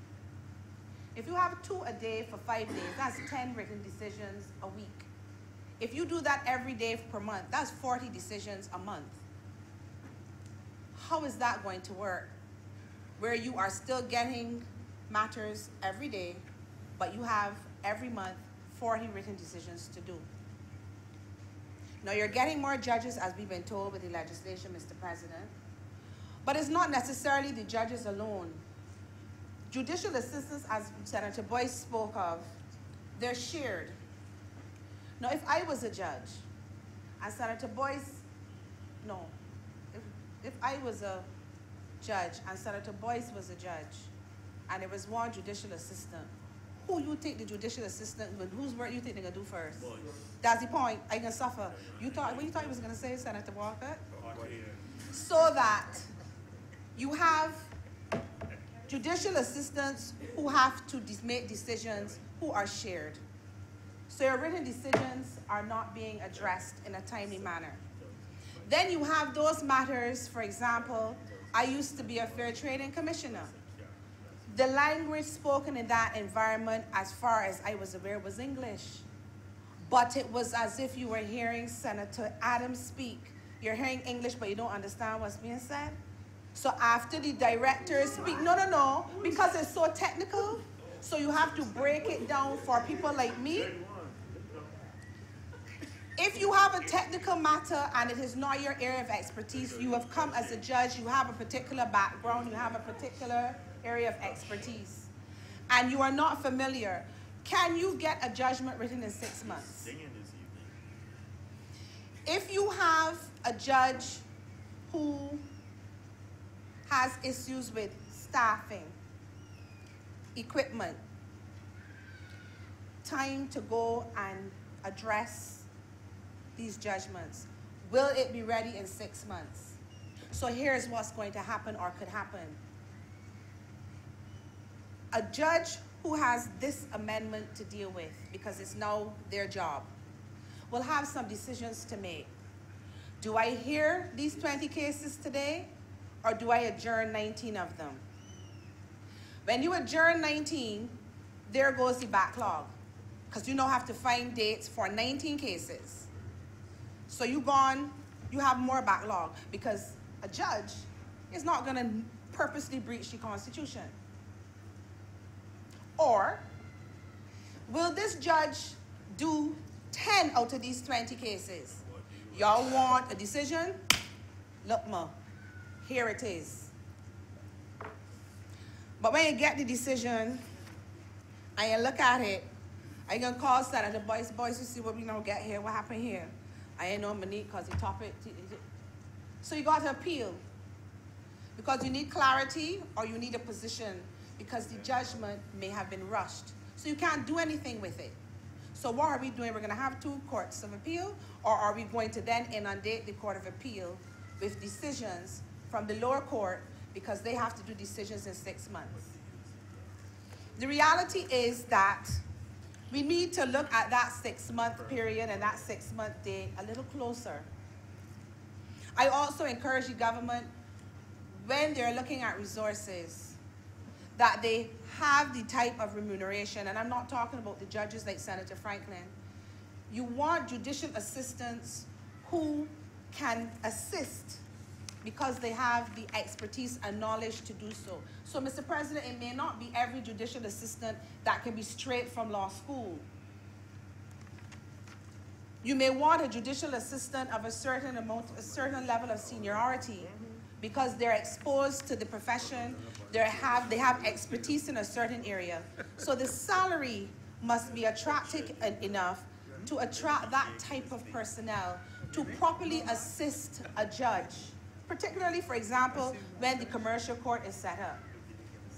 It makes no sense sending a judicial assistant who is familiar in family law into that environment.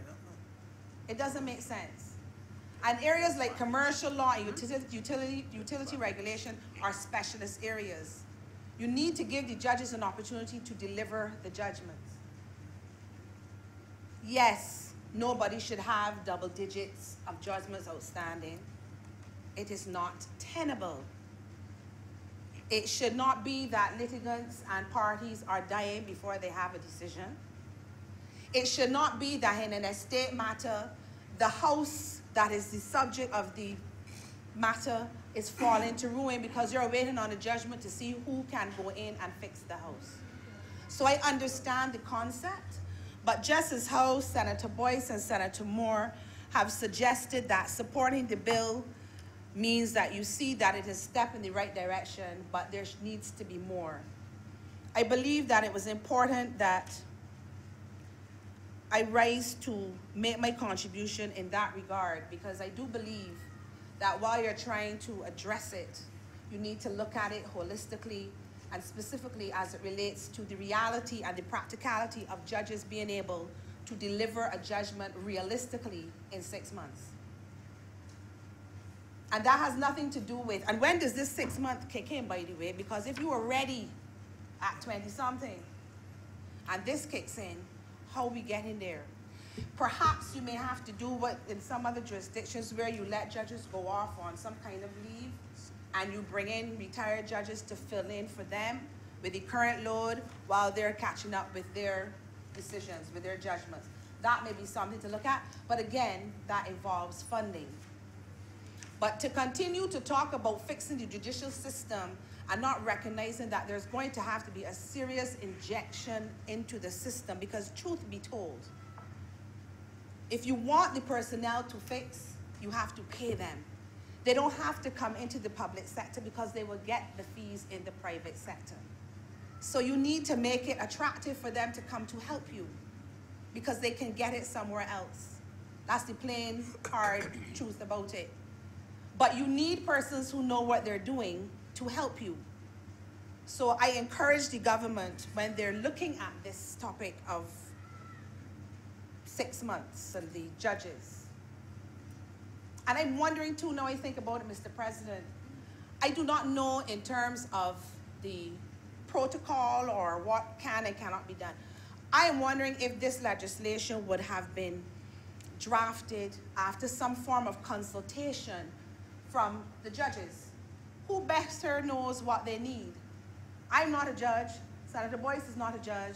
Senator Sands is not a judge. So we are operating on the outskirts. We are not, sorry, Senator Greenwich is not a judge. And you, Mr. President, are not a judge yet. And may never be, will never be. Very well, sir. I'm guided. But I'm wondering if we should not have gone to the source to also hear from them what their issues are, because we can talk to the cows come home, but we are making assumptions and suppositions. They may be reasonable, they may be practical. But what are they saying about their needs? 6 months, with the way things are happening right now, I don't see it. And while it is that it has to be invoked for the process to start, the fact remains that what this does is put this thing over the heads of these people who represent justice in our country. So what decisions are they going to make in terms of compliance?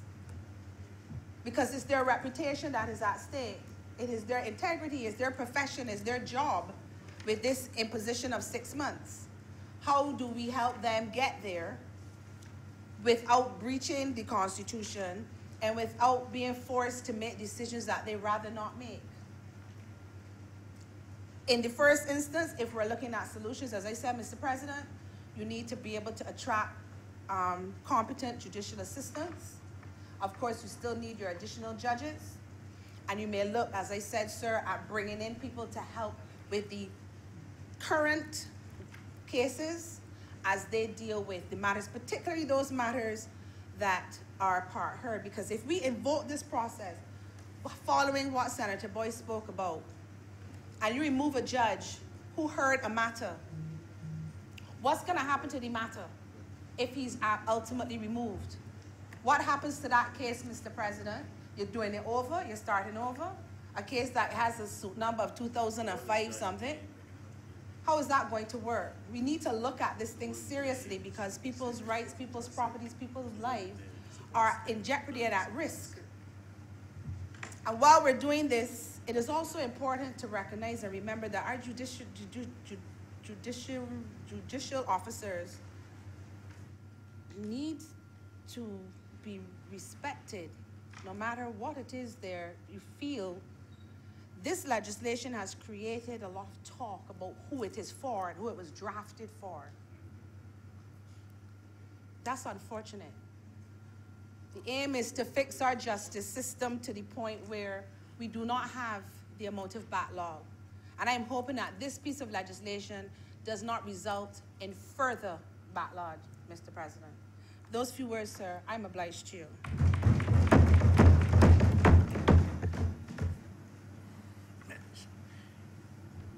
Thank you, Mr. President. As I rise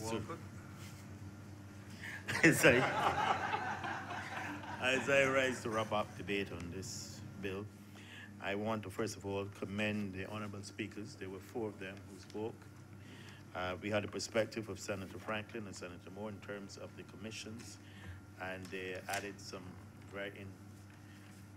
very good information, and in part, especially I'm familiar with some of it, and according to Senator Franklin, was very accurate. In terms of the judicial aspect of the bill, I commend Senator Boyce in terms of his perspective and his reference to the Latimer principles.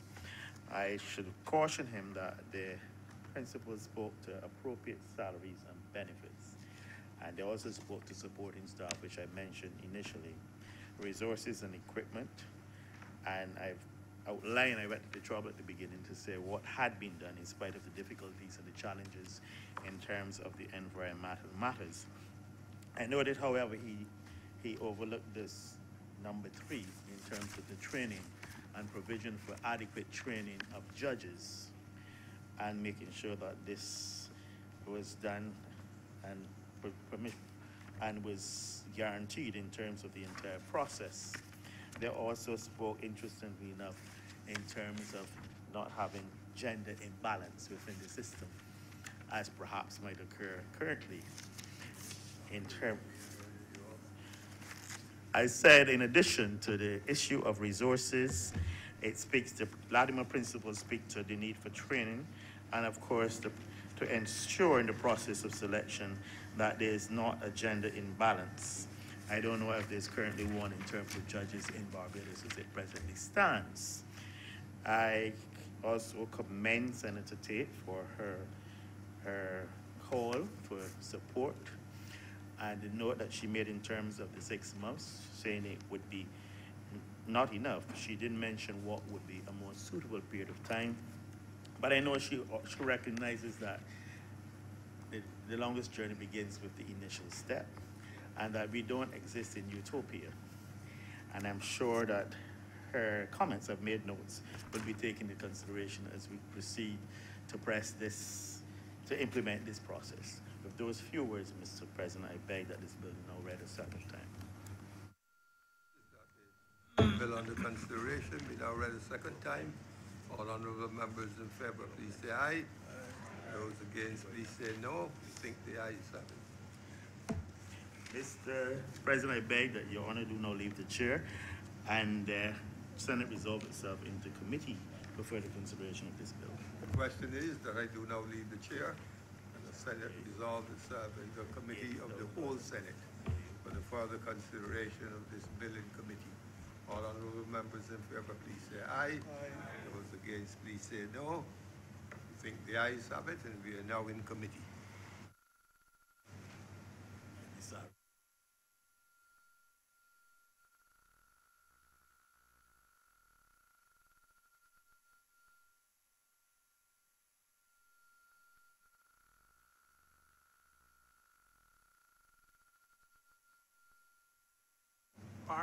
Parts.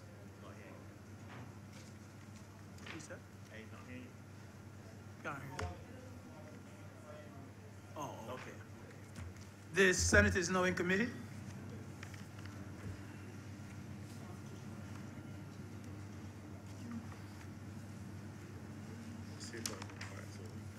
Clauses 1 to 5. Mr. Chairman, I beg to move that clauses 1 to 5 stand part. The question is that clauses 1 to 5 stand part. Honourable senators in favor, please say aye. Those against, please say no. Methinks the ayes have it. Clauses 6 to 10.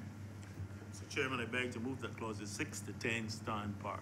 The question is that clauses 6 to 10 stand part. Honourable senators in favor, please say aye.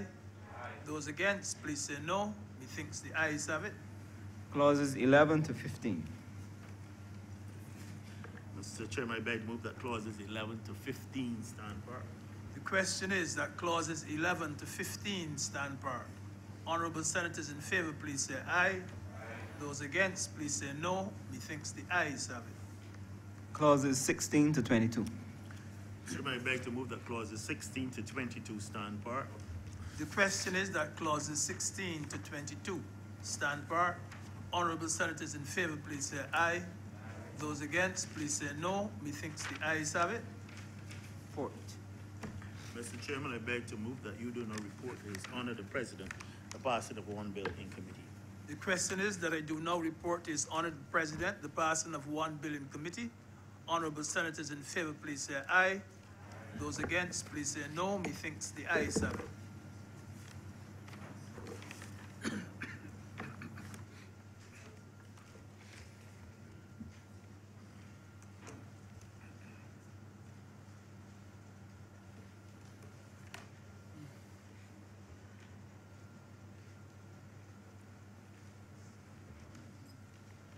The chairman has reported to me the passage of the bill under consideration in committee. Mr. President, I beg to move that this bill be now read a third time. Question is that this bill under consideration be now read a third time. All honourable members in favor, please say aye. Those against, please say no. We think the ayes have it. Mr. President, I beg to move that this bill do now pass and be cited as the Constitution Amendment Number 2 Act 2019. Question is that the bill under consideration do now pass and be so cited. All honourable members in favor? I think we have to go to a head count because it's a constitutional amendment. Make sure we have not a simple majority, but the appropriate majority. Senator Walker. Aye. Senator Moore. Aye. Senator McConney. Aye. Senator Dr. Springer. Aye. Senator Grant. Aye. Senator Holder. Aye. Senator Cummins. Senator Haynes. Senator Sands. Senator Adams. Senator Franklin. Aye. Senator Drakes. Senator Reverend Rogers. Senator Wiggins. Senator Boyce. Senator Tate. Senator Maynard. Your Honor, Senator Greenwich. Aye. Mr. President, 18 honorable senators voted in favor of the bill. Therefore, in accordance with Section 49 of the Constitution, the bill has been duly passed.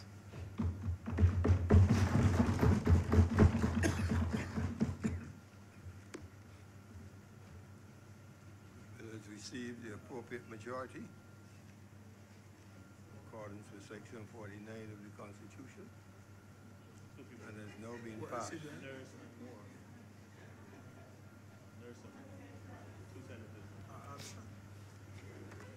Order number 3, sir. In the name of the Honorable Leader of the House, to move the second reading of the Constitution Amendment Bill 2019. Thank you, Mr. President. This matter, Mr. President, was debated in this honorable chamber, I believe it was in November last year, and it was part of a number of bills related to the mandatory death sentence. I think as all members will recall, in the proposed constitutional amendment under the prerogatives of mercy, there were some issues related to that. I believe it was clause 78, section 3. And in what we have done now in this amendment is to reinsert the original clause as it appeared in the Constitution at that time. And we've brought it again. We've listened to the honorable members of independent senators who voiced their concern. and we have made a decision that we should revert that section, which was a contentious one, as it originally appeared in the Constitution. With that, Mr. President, I beg to move that this bill be read a second time. Question is that the bill under consideration be now read a second time. I recognize Senator Franklin. Well, I've already spoken on it, but it would be remiss of me if I didn't if I didn't compliment Senator Boyce for his actions there. Senator Boyce, he believed he was right. I believe he was right too. That's why I supported him. But he stuck to his guns.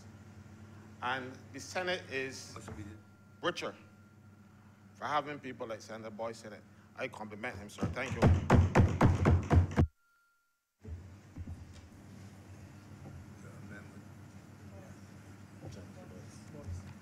Senator Boyce. Thank you, Mr. President. Thank you, Senator Franklin. For my part, Mr. President, I wish to applaud the Honorable Prime Minister, the Honorable Attorney General, and the members of the government who facilitated the discussions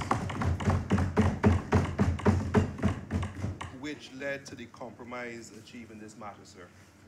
And I just want to end, I can't help myself, with a quote from the CCJ on this matter, sir. In the same authority of Joseph and Boyce, in terms of what we were discussing, is a quote from Justice Witt, Honourable Senator Greenwich, paragraph 49. And I think it sums up what we were all discussing back in November last year. And he says, it is, in a sense, regrettable that human rights almost always seem to be invoked by people who themselves have shown little respect for the rights of others. We pride ourselves, rightfully so, that the rule of law embraces even those that live on the seamy side of society.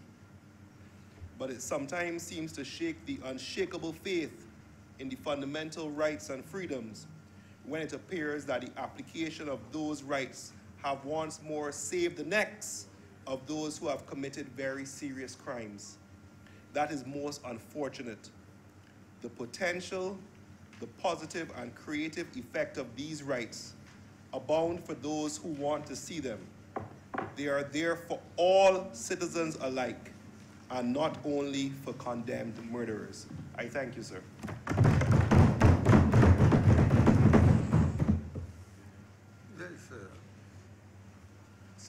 Senator Tate. Thank you, Mr. President.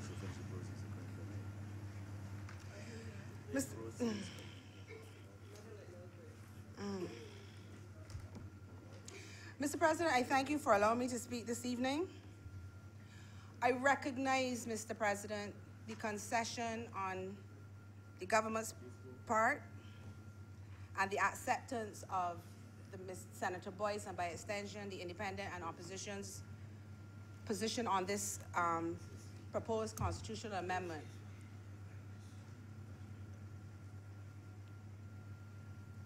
When we brought this bill in November 2018,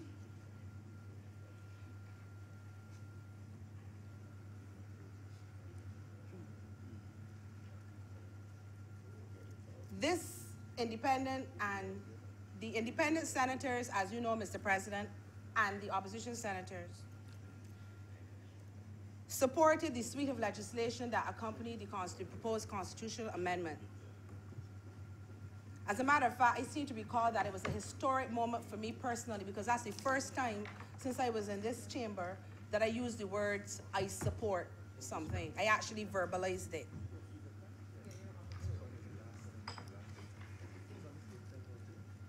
But what transpired that evening and thereafter in the public domain, and particularly in the press, was nothing short of, using my words, highly offensive. First of all, it is a shame that we are calling this piece of legislation the Constitutional Amendment Act 2019, because it should have been 2018. It should have been 2018. When the bill was proposed and brought and presented, an honorable senator had a query. It wasn't an objection, it wasn't a noise, because no one can say and tell the truth that the independent senators come into the Senate and keep noise. And for the most part, the opposition senators either.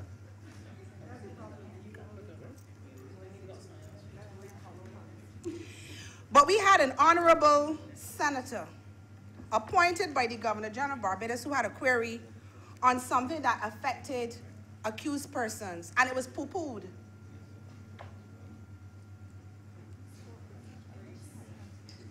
It wasn't poo-pooed by the leader of government business.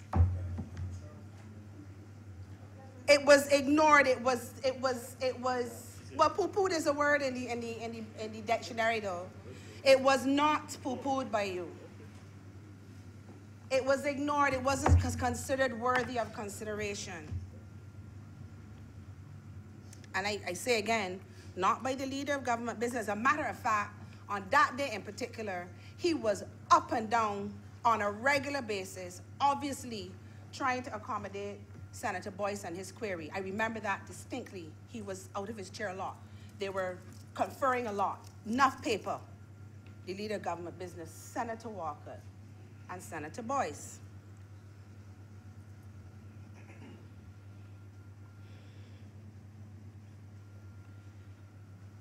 But we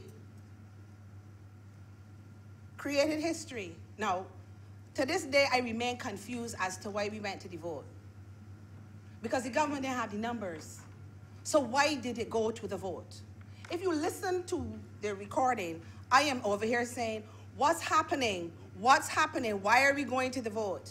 Why are we not suspending and addressing the query? But we went to the vote. Government was 5 short. Really? You needed 5 from over here to make your 14. It was evident throughout the process that the government, the independent and the opposition senators were in agreement with getting the query clarified. Yet, we went to the vote. Then, it was defeated. So, Mr. President, we created history. On a query, we didn't say no to the suite of legislation, but yet that was bandied about, that we stopped the legislation. Yes, the Honourable Prime Minister rose to the occasion recently, and in her usual Queen's College way, fix things, let there be light. Queen's College girl, that's how we do things.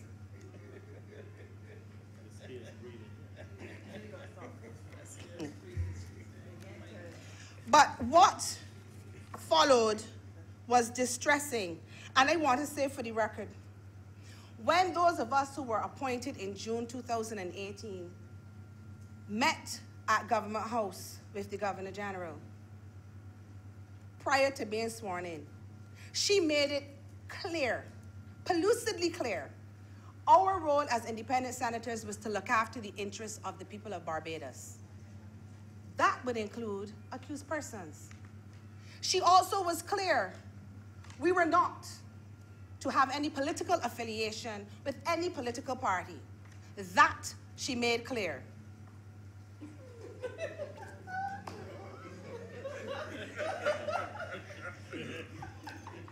So, were we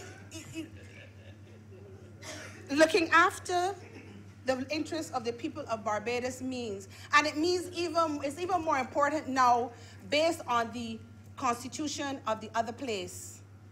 Because the leader of the opposition in the other place, don't mind he was wearing red 11 months ago, the boy out there don't pay him money no more. So, if no questions or questions are being answered and ignored the other place, we here have an even more critical responsibility to ask questions.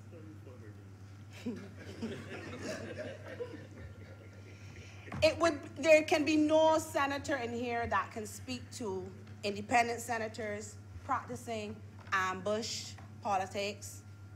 We are not confrontational, we are not bombastic, we are not argumentative.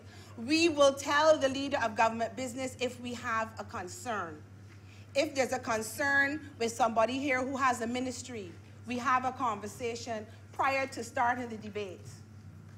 That is how we have started, and that's how we have been operating. Indeed, indeed, we communicate. So for someone to go into the press,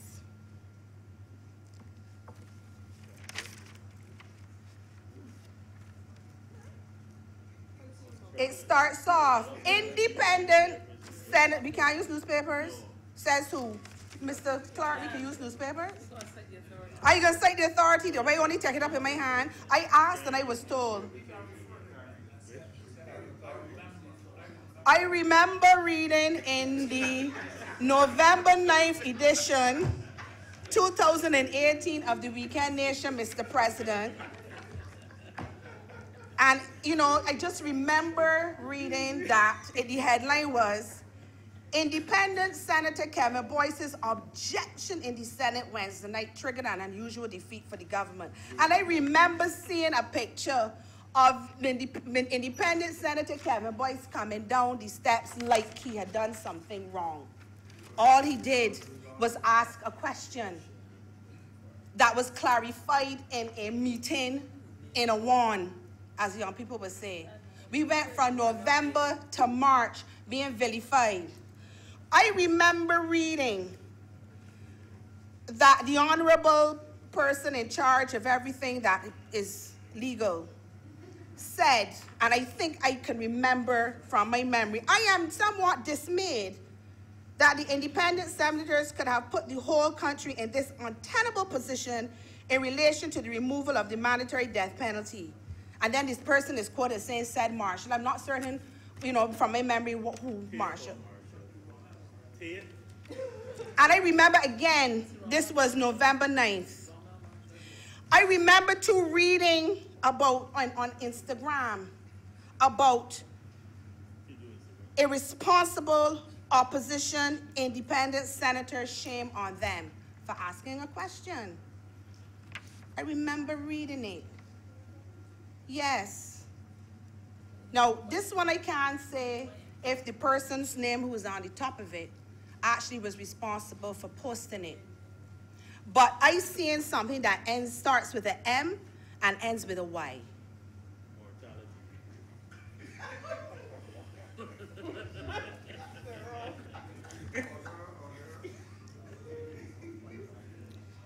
Then we have, Mr. President, you know there is Mr. Ezra Allen who tends to speak on political matters, constitutional matters. Thank you, Senator Greenidge, you are correct. And I recall seeing in the November 18th edition of the Sunday Sun, and he said, on page 16A, according to my memory, the recent vote on the constitutional amendment bill in the Senate is one of those interesting developments which should never have happened, but it did. He went on to say in a later newspaper, sir, that I remember, if my memory serves me correctly, Lordo, for you.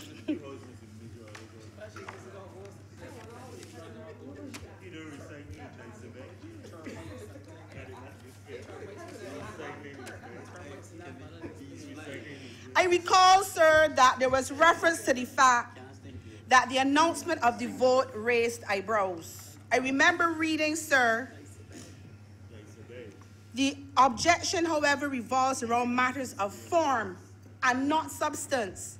Senator Kevin Boyce is not opposed to the amendments as such, but he objects to the removal of the automatic reference to the Governor General on a sentence of death. The Attorney General is constitutionally correct to offer to meet with the independent senators. We know how well that went. Perhaps not taking the second and third reading votes on Thursday evening on the bill might have been the better approach to handling the issue then. This would have allowed any senator to have the benefit of such opinions and advice as he may have sought from the Attorney General, who is traditionally the legal advisor to Parliament.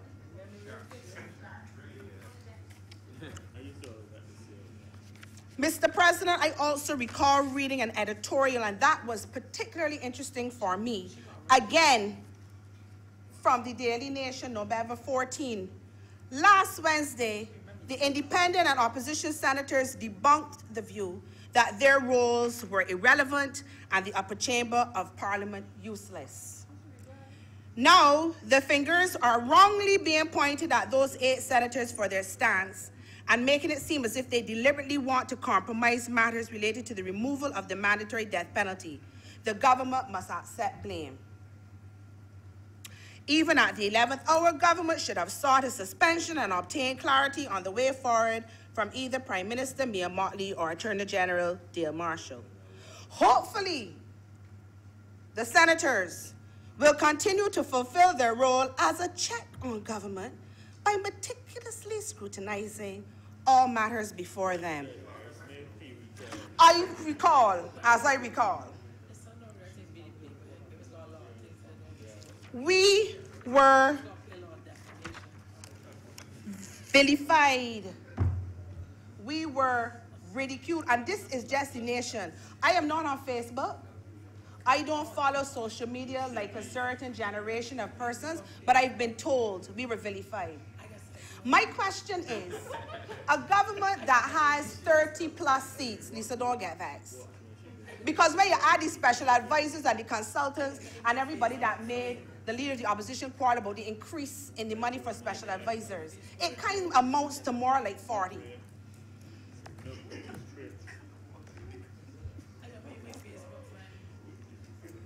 How is it that a question caused so much furore? How is it that the question led to what eventually became a loss in the vote? I don't like this feeling that you have the majority. In fact, majority suggests that there's something else. You have all, and nobody in to ask you nothing. It cannot be that you are trying to create a dictatorship. It cannot be. So, what is very, very, very important that everybody understands, notwithstanding the apology, notwithstanding all of that, Monite will not accept from Her Excellency the Governor General of Barbados, the head of state, an independent senator position and come in here and don't have anything to say when she has something to say. I don't talk when I don't have anything to say. When I have something to say, I expect it that I am given the opportunity to say it, and I'm not vilified in the press, because I'm not going to answer you the way that I was vilified. I would do it in another room with you one-on-one. Who I talk about knows what I'm talking about. And they're not here. But that's fine. The point is, it cannot be expected that independent senators will rubber stamp. I've said it before. Anything. We are apparently creating some kind of furore, Mr. President, because we actually are reading, we are actually digesting, we are ruminating, we are analyzing, and oh my goodness, we are asking questions. On the other hand, it cannot be said that we are trying to frustrate you or stop you from fulfilling your manifesto obligations, your birth requirements. That cannot be said of this independent and I dare say opposition senators. So let it be understood, if it is that a query creates a loss of vote because arrogance and stubbornness prevents you from meeting with independent senators who have a legitimate query, you're going to lose on a regular, because constitutional amendments require 14, you have 11. I take great offense to what transpired right after that vote and the attack on Senator Boyce and the honorable senators for the independent senators, and to some extent the opposition senators. I take great offense the way he was vilified because he has the brain to ask a question. Here we're going on with the independent senators. Senator Nurse, renowned accountant, a member of the Privy Council of Barbados.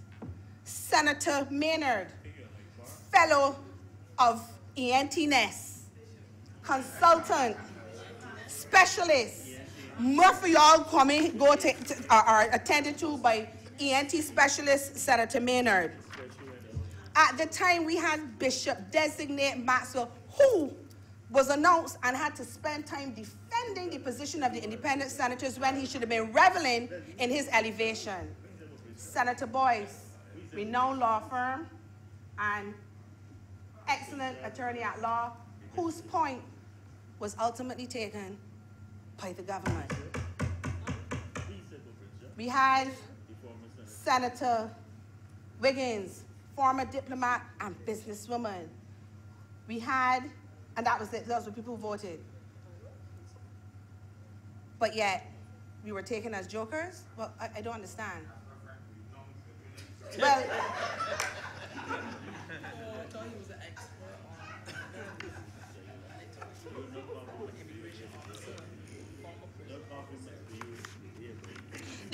listen, Mr. President, the government says the country needs to be rebuilt. And the independent senators get that and are contributing to that process. It cannot be disputed reasonably. I really would encourage that privilege is not squandered or disrespected again. You have professional caliber people that are looking after the people's business. We are required more than ever because of what's going on in the other place. If I ask a question, answer me, Don't vilify me, because I can talk about it. And if I have a question, I'm not going to be bullied into not asking. How dare the persons that have vilified us in the press, how dare they did that? How dare they did that?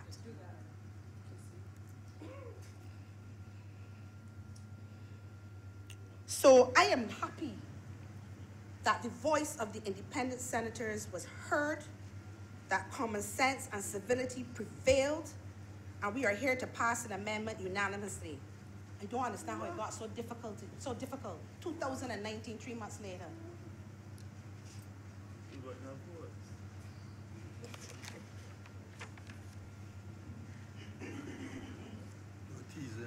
I am also happy that we are operating in an environment where we have a leader of government business, that when we have a situation, a query, a concern, we can say it to him and it is addressed.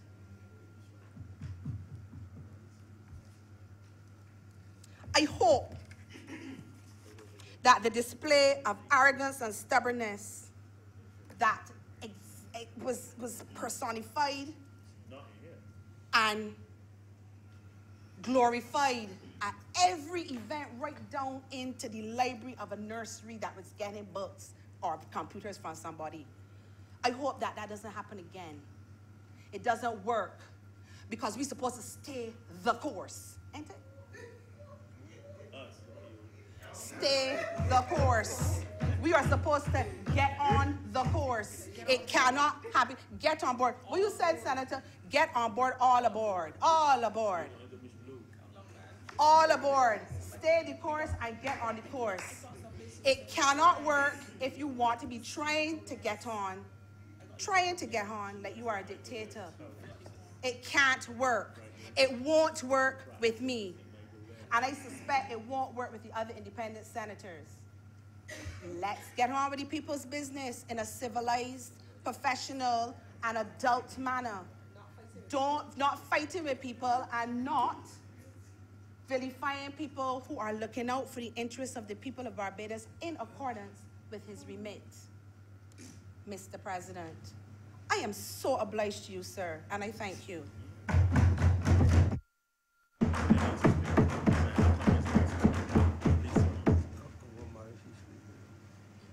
Senator Cummings? Senator Cummings?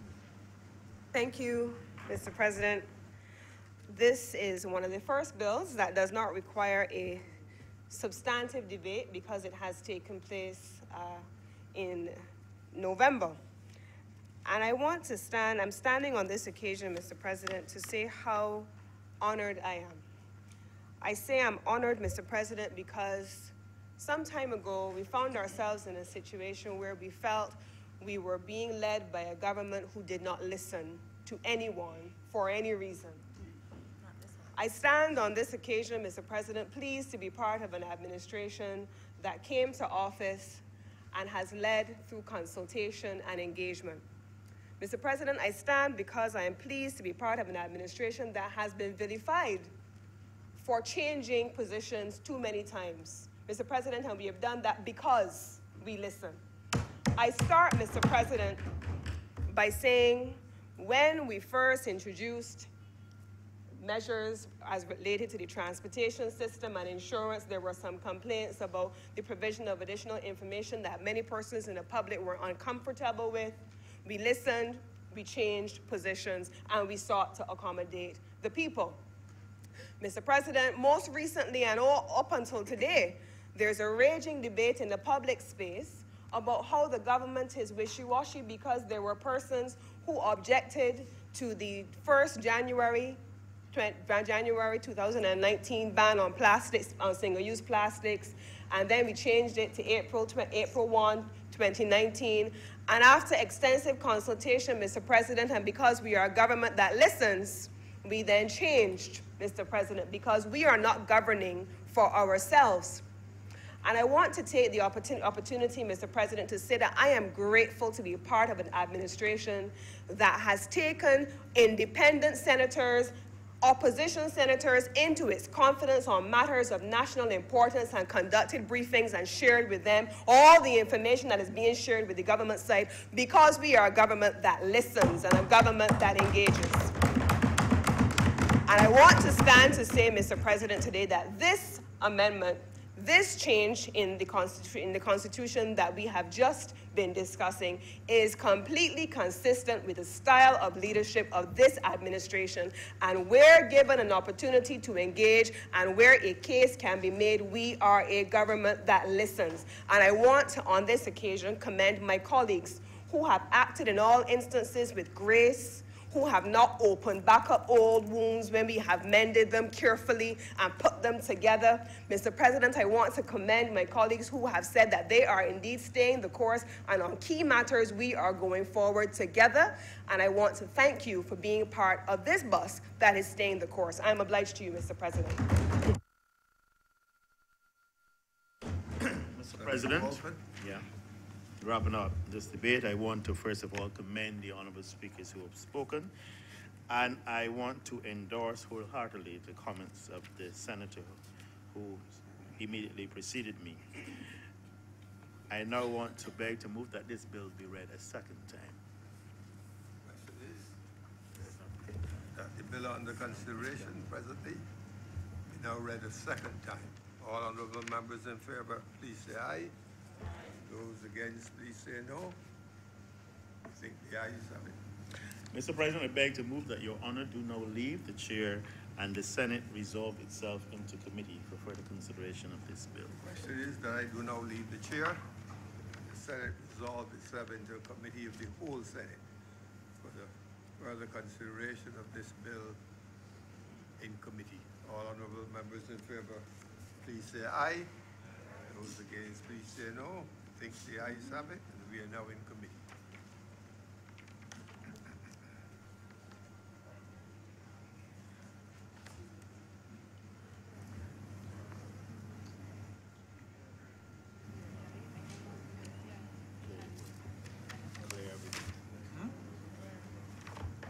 The Senate is now in committee. Clause 1. Mr. Chairman, I beg to move that Clause 1 stand part. The question is that Clause 1 stand part. Honourable senators in favour, please say aye. Those against, please say no. Methinks the ayes have it. Clause 2. Mr. Chairman, I beg to move that clause 2 stand part. The question is that clause 2 stand part. Honourable senators in favour, please say aye. Those against, please say no. Methinks the ayes have it. Clause 3. Chairman, I beg to move that clause 3 stand part. The question is that clause 3 stand part. Honourable senators in favour, please say aye. Those against, please say no. Methinks the ayes have it. Clause 4. Mr. Chairman, I beg to move that clause 4 stand part. The question is that clause 4 stand part. Honourable senators in favour, please say aye. Those against, please say no. Methinks the ayes have it. Mr. President, I beg to move that you now report to His Honour the President the passing of one bill in committee. The question is that I do now report to His Honour the President the passing of one bill in committee. Honourable senators in favour, please say aye. Those against, please say no. Methinks the ayes have it.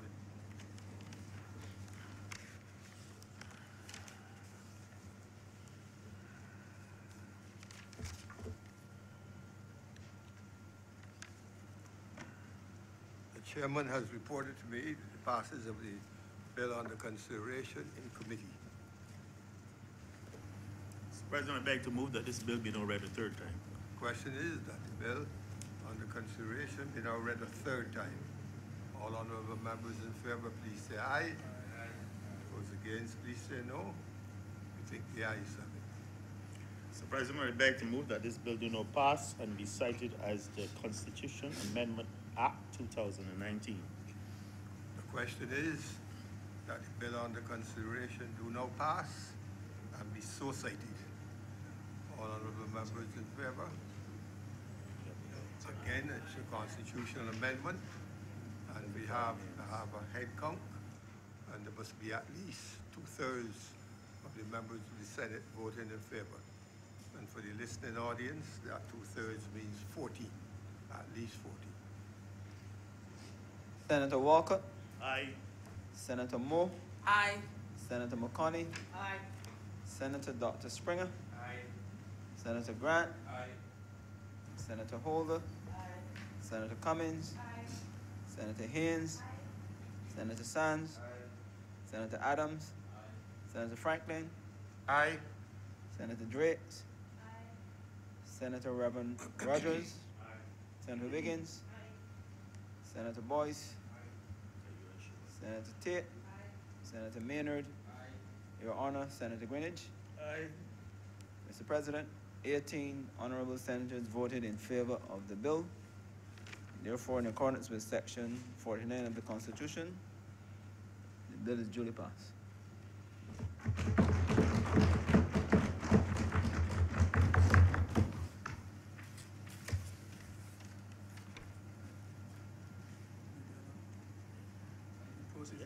Appropriation bill. Order number 5, sir. In the name of Senator the Honorable J.S. Walker, to move the second reading of the final appropriation 2017 to 2018 bill 2019. Thank you, Mr. President. This is really a very simple matter. It's a matter of housekeeping.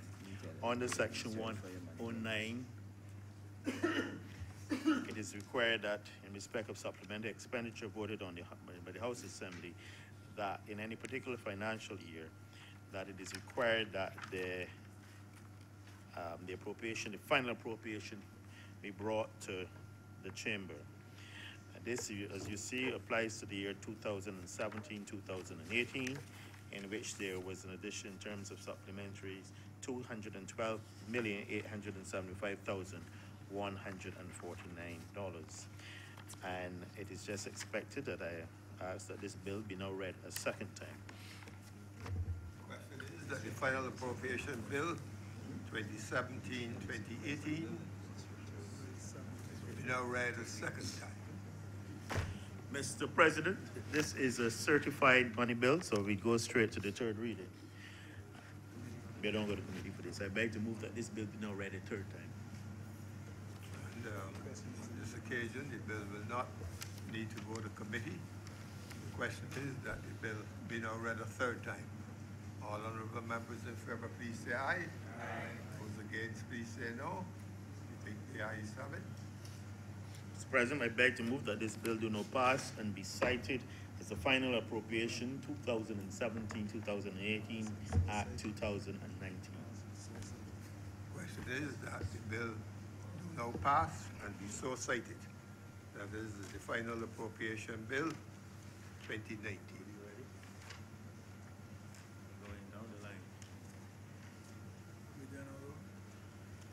Order number 1, sir. Proceeds and instrumentalities of crime. In the name of the Honourable Leader of the House, to move the resumption of the debate on the second reading of the Proceeds and Instrumentalities of Crime Bill 2019.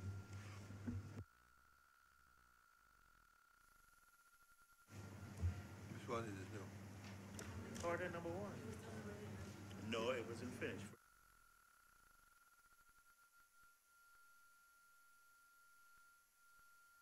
Hey, Senator Grant. The first bill on the order paper, open your papers and look. You were just speaking for 20 minutes. Thank you, Mr. President. I know that the hour is late, and I certainly have no intention of delaying this honorable.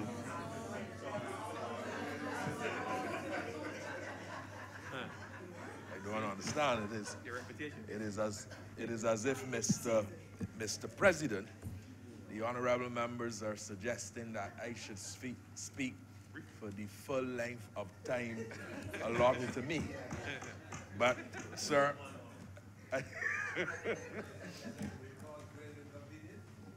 I was suspecting that, but it doesn't seem that way at all.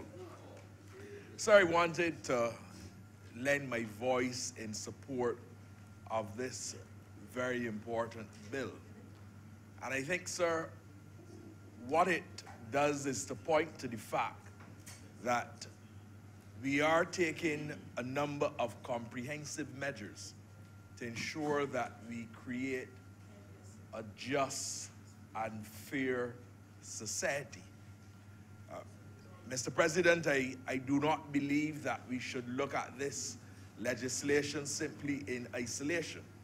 I do recall earlier today Senator Franklin making some comments with respect to an earlier bill.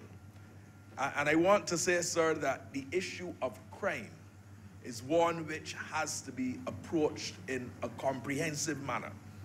You do have to look, sir, at those measures that we would have spoken to today, but it is also important that we have some focus on the proceeds of crime. Mr. President, we are very aware that there are persons sometimes we see and they're driving, sir, some expensive vehicles, Mercedes-Benz, BMW, what have you. But the reality is that those persons, sir, never would have had a job.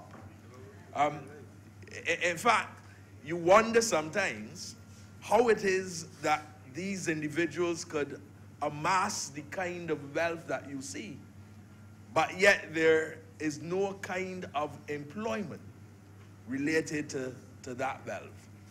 And, you know, sir, I think this bill is focusing our attention on the fact that there's a general message that is being sent by this administration. And I think that message, sir, is that there will be no tolerance to activities that involve crime. There will be no tolerance to activities where persons will gain from crime through financial or material benefits. And that as an administration, we will not sit idly by and allow individuals to be able to amass wealth from criminal activity. If, sir, your desire is to get rich, then be prepared to work hard. Be prepared to go the extra mile and to put the extra hours and to toil hard in order to achieve that. But if you wish to go the route of engaging in criminal activity, I think the message coming from government is very clear that we will not, sir, entertain that. I think, sir, that in dealing with crime, we have to focus on all elements. And I want to say in this debate that while today we are talking about wealth in relation to proceeds of crime, and we are talking about other material things that persons may be able to achieve through criminal activities, I think it is also important, sir, for us to look at other elements of crime as well.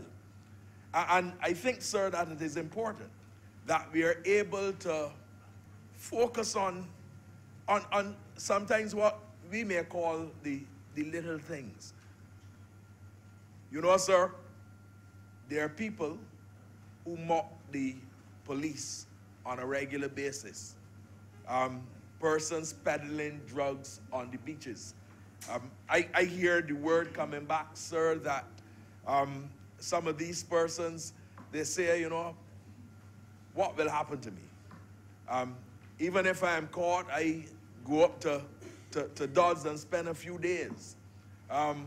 They are prepared, sir, to take the chance, to risk in order to be able to get the material benefits and the financial benefits. And our message, sir, has to be strong, it has to be firm, and all of us, we have to speak, Mr. President, with a strong voice.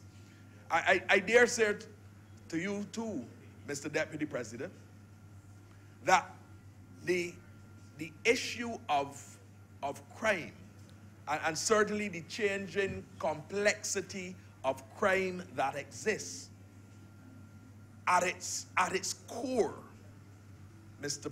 Deputy President, is the issue of drugs. You know, we have seen in Barbados a situation where now all types of illegal drugs are available. Mr. Deputy President, I recently had a conversation with a general manager of an entity here. That person has been based different parts of the world, but they're now based here in Barbados, and I had the occasion to meet with them. And the individual said to me that they went on the beach and they were approached by a number of persons relating to drugs. And I'm not just speaking, sir, about marijuana. The individual, and I have absolutely no reason to doubt what the individual said to me, that they were approached as well in relation to hard drugs. And I think, sir, that we do have a responsibility to ensure that we, through our legislation, provide for that just and fair society where criminal activity and the proceeds from criminal activity is not supported. I think, sir, that we have to ensure that we send a message as well to our younger generation. We face a time, and you know, sir, when you look at a lot of serious crimes that are taking place, when you look at a lot of criminal activity that is taking place, and you look at the age group, the reality is that you're really talking about a lot of younger people. And it seems, sir, as if our value system has changed. It seems, sir, that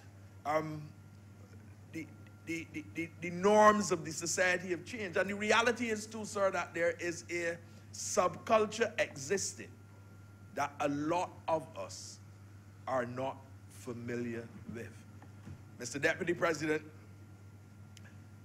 I have, as you know, been involved in elective politics. And elective politics takes you into all different types of communities and requires that you interact with all different types of individuals.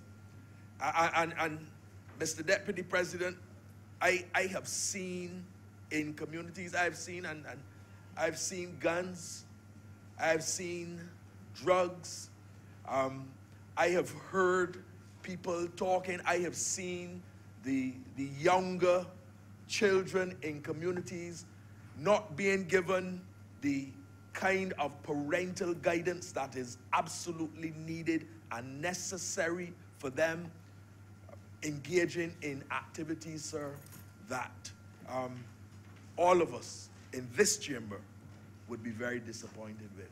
And I think, sir, having a policy which is translated in this kind of legislation is important, because what it does, it allows that younger generation to clearly recognize that when you engage in criminal activity and when you seek to amass wealth through criminal activity, that you will not benefit from it, because the government is taking, through this legislative procedure, a strong position that we will not tolerate crime.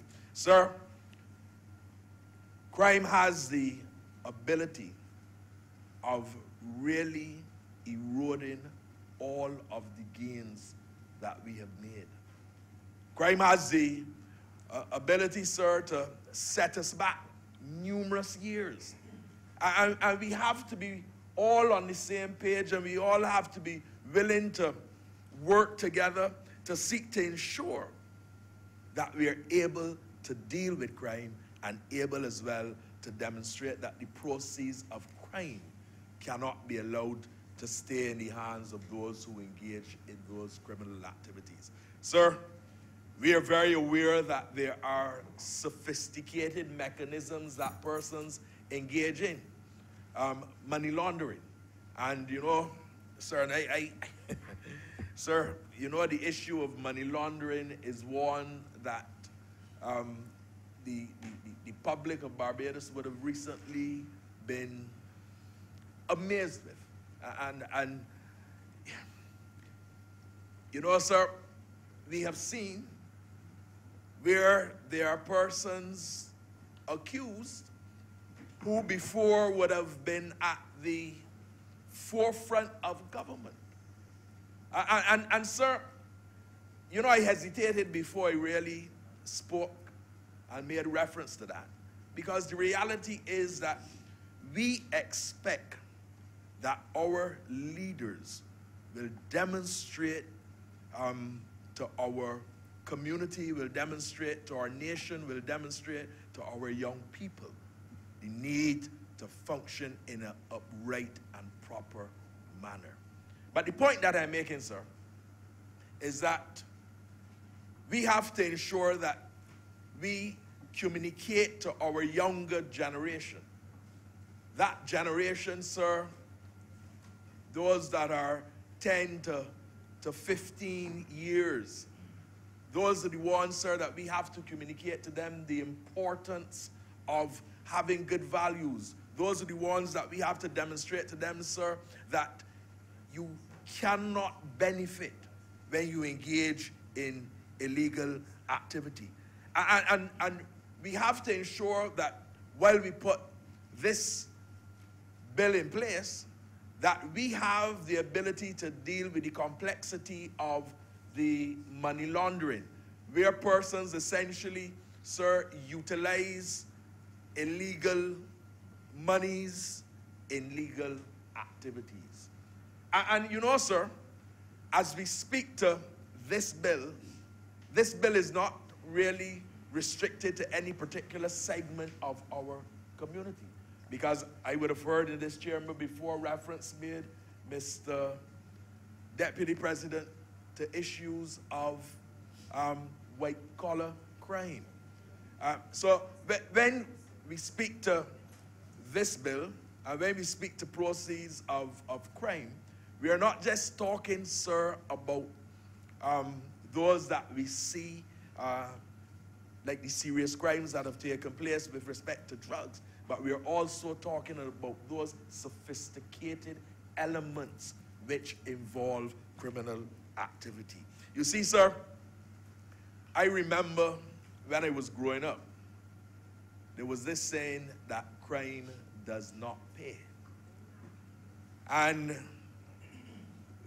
when we look at certain individuals, and I referenced when I first started in this debate the fact that we see people sometimes driving Mercedes-Benz and BMWs. We see them living in massive houses.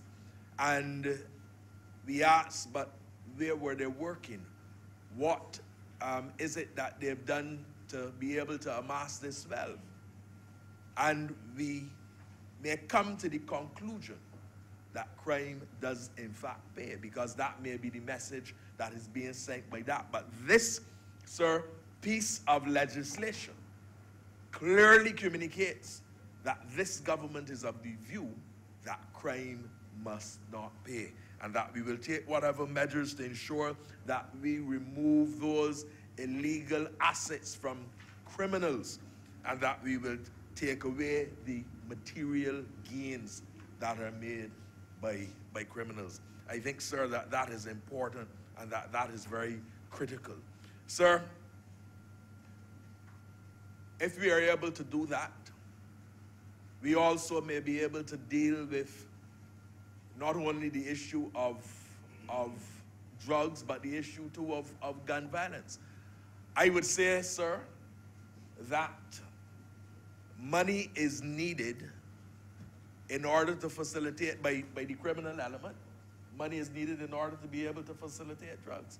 I suspect, sir, that money is needed in order to be able to buy guns. I suspect so. I don't know, sir. I suspect that the money is needed, sir, to facilitate the utilization of other apparatus that they may use. And therefore, if the government comes with a heavy and a strong hand to deal with proceeds of crime, at the same time, we will also be dealing with other criminal factors that take place in communities. The issue, sir, like I said, of drugs, which I believe, Mr. President, is at the center of a lot of criminal activity in Barbados. Sir, we have heard this talk in Barbados about turf wars. We have, you know, there was a time, sir, and I remember in the early 1990s, having a discussion with the then Attorney General, a colleague of mine, a late friend, a late attorney. We had a discussion with the then Attorney General. And it is no secret, the Attorney General at that time would have said that there are no gangs in Barbados. And we sought to convince him that, in fact, there were gangs. Sir, gangs need money in order to operate. There's a book, sir, written by a Jamaican. I believe the name is Dwayne Blake. The book is called Shower Posse. It speaks, sir, to the issue of drugs and criminal activity that took place, sir, in Jamaica, principally centered in Tivoli Gardens.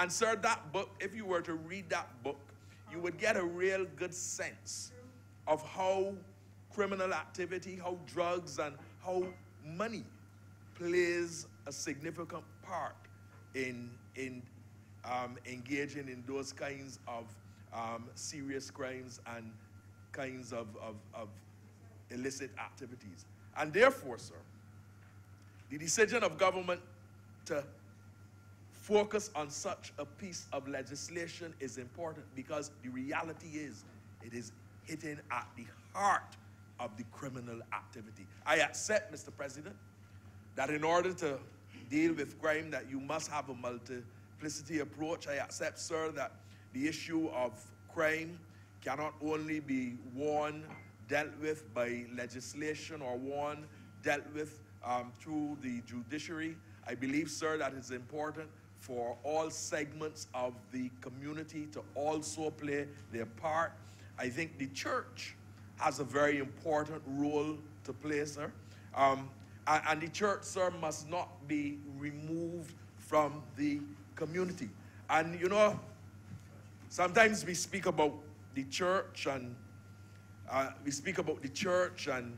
see a particular church, whether it is Christ Church, Parish Church, or All Souls, whichever the church may be. But I make this point, sir, that the church is not just that physical building. The church really goes beyond that. And that the persons in the church, the Christians, must come out of that environment and mix with people in the community. I believe, sir, that it is very instructive that Jesus Christ walked, sir, and was amongst prostitutes. Because I think the message is clear that you do have to seek, sir, to assist and to help all others. Mr. President, as I said at the beginning, I have no intention of delaying the Senate with respect to this bill.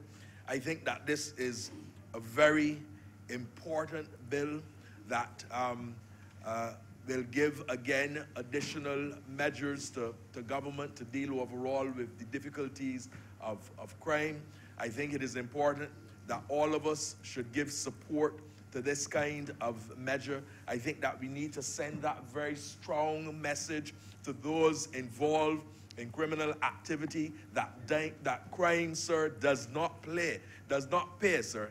And I think, sir, that it is important that we send the message clearly that if you are involved in criminal activity, that this government is not prepared to stand idly by, but that we are prepared to put whatever measures and mechanisms in place that are necessary to deal with this criminal activity and to ensure that all Barbadians can feel safe and secure and that we can have a just and fair society. I am obliged to you, sir.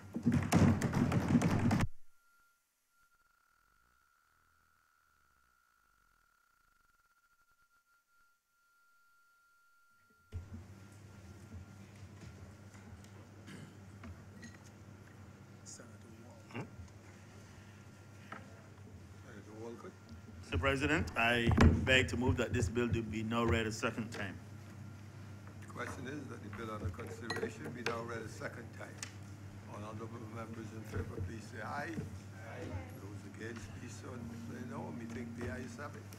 Mr. President, I beg to move that Your Honor do now leave the chair and the Senate resolve itself into committee for further consideration of this bill. The question is that I do now leave the chair. The Senate resolve itself into committee of the whole Senate for the further consideration of this bill in committee. All honourable members in favor, please say aye. Aye. Those against, please say no. I think the ayes have it, and we are now from the committee.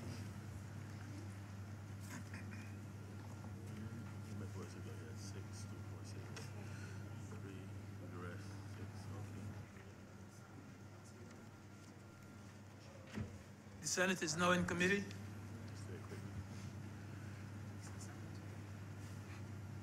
Part 1, clauses 1 to 4. Mr. Chairman, I beg to move that Part 1, clauses 1 to 4 stand part. The question is that Part 1, clauses 1 to 4 stand part. Honourable senators in favor, please say aye. Aye. Those against, please say no. Methinks the ayes have it. Part 2, clauses 5 to 68. 68. Chairman, I beg to move that Part 2, clauses 5 to 68 stand part. The question is that Part 2, clauses 5 to 68 stand part. Honourable senators in favor, please say aye. Those against, please say no. Methinks the ayes have it. Part 3, clauses 69 to 132. 132. Mr. Chairman, I beg to move that Part 3, clauses 69 to 132 stand part. The question is that Part 3, clauses 69 to 132 stand part. Honourable senators in favor, please say aye. Aye. Those against, please say no. Methinks the ayes have it. Part 4, clauses 133 to 154. Mr. Chairman, I beg to move that Part 4, clauses 133 to 154 stand part. The question is that Part 4, clauses 133 to 154 stand par. Honourable senators in favor, please say aye. Those against, please say no. Methinks the ayes have it. Part 5, clauses 155 to 160. Mr. Chairman, I beg to move that Part 5, clauses 155 to 160 stand par. The question is that Part 5, clauses 155 to 162. Sorry. It's the 162, stand par. That is Part 5, clauses 155 to 162, stand par. Honourable senators in favor, please say aye. Those against, please say no. Methinks the ayes have it. First schedule. Mr. Chairman, I beg to move that the first schedule be the schedule to this bill. The question is that the first schedule be the first schedule to the bill. Honourable senators in favor, please say aye. Those against, please say no. Methinks the ayes have it. Second schedule. Mr. Chairman, I beg to move that the second schedule be the second schedule to this bill. The question is that the second schedule be the second schedule to the bill. Honourable senators in favor, please say aye. Those against, please say no. Methinks the ayes have it. Third schedule. Mr. Chairman, I beg to move that the third schedule be the third schedule to this bill. The question is that the third schedule be the third schedule to the bill. Honourable senators in favor, please say aye. Those against, please say no. Methinks the ayes have it. Report. Mr. Chairman, I beg to move that you do not report to His Honor the President the passing of one bill in committee. The question is that I do now report His Honor the President the passing of one bill in committee. Honourable senators in favor, please say aye. Those against, please say no. Methinks the ayes have it.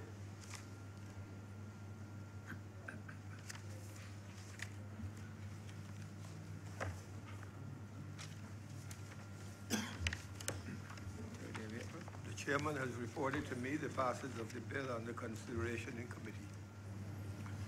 President, I beg to move that this bill be now read a third time. The question is that the bill under consideration be now read a third time.